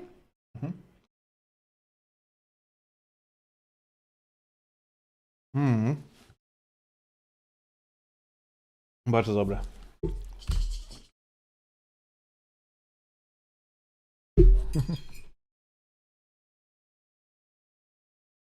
Don't eat the chocolate? No, he was eating tuna. Okay. Let's continue. Then I noticed I have Dragon Bolt Blessing. However, I also have, for very particular scenarios, I have Dragon Bolt Blessing. So if I go and I buff, and then I notice that it's going to be like a bleed L1 spammer with like dual Naginatas, or earlier somebody trying to spam me down with that. Just in case, like this highlight is from before the DLC. So, yeah. Like these builds still were like powerful cookie cutter builds back in the days, like dual Naginata. Nowadays they are pretty dog shit. I think, was it Shadows or something? I don't know what the fuck it was. Or daggers. I'll fight Dragon Bolt, and then I'll Dragon Bolt Blessing. And it'll keep the buff and replace the body buff with Dragon Bolt Blessing. That gives me plus 30 to all my resistances, so more robustness for like the bleed resist and all that. And I get tier 2 hardness. And what that does is certain weapons and certain attacks from said weapons will bounce off me. So basically I can, like, they'll attack me and I'll stun a little bit, but I can get off an attack while they're... That's actually so funny, dude. I can tell you a story. We were participating in the tournament and one of the tourney players was going from one competitive player to another and telling them how amazing Dragon Bolt Blessing is. And everyone's supposed to actually use it. Especially because back in the days, the most popular setup in the competitive was dual straight sword. You know what happened? Someone listened to that player, popped Dragon Bolt Blessing, and fought a PSSS user that used dual coded swords. And you know what actually is happening when you are going to get hit by dual coded swords when you have Dragon Bolt Blessing? Nothing. For whatever reason, like, coded swords do not bounce off your body when you have Dragon Bolt Blessing, unlike every other straight swords. So, like, that was so funny, dude. Like, literally the bait of all time. Like, this player that started popping the Dragon Bolt Blessing to counter PSSS literally lost because they had to put points into, like, using Dragon Bolt Blessing. They got baited, dude.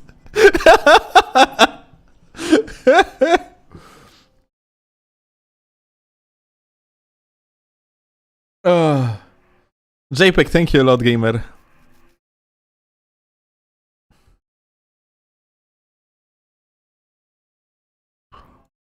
Alright, let's continue. Staggered.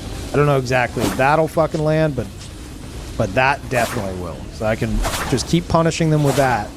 Hinata, that's gonna go. Certain things like, say, running L1 reason. L1, I fucking get too greedy a lot of times. We also have the theme of this build. Well, you know what, let me return to the stats.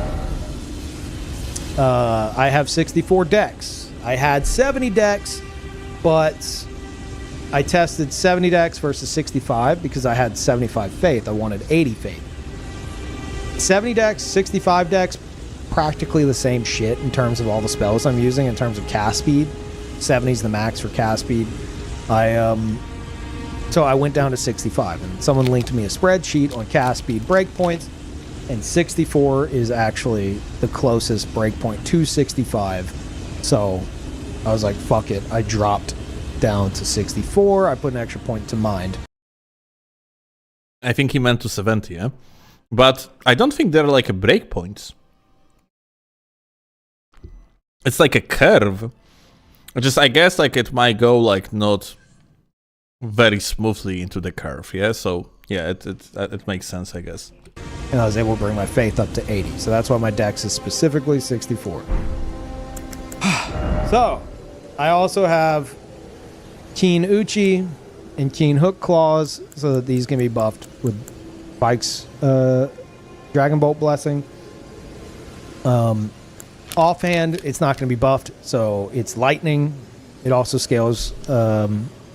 It scales with dex, so that works. And if we're in water and I'm doing all this lightning shit, or if it's raining, I get the added damage from that. Wait a second. So Vikes just cannot be buffed?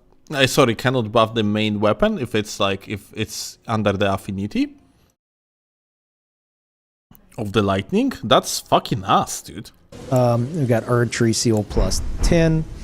The theme of the build is it's like a shinobi master kind of a thing, and I like to think that he's got power over all the elements. So obviously we got lightning. The only thing that he got power over is how to nerf his lightning defenses into the ground, so you're getting one-shotted by something like Bolt of Grandsax. We got fire, we got earth, black flame, more lightning, more earth, more fire, got all the shit. And then on the weapons, we have Stormcaller for wind, and we have Storm Stomp as well for wind. And then I know a lot of y'all saying water. I ain't putting the fucking bubbles on here. They're magic bubbles. They're actually not fucking water. They're probably not even wet. So closest you're gonna get is a fucking freezing pot. Deal with it. Bruh, like this is actually hilarious. Holy shit. Like this is such a completely different approach to the game than the one that I have. Because dude, I don't care at all even how my character looks like. I pop the default settings. My character in the game looks like actually a nicely like pretty girl because my girlfriend just took over my shit and she was like, no, you're looking so ass, I'm actually going to glow you up. If not for her, I would be running default face. I don't care that much. You definitely care about your Diglett helmet? Okay, like that's a pure fashion, that's very true. But you got the point, yeah? And then on the other side, you have like freaking Peeve that makes elements bender type of bullshittery. And just look at it, I'm like, fucking why? Like, but like, I love it. Like, Chloe actually love it, yeah. I like cosplayers more than tryhards ever. Like, cosplayers are creative and cool. Yeah, I guess, but this It just like happened- this is not even a cosplay. He literally made the character from the ground up, which is even more impressive. It's cool. I love it. Yeah, it's cool. I just couldn't justify playing it, like outside of maybe content. Having fun. Do you know how many faces do I have in my inventory in Elden Ring? Oh, you All the mean slot- saved presets? Please don't make it sound like you are sculpting off faces out of people. Okay, anyway, Presets. yeah. So here is the thing. I understand it's fun. Just like for a person like me, it couldn't be fun because I know that I'm going against base foundations of the game By creating a character? by creating a character that completely ignores like what's actually good in the game, what's not, and like the proper meta play.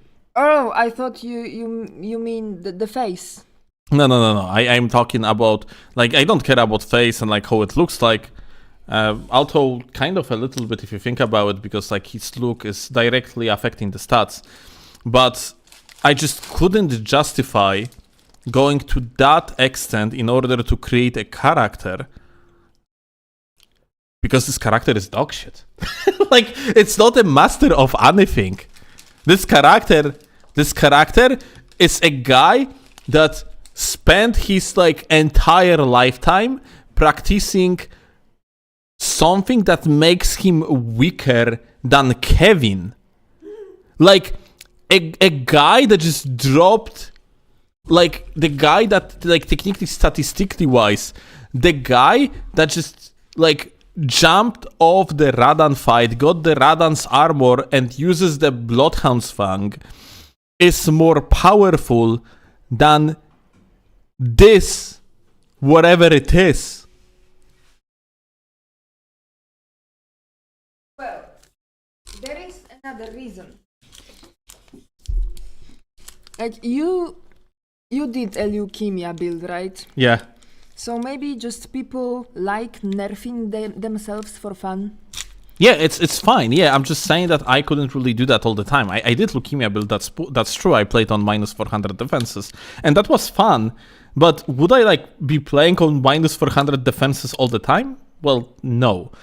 Because you basically by playing on build like this, you are not enriching your experience, in my opinion. You are actually making it worse because you can interact with less, because you don't have stats that are required to interact with particular elements of the game, like, or the game's fighting system. Okay, so hear me out. You have like 2 or 3 builds. You have strength build, you have dex build, and that's it, yeah? Dex 3 Faith build and max level. Okay, so you have max level build. Well, quote-unquote build, yeah. Okay, so you have 3 builds, okay? And he has 30. It's not like he's No, he has 2. Oh, maybe he has more or whatever, but like it's as far as I understand right now, like he has like 2 like well prepared builds in the DLC. It takes way more time for him to create builds. Honestly, maybe it's not really fair because in my case it takes less time because I use cheat engine, and I assume like he probably collects most of things on his own. But point blank is I have like that amount of the builds purely because I just don't really want to waste time moving my old builds to the DLC. Like, we are currently looking at the footage before the DLC. If we are comparing state of his builds to my builds, then I had pure faith, pure intelligence, I had strength intelligence build, I had strength build, dexterity build, I had arcane build, I had max level quote-unquote build, and I had dexterity faith. Okay. So ultimately, I wouldn't say that like I had like a less builds overall, or I had like less variety in my builds.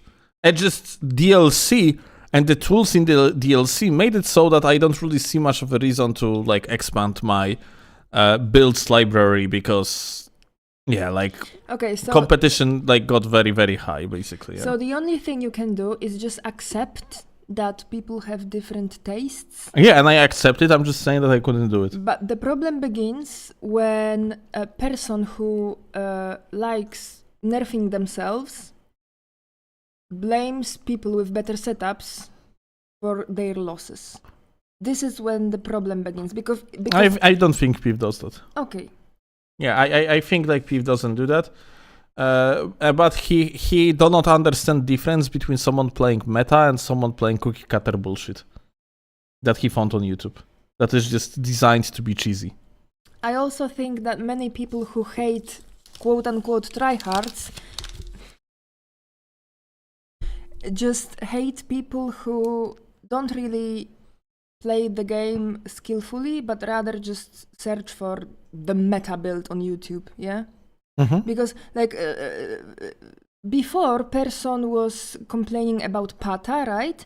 And I remember that when I was playing PvP, I also complained about all the Pata boys. Like, every second invader had fucking Patas, and I hated it. I mean, darling, every single meta player complains about Pata too.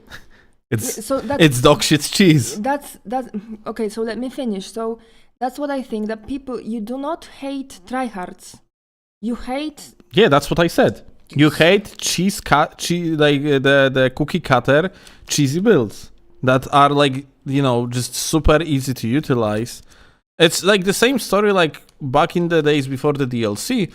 I was never utilizing, for example, like stuff like dual spears, unless like, you know, the fight would be extremely laggy and just there was no point to use anything else. But yeah, like the point is that people rather, I don't know like any tryhard that would actually utilize Pata as the main weapon. Part of it is because Pata as the main weapon is not really like that goated. Like I remember being chased by Pata lords with rot grease all the time, like all the fucking time. And that was vanilla PC. And that was vanilla PC, yeah. Yeah, that doesn't sound like fun. Still, is it true you started out as a Moonveiler? Yes, yes, and he praised Moonveil in one of his first videos in Elden Ring. He liked it. Yep.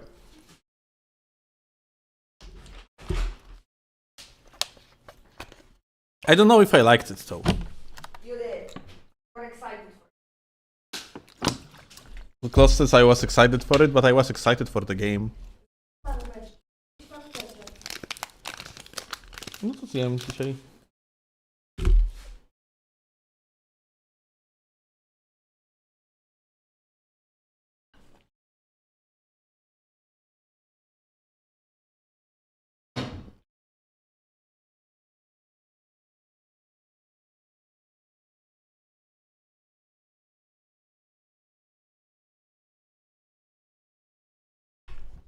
Let's out of pure curiosity actually look it up.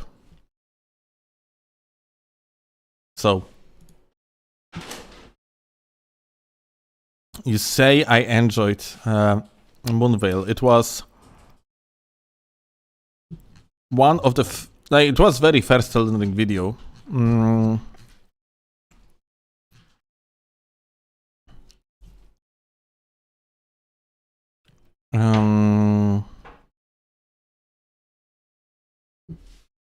Okay.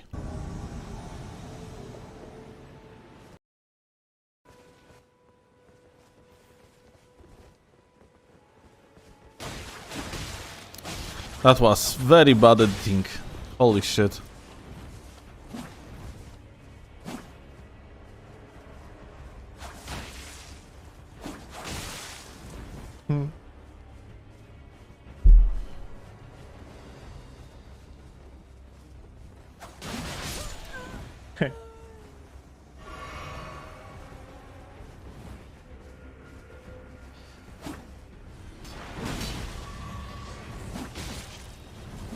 Holy shit, I'm playing like it would be Dark Souls 2.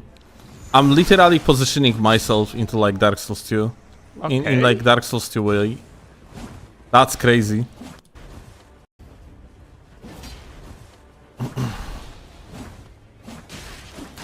Already crashing on poisons day one? Yeah, apparently. Dude, I am playing... Holy shit, I'm playing this game like it would be Dark Souls 2. That's so funny. This is longer winking, bruh. It was level 50. I just didn't finish the game. Spell that he's using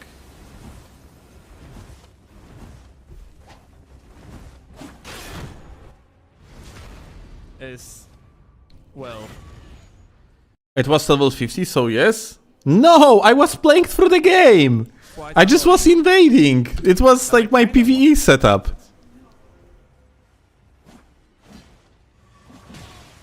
That's level 50 vigor? Yes. It's PvE setup.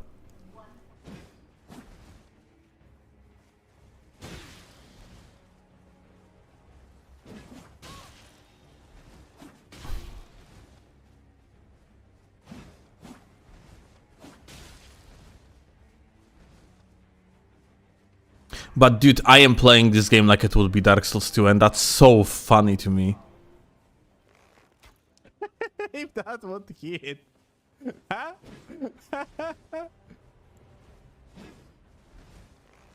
Dude. This is like a longbow. I didn't know like there is like there are like the bows that you can utilize differently, yeah? Let's go. Oh my god.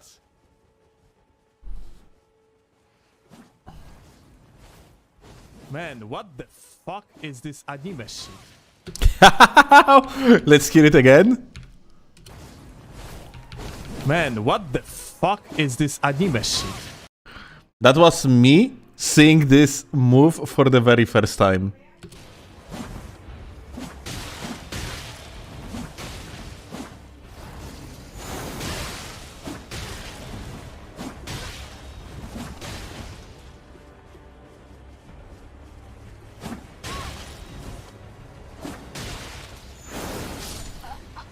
Insane. Huh.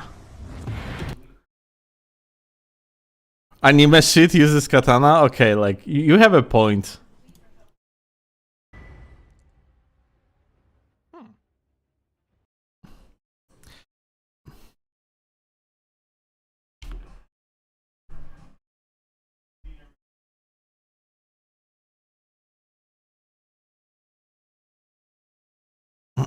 You keep ignoring shit latency. I came from Dark Souls 2, Balding.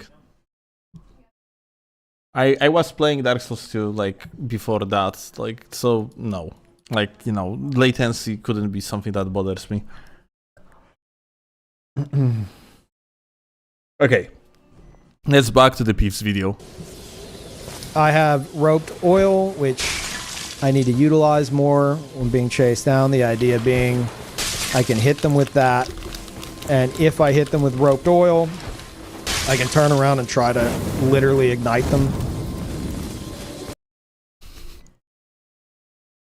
Just in case, you need to hit your opponent directly with the oil pot.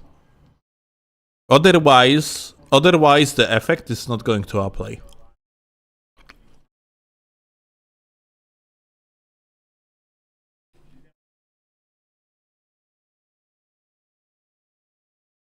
So yeah, that shit is not going to work even the slightest. Set them on fire for increased damage. Got the hiccups. What else? Here's all the use. I use the katanas and bloodhound step for aggression, and then if I'm getting pressured and chased down by like a group that's like hyper aggressive, I switch to the claws. Storm Stomp really gets them off you. You are not getting anyone off you with these claws. I swear. I cannot believe that it actually ever worked for him. There is no shot. And you can punish them a bit. It just kind of disperses them pretty well. In terms of how I use this shit, first of all, Stone of Garank is... I'm not getting into it all, but there's a fucking dead zone. A significant dead zone with free aim with certain things, and that includes this stone. So I would recommend, one, getting good at free aiming it, and two, in order to do that, you either throw it point blank, and if you're certain it's gonna fucking land, then you can land a follow-up as well. Or, if they're way in the fucking distance, like the tree sentinel there, you could fucking throw a, what's it called? What the fuck was that? Yeah, I threw that. Fuck you. You can throw like a Hail Mary. And those can be free aimed. Like, very well. Like, you could throw it like all the way up. You could throw it a little bit. As long as you're not in this like wedge of the camera, then you're pretty good. So it's either really fucking far Hail Marys or point blank. Yeah, I also... Okay. That's why I say don't copy this build. One of the big things I go for is Black Flame Ritual traps. So if there's someone that's dead set on fucking chasing me down and I have enough room, I'll throw this. And it's so slow that you are not stopping anyone. And hopefully they get trapped in here. And a lot of times they'll get trapped in. They would literally need to forget how to attack. And they'll try to panic roll, and they'll panic roll into the flames, and they'll start getting staggered. And You are not getting staggered with it if you have like a, I think like certain amount of poise, isn't it? Can someone confirm that? I'm actually not sure. Like those like the flames that coming from the Black Flame Ritual actually stagger you? Like always?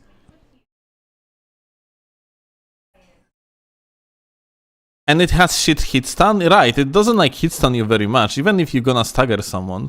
I don't think that's viable like at all, in any way, shape or form. And they'll panic roll into the flames, and they'll start getting staggered. And they start freaking out. So, when that happens, I get a fuck ton of hyper armor with this, and I can potentially do a lot of damage to them or kill them outright. I really would want to see it working. Like, I want to know what type of players this setup actually works against. And what are the, like, you know, there is a chance it can work, but, like, what are the odds? It looks like, I have almost feeling like just casting the Fortasic's Lightning Spear on its own just is more efficient here than anything.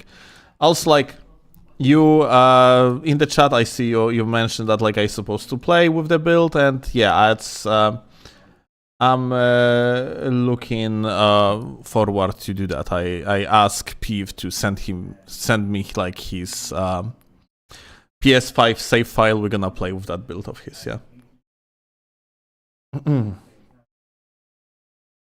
We're gonna give it a try. While they're trapped or while they're trying to get out. You can also do the uncharged version. I mostly do that for throwing out like charged beast claws and stuff. You can do anything out of that shit, so that's a bit of a mix-up game. I use the Crucible Breath mostly for people on ledges or like Wake Up for people that, you know, are low health. I have a feeling there is way too many things put onto that build. Like, when I was, for example, playing Pure Caster, or like, I mean, like, it's still pure Caster, but the Incantation version or like a Spells versions, I usually limit myself to 5, like, maybe even usually 4 type of different spells / incantations. Because I have feeling like it's, you just having so many options, it's gonna end up, like, just not being very, very viable at the end of the day. You're gonna be underutilizing all these options. This shit right here. This is the reason why I'm explaining all this. This shit right here is so fucking slept on. So many people are like, it sucks, it sucks, it sucks. You can punish virtually anything with Crucible Horns. Especially Rot Breath spam. Yeah, when I was talking with Peeve off stream, he actually told me that. He actually pondered the question, how would you punish a Dragon Breath spam? And I tell him, I can hyper armor through it, I can do a hard swap to Pata with Endure on it, that's usually what I have on my build, or like anything else with the Endure. I can jump onto the target and bounce them off like the stance, yeah? Just hit them, like with the jump attack. I can technically side roll if I am in the dead zone of the breath, because there is some. If the latency is high enough, you can just roll through it. So yeah, there is like shitons of way how you can like potentially manage it. Yeah, you can throw the pot on them. You can throw the harpoon at them. So yeah, like there are like ways. Yeah, and yeah. Meanwhile, Peeve, hey, I'm gonna use Crucible Horns instead of various different ways that are just like way easier and do not make you vulnerable for the next 3 seconds afterwards because of dog shit recovery of that one. Oh well. If you know some dude is about to fucking cast Rot Breath, if you know the range of this, you get just in range right as they're starting their roar, not after the breaths come out. Like, they go to start their roar. You have plenty of time. If you're about to get hit by it... So you have to do it on the prediction, not even on the reaction. You have plenty of time to be Whereas all the other options I mentioned, you can do on the reaction. in range. And you can run up, start the charge, and if you are right there, where, like, your shoulder's down, you'll just tank virtually anything in the fucking game. Yeah, that's why that's why these solutions are stupid, dude. Like, it doesn't make sense to do it. Like, he forcefully trying to make Crucible Horns actually work when it's like such an inefficient way to actually deal with the Rot Breath or like Ani Breath. I'm also pretty sure that you are going to get out-damaged, especially with these defenses. When someone is going to use the blue breath, I don't remember how it is called, when you're actually trying to trade with them with the horns. He hits Crucible Horn like 5% of the time. Wait, Steve, you're watching Peeve and you're serious about it? Yeah, that's even worse then. Yeah, it's really like huge scope to use this. And I really would appreciate if people would just stop use that dog shit altogether to give information to From Software that there is something wrong with this spell. Well, incantation. And you'll tank the breath and you'll knock them out of it. And it's not going to do a fuck ton of damage, but it's respectable. It can do like anywhere between like, I don't know, on average, I'd say 800 to 1K, maybe on the lower end, like 6. Yeah, so that's about the same amount that 2 ticks of the blue breath is going to actually do to you. Now, actually more. Especially with these defenses that Peeve has here. Not worth at all. 600, depending on how like armored they are and shit.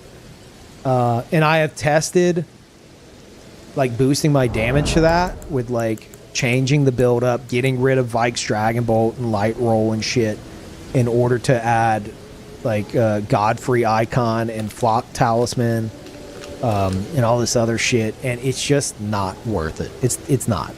Like the most damage I could get out of that against the person I was testing with was like 1,000, I think, and then with Flame Grant Me Strength adding a little bit extra, it was like 1,200 ish. It's not worth losing Light Roll. Like it's genuinely not worth the trade-off. Well, that's at least something I can agree on. But I have feeling like you can look at practically every single aspect of this build and say it's not worth it.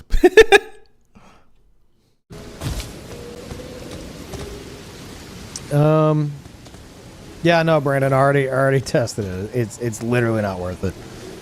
Like I'm gonna get like 200 to 300. No. I think it's like 200. Like that's how I'm utilizing everything. The freezing jar. Mention the rope pots. Specific scenarios where this. Okay. Go. We've got what else? The rope People? pots. Then I have this, which I will use only in very specific scenarios where I know there's no more mages, and I know they're not about to spam a bunch of spells. Usually if it's like the host alone, and I know that I'm fighting like pure melee against someone I think I can utilize it on. Insane. And I can use I can use Bloodhound Step for movement, as well as aspect of the Crucible Horns to potentially... Hey, now he can use the Crucible Horns on the reaction instead of prediction. Solid. trip them up and catch them. And you can still do like your fucking stone mix-ups and stuff. You got a lot of ranged options and shit. And a lot of them will like they'll either respect it and you're being aggressive and chasing them down in multiple ways and you know hopefully landing hits and shit, or they don't respect it and they come in and they get shit on. I fought some dude that was Vare Mask and I think Bull Goat dual Naginata, and I was like fuck it, let me try this. He was alone and I used it, and he used Stormcaller on me, and I just walked through Stormcaller and was just trading with him, and we both got so low we were almost dead, and he backed away, and then he went to do a running attack, but it must not have been a running attack. He went to attack me and he poked and it bounced off me, and right before he did that, I charged up Crucible Horns. And the stagger from him hitting Iron Jar confirmed the hit from Crucible Horns, and it finished him off, and it was fucking amazing. Again, very specific shit here. That's the whole build. Very specific shit. That should be the name of the fucking build. I think that's everything.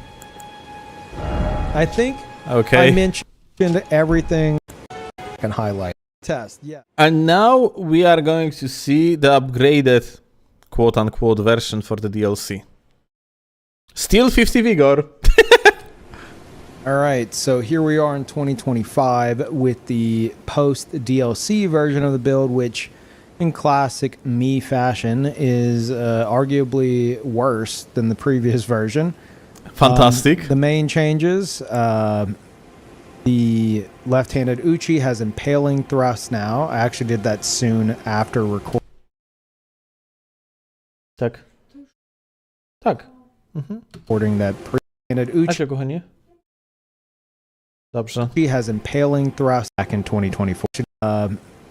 The left-handed Uchi has impaling thrust now. I actually did that soon after recording that previous video back in 2024, but I'd say that's pretty important. First Blade Cirque. I don't use it as often as I should, but the fashion is peak, and Deadly Dance is fun to try to land. Aside from that, it's mostly just armor differences, you know, fashion stuff. Crimson Amber +3 as opposed to +2, and if you look over on the... Wow. Guys.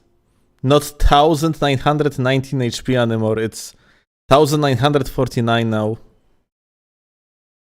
That's insane. That mind is 1 less, and then I actually went down a cast speed breakpoint from 64 to 58. So together, Tank build. those points went into endurance to make up for the extra weight I had, so that I could still light roll with Vike's Dragon Bolt body buff. I'm gonna be honest with you all. If I once I'm gonna get that build of Peeve, I am lowering faith to 60 from 80 because the additional damage is just not fucking worth all the other stats. I'm increasing vigor to 60 and endurance to 50. I'm lowering dexterity to probably 55. Probably gonna take off some mind out of it too. Of course, I'm dropping a Crimson Amber Medallion and completely reimagining this build, so it still would be this build, but just better.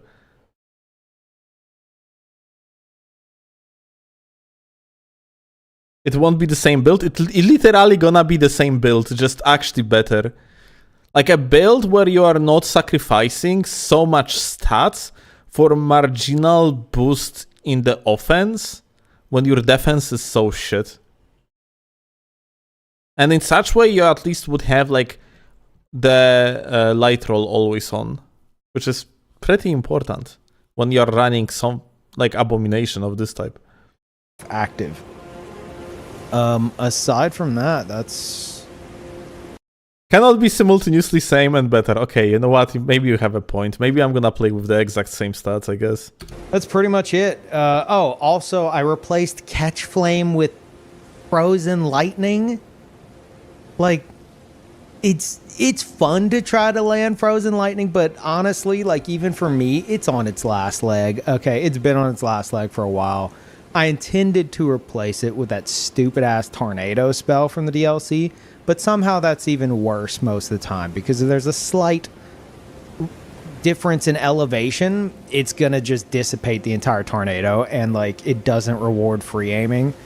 So, greatly disappointed by the Tornado, to the point to where I'm still using Frozen Lightning over the previous version that had Catch Flame. Highly don't recommend, but it is fun trying to, like, you know, lead people with Frozen Lightning. So there is that, but, you know. Okay, so like he mentioned here that he swapped one of his things. And that is the peak fashion. Like now he's using the, like he had meta spell, which is Catch Flame, just like the best, I mean, incantation. He had like best incantation in the game. Now he is using the Lightning Spear or however it's called. And yeah, it's literally just, well, he downgraded the build. Pretty fun, isn't it? Right is the setup. And that is the peak fashion right there, as you can see. I'm gonna be frank with you. I don't think that is looking so cool. Maybe it's just me, but I think like more on the realistic side armors are just cooler. I have feeling like this is just like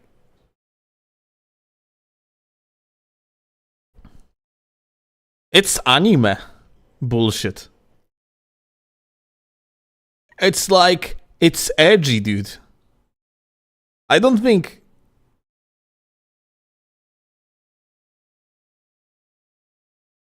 He kinda looks homeless, isn't it? I mean, I can see the appeal, but this is like over the top. Like, bro is looking like Genshin Impact character, yeah? Like, if you're gonna look at the Genshin Impact characters, they are extremely impractical in their looks, yeah?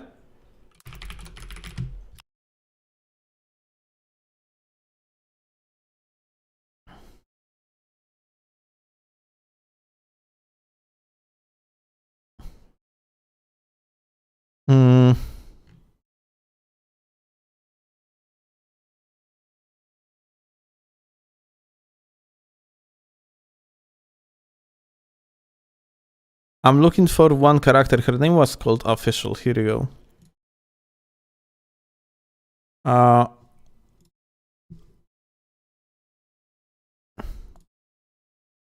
Well,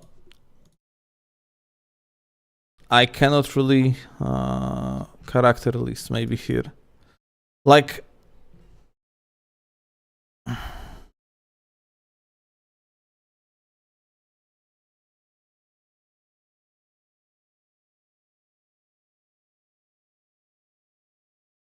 this is, for example, one of the characters from Genshin Impact, and watch it, she is a fucking, like, fighter, technically, yeah? Like, why does she look like this? This garbage is literally fucking, like, I don't know, it's pajamas, dude. You would go to sleep with something like that, and not even really, because, like, what the fuck is this shit? Why these pantyhose are like this? Like, you have like full one here, and here you have like different one. What is that? I know, I'm gonna tell you what is that. Like, it's for the sole purpose, so she's supposed to look quote unquote hot. Yeah? Like, she has like here different glove and here different one. It's supposed to be looking interesting, but it doesn't fucking make sense whatsoever how the fuck she looks like, dude. And Like, it doesn't fucking make sense how this guy is looking like either.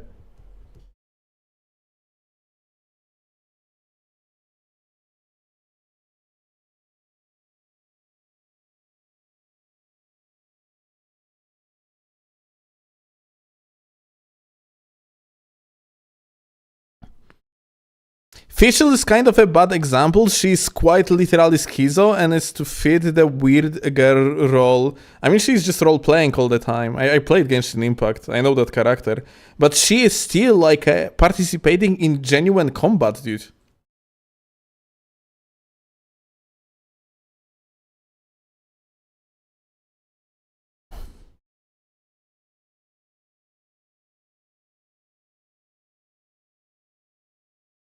Like, you want better example? Sure, man. Sure, man. Another character that participates in combat is... I don't remember... Oh, I don't remember the names of the characters. Frankly, Jesus, what was her name? There was like a... Let's go by Hydro. Hydro element. Oh, Mona. Here you go. Why she's looking like this?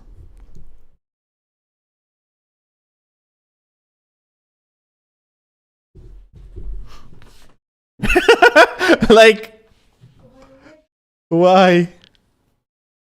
She's a mage. That's what you need to be a combat mage. I mean, she's not even like she's participating in the combat, but she's technically not like a combat character on its own. Now when I think about it, like she is. Well, no matter. Like she basically foresees the future. Yeah, astrologist. Here you go.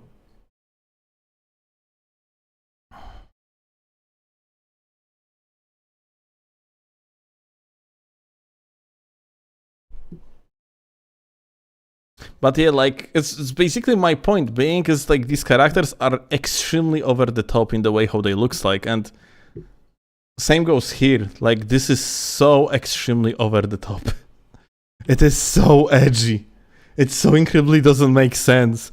Especially if your idea is that I am prepared for combat. This is so fucking anime.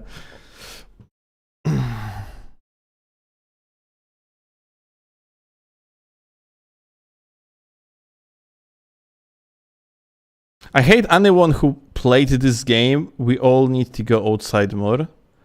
Genshin Impact, amazing game. I think like Genshin Impact is fantastic, unironically. And just my point being is like the design of these characters is over the top, yeah? It's like it's just an idea of making like cool looking character over any sort of the logic behind if that would make sense. Especially if you're like, you know, if you're making like combat focused character, yeah? But yeah, like Genshin Impact, unironically fantastic game.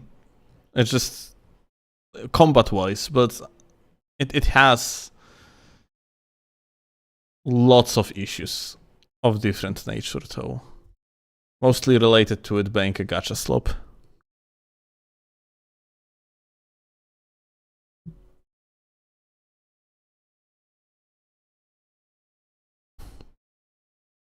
Steel Fashion is actually suboptimal. He doesn't even hit 35 in slash and pierce.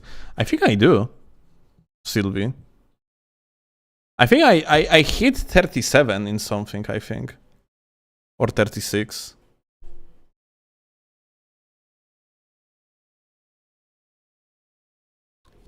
Like the full the full what's the name? Solitude didn't, but this one you don't? Let's actually see. I'm actually curious now.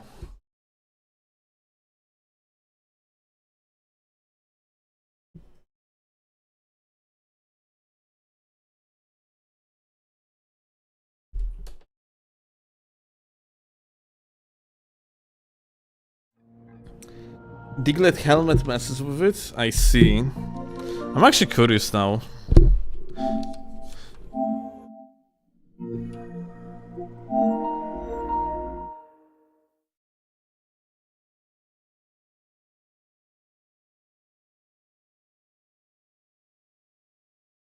I'm genuinely curious now when you mentioned it. If I recall correctly,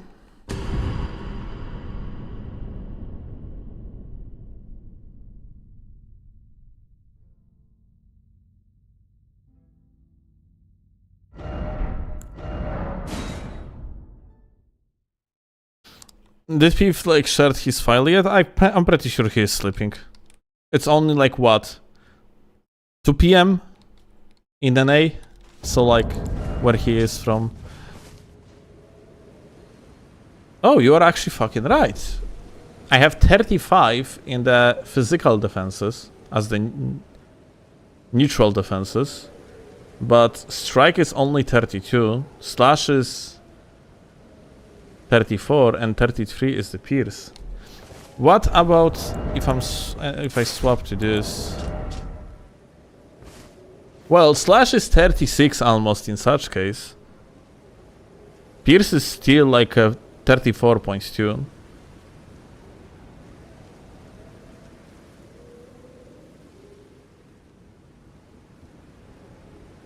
He thought he can get away with Diglett helmet. Well, like technically when I am dueling I'm supposed to be swapping, yeah? To the Helm of Solitude. It's usually I just don't do that though. But yeah, you are right. It's actually I don't hit like 35% in neither pierce nor slash. Interesting.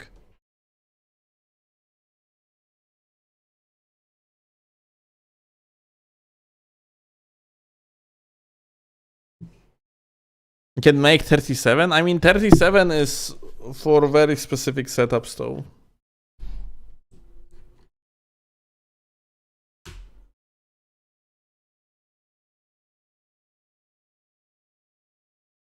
Steelovsky invasions now? No. We are not gonna do these invasions today because I need to move Peeve's characters to my save file.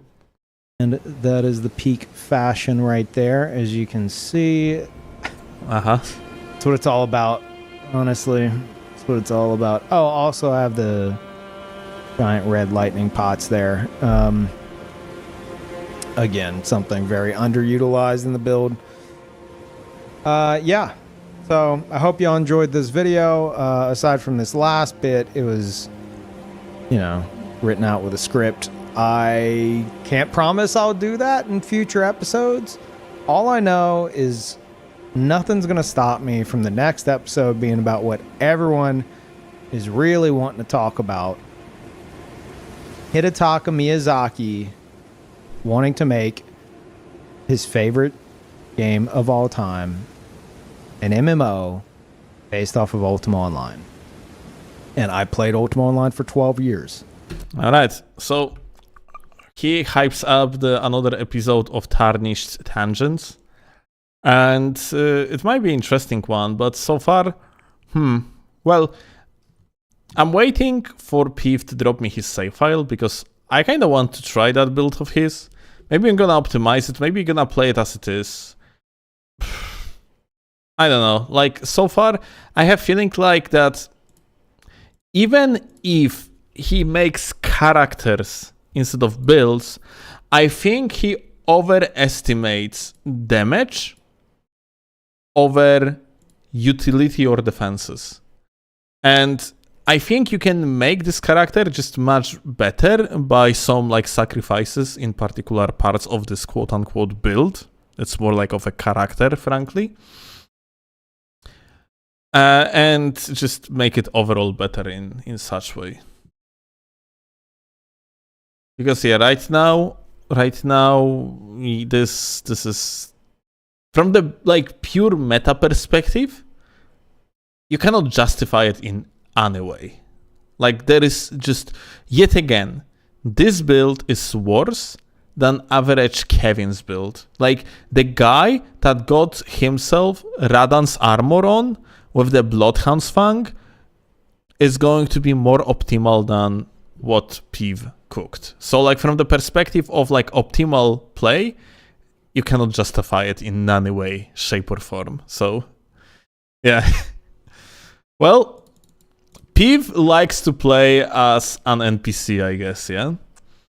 The PvE NPC. Like he is him. The very fashionable creature, that's for sure.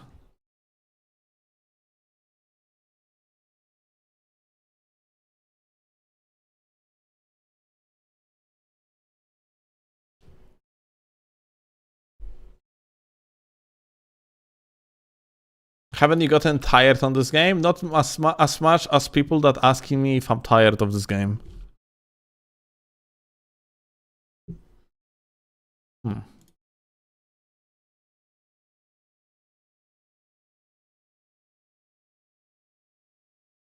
What the fuck? Oh, team is streaming. Let's go.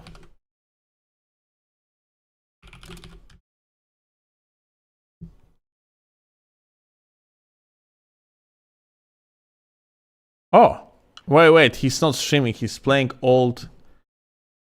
Okay, he's playing like an old...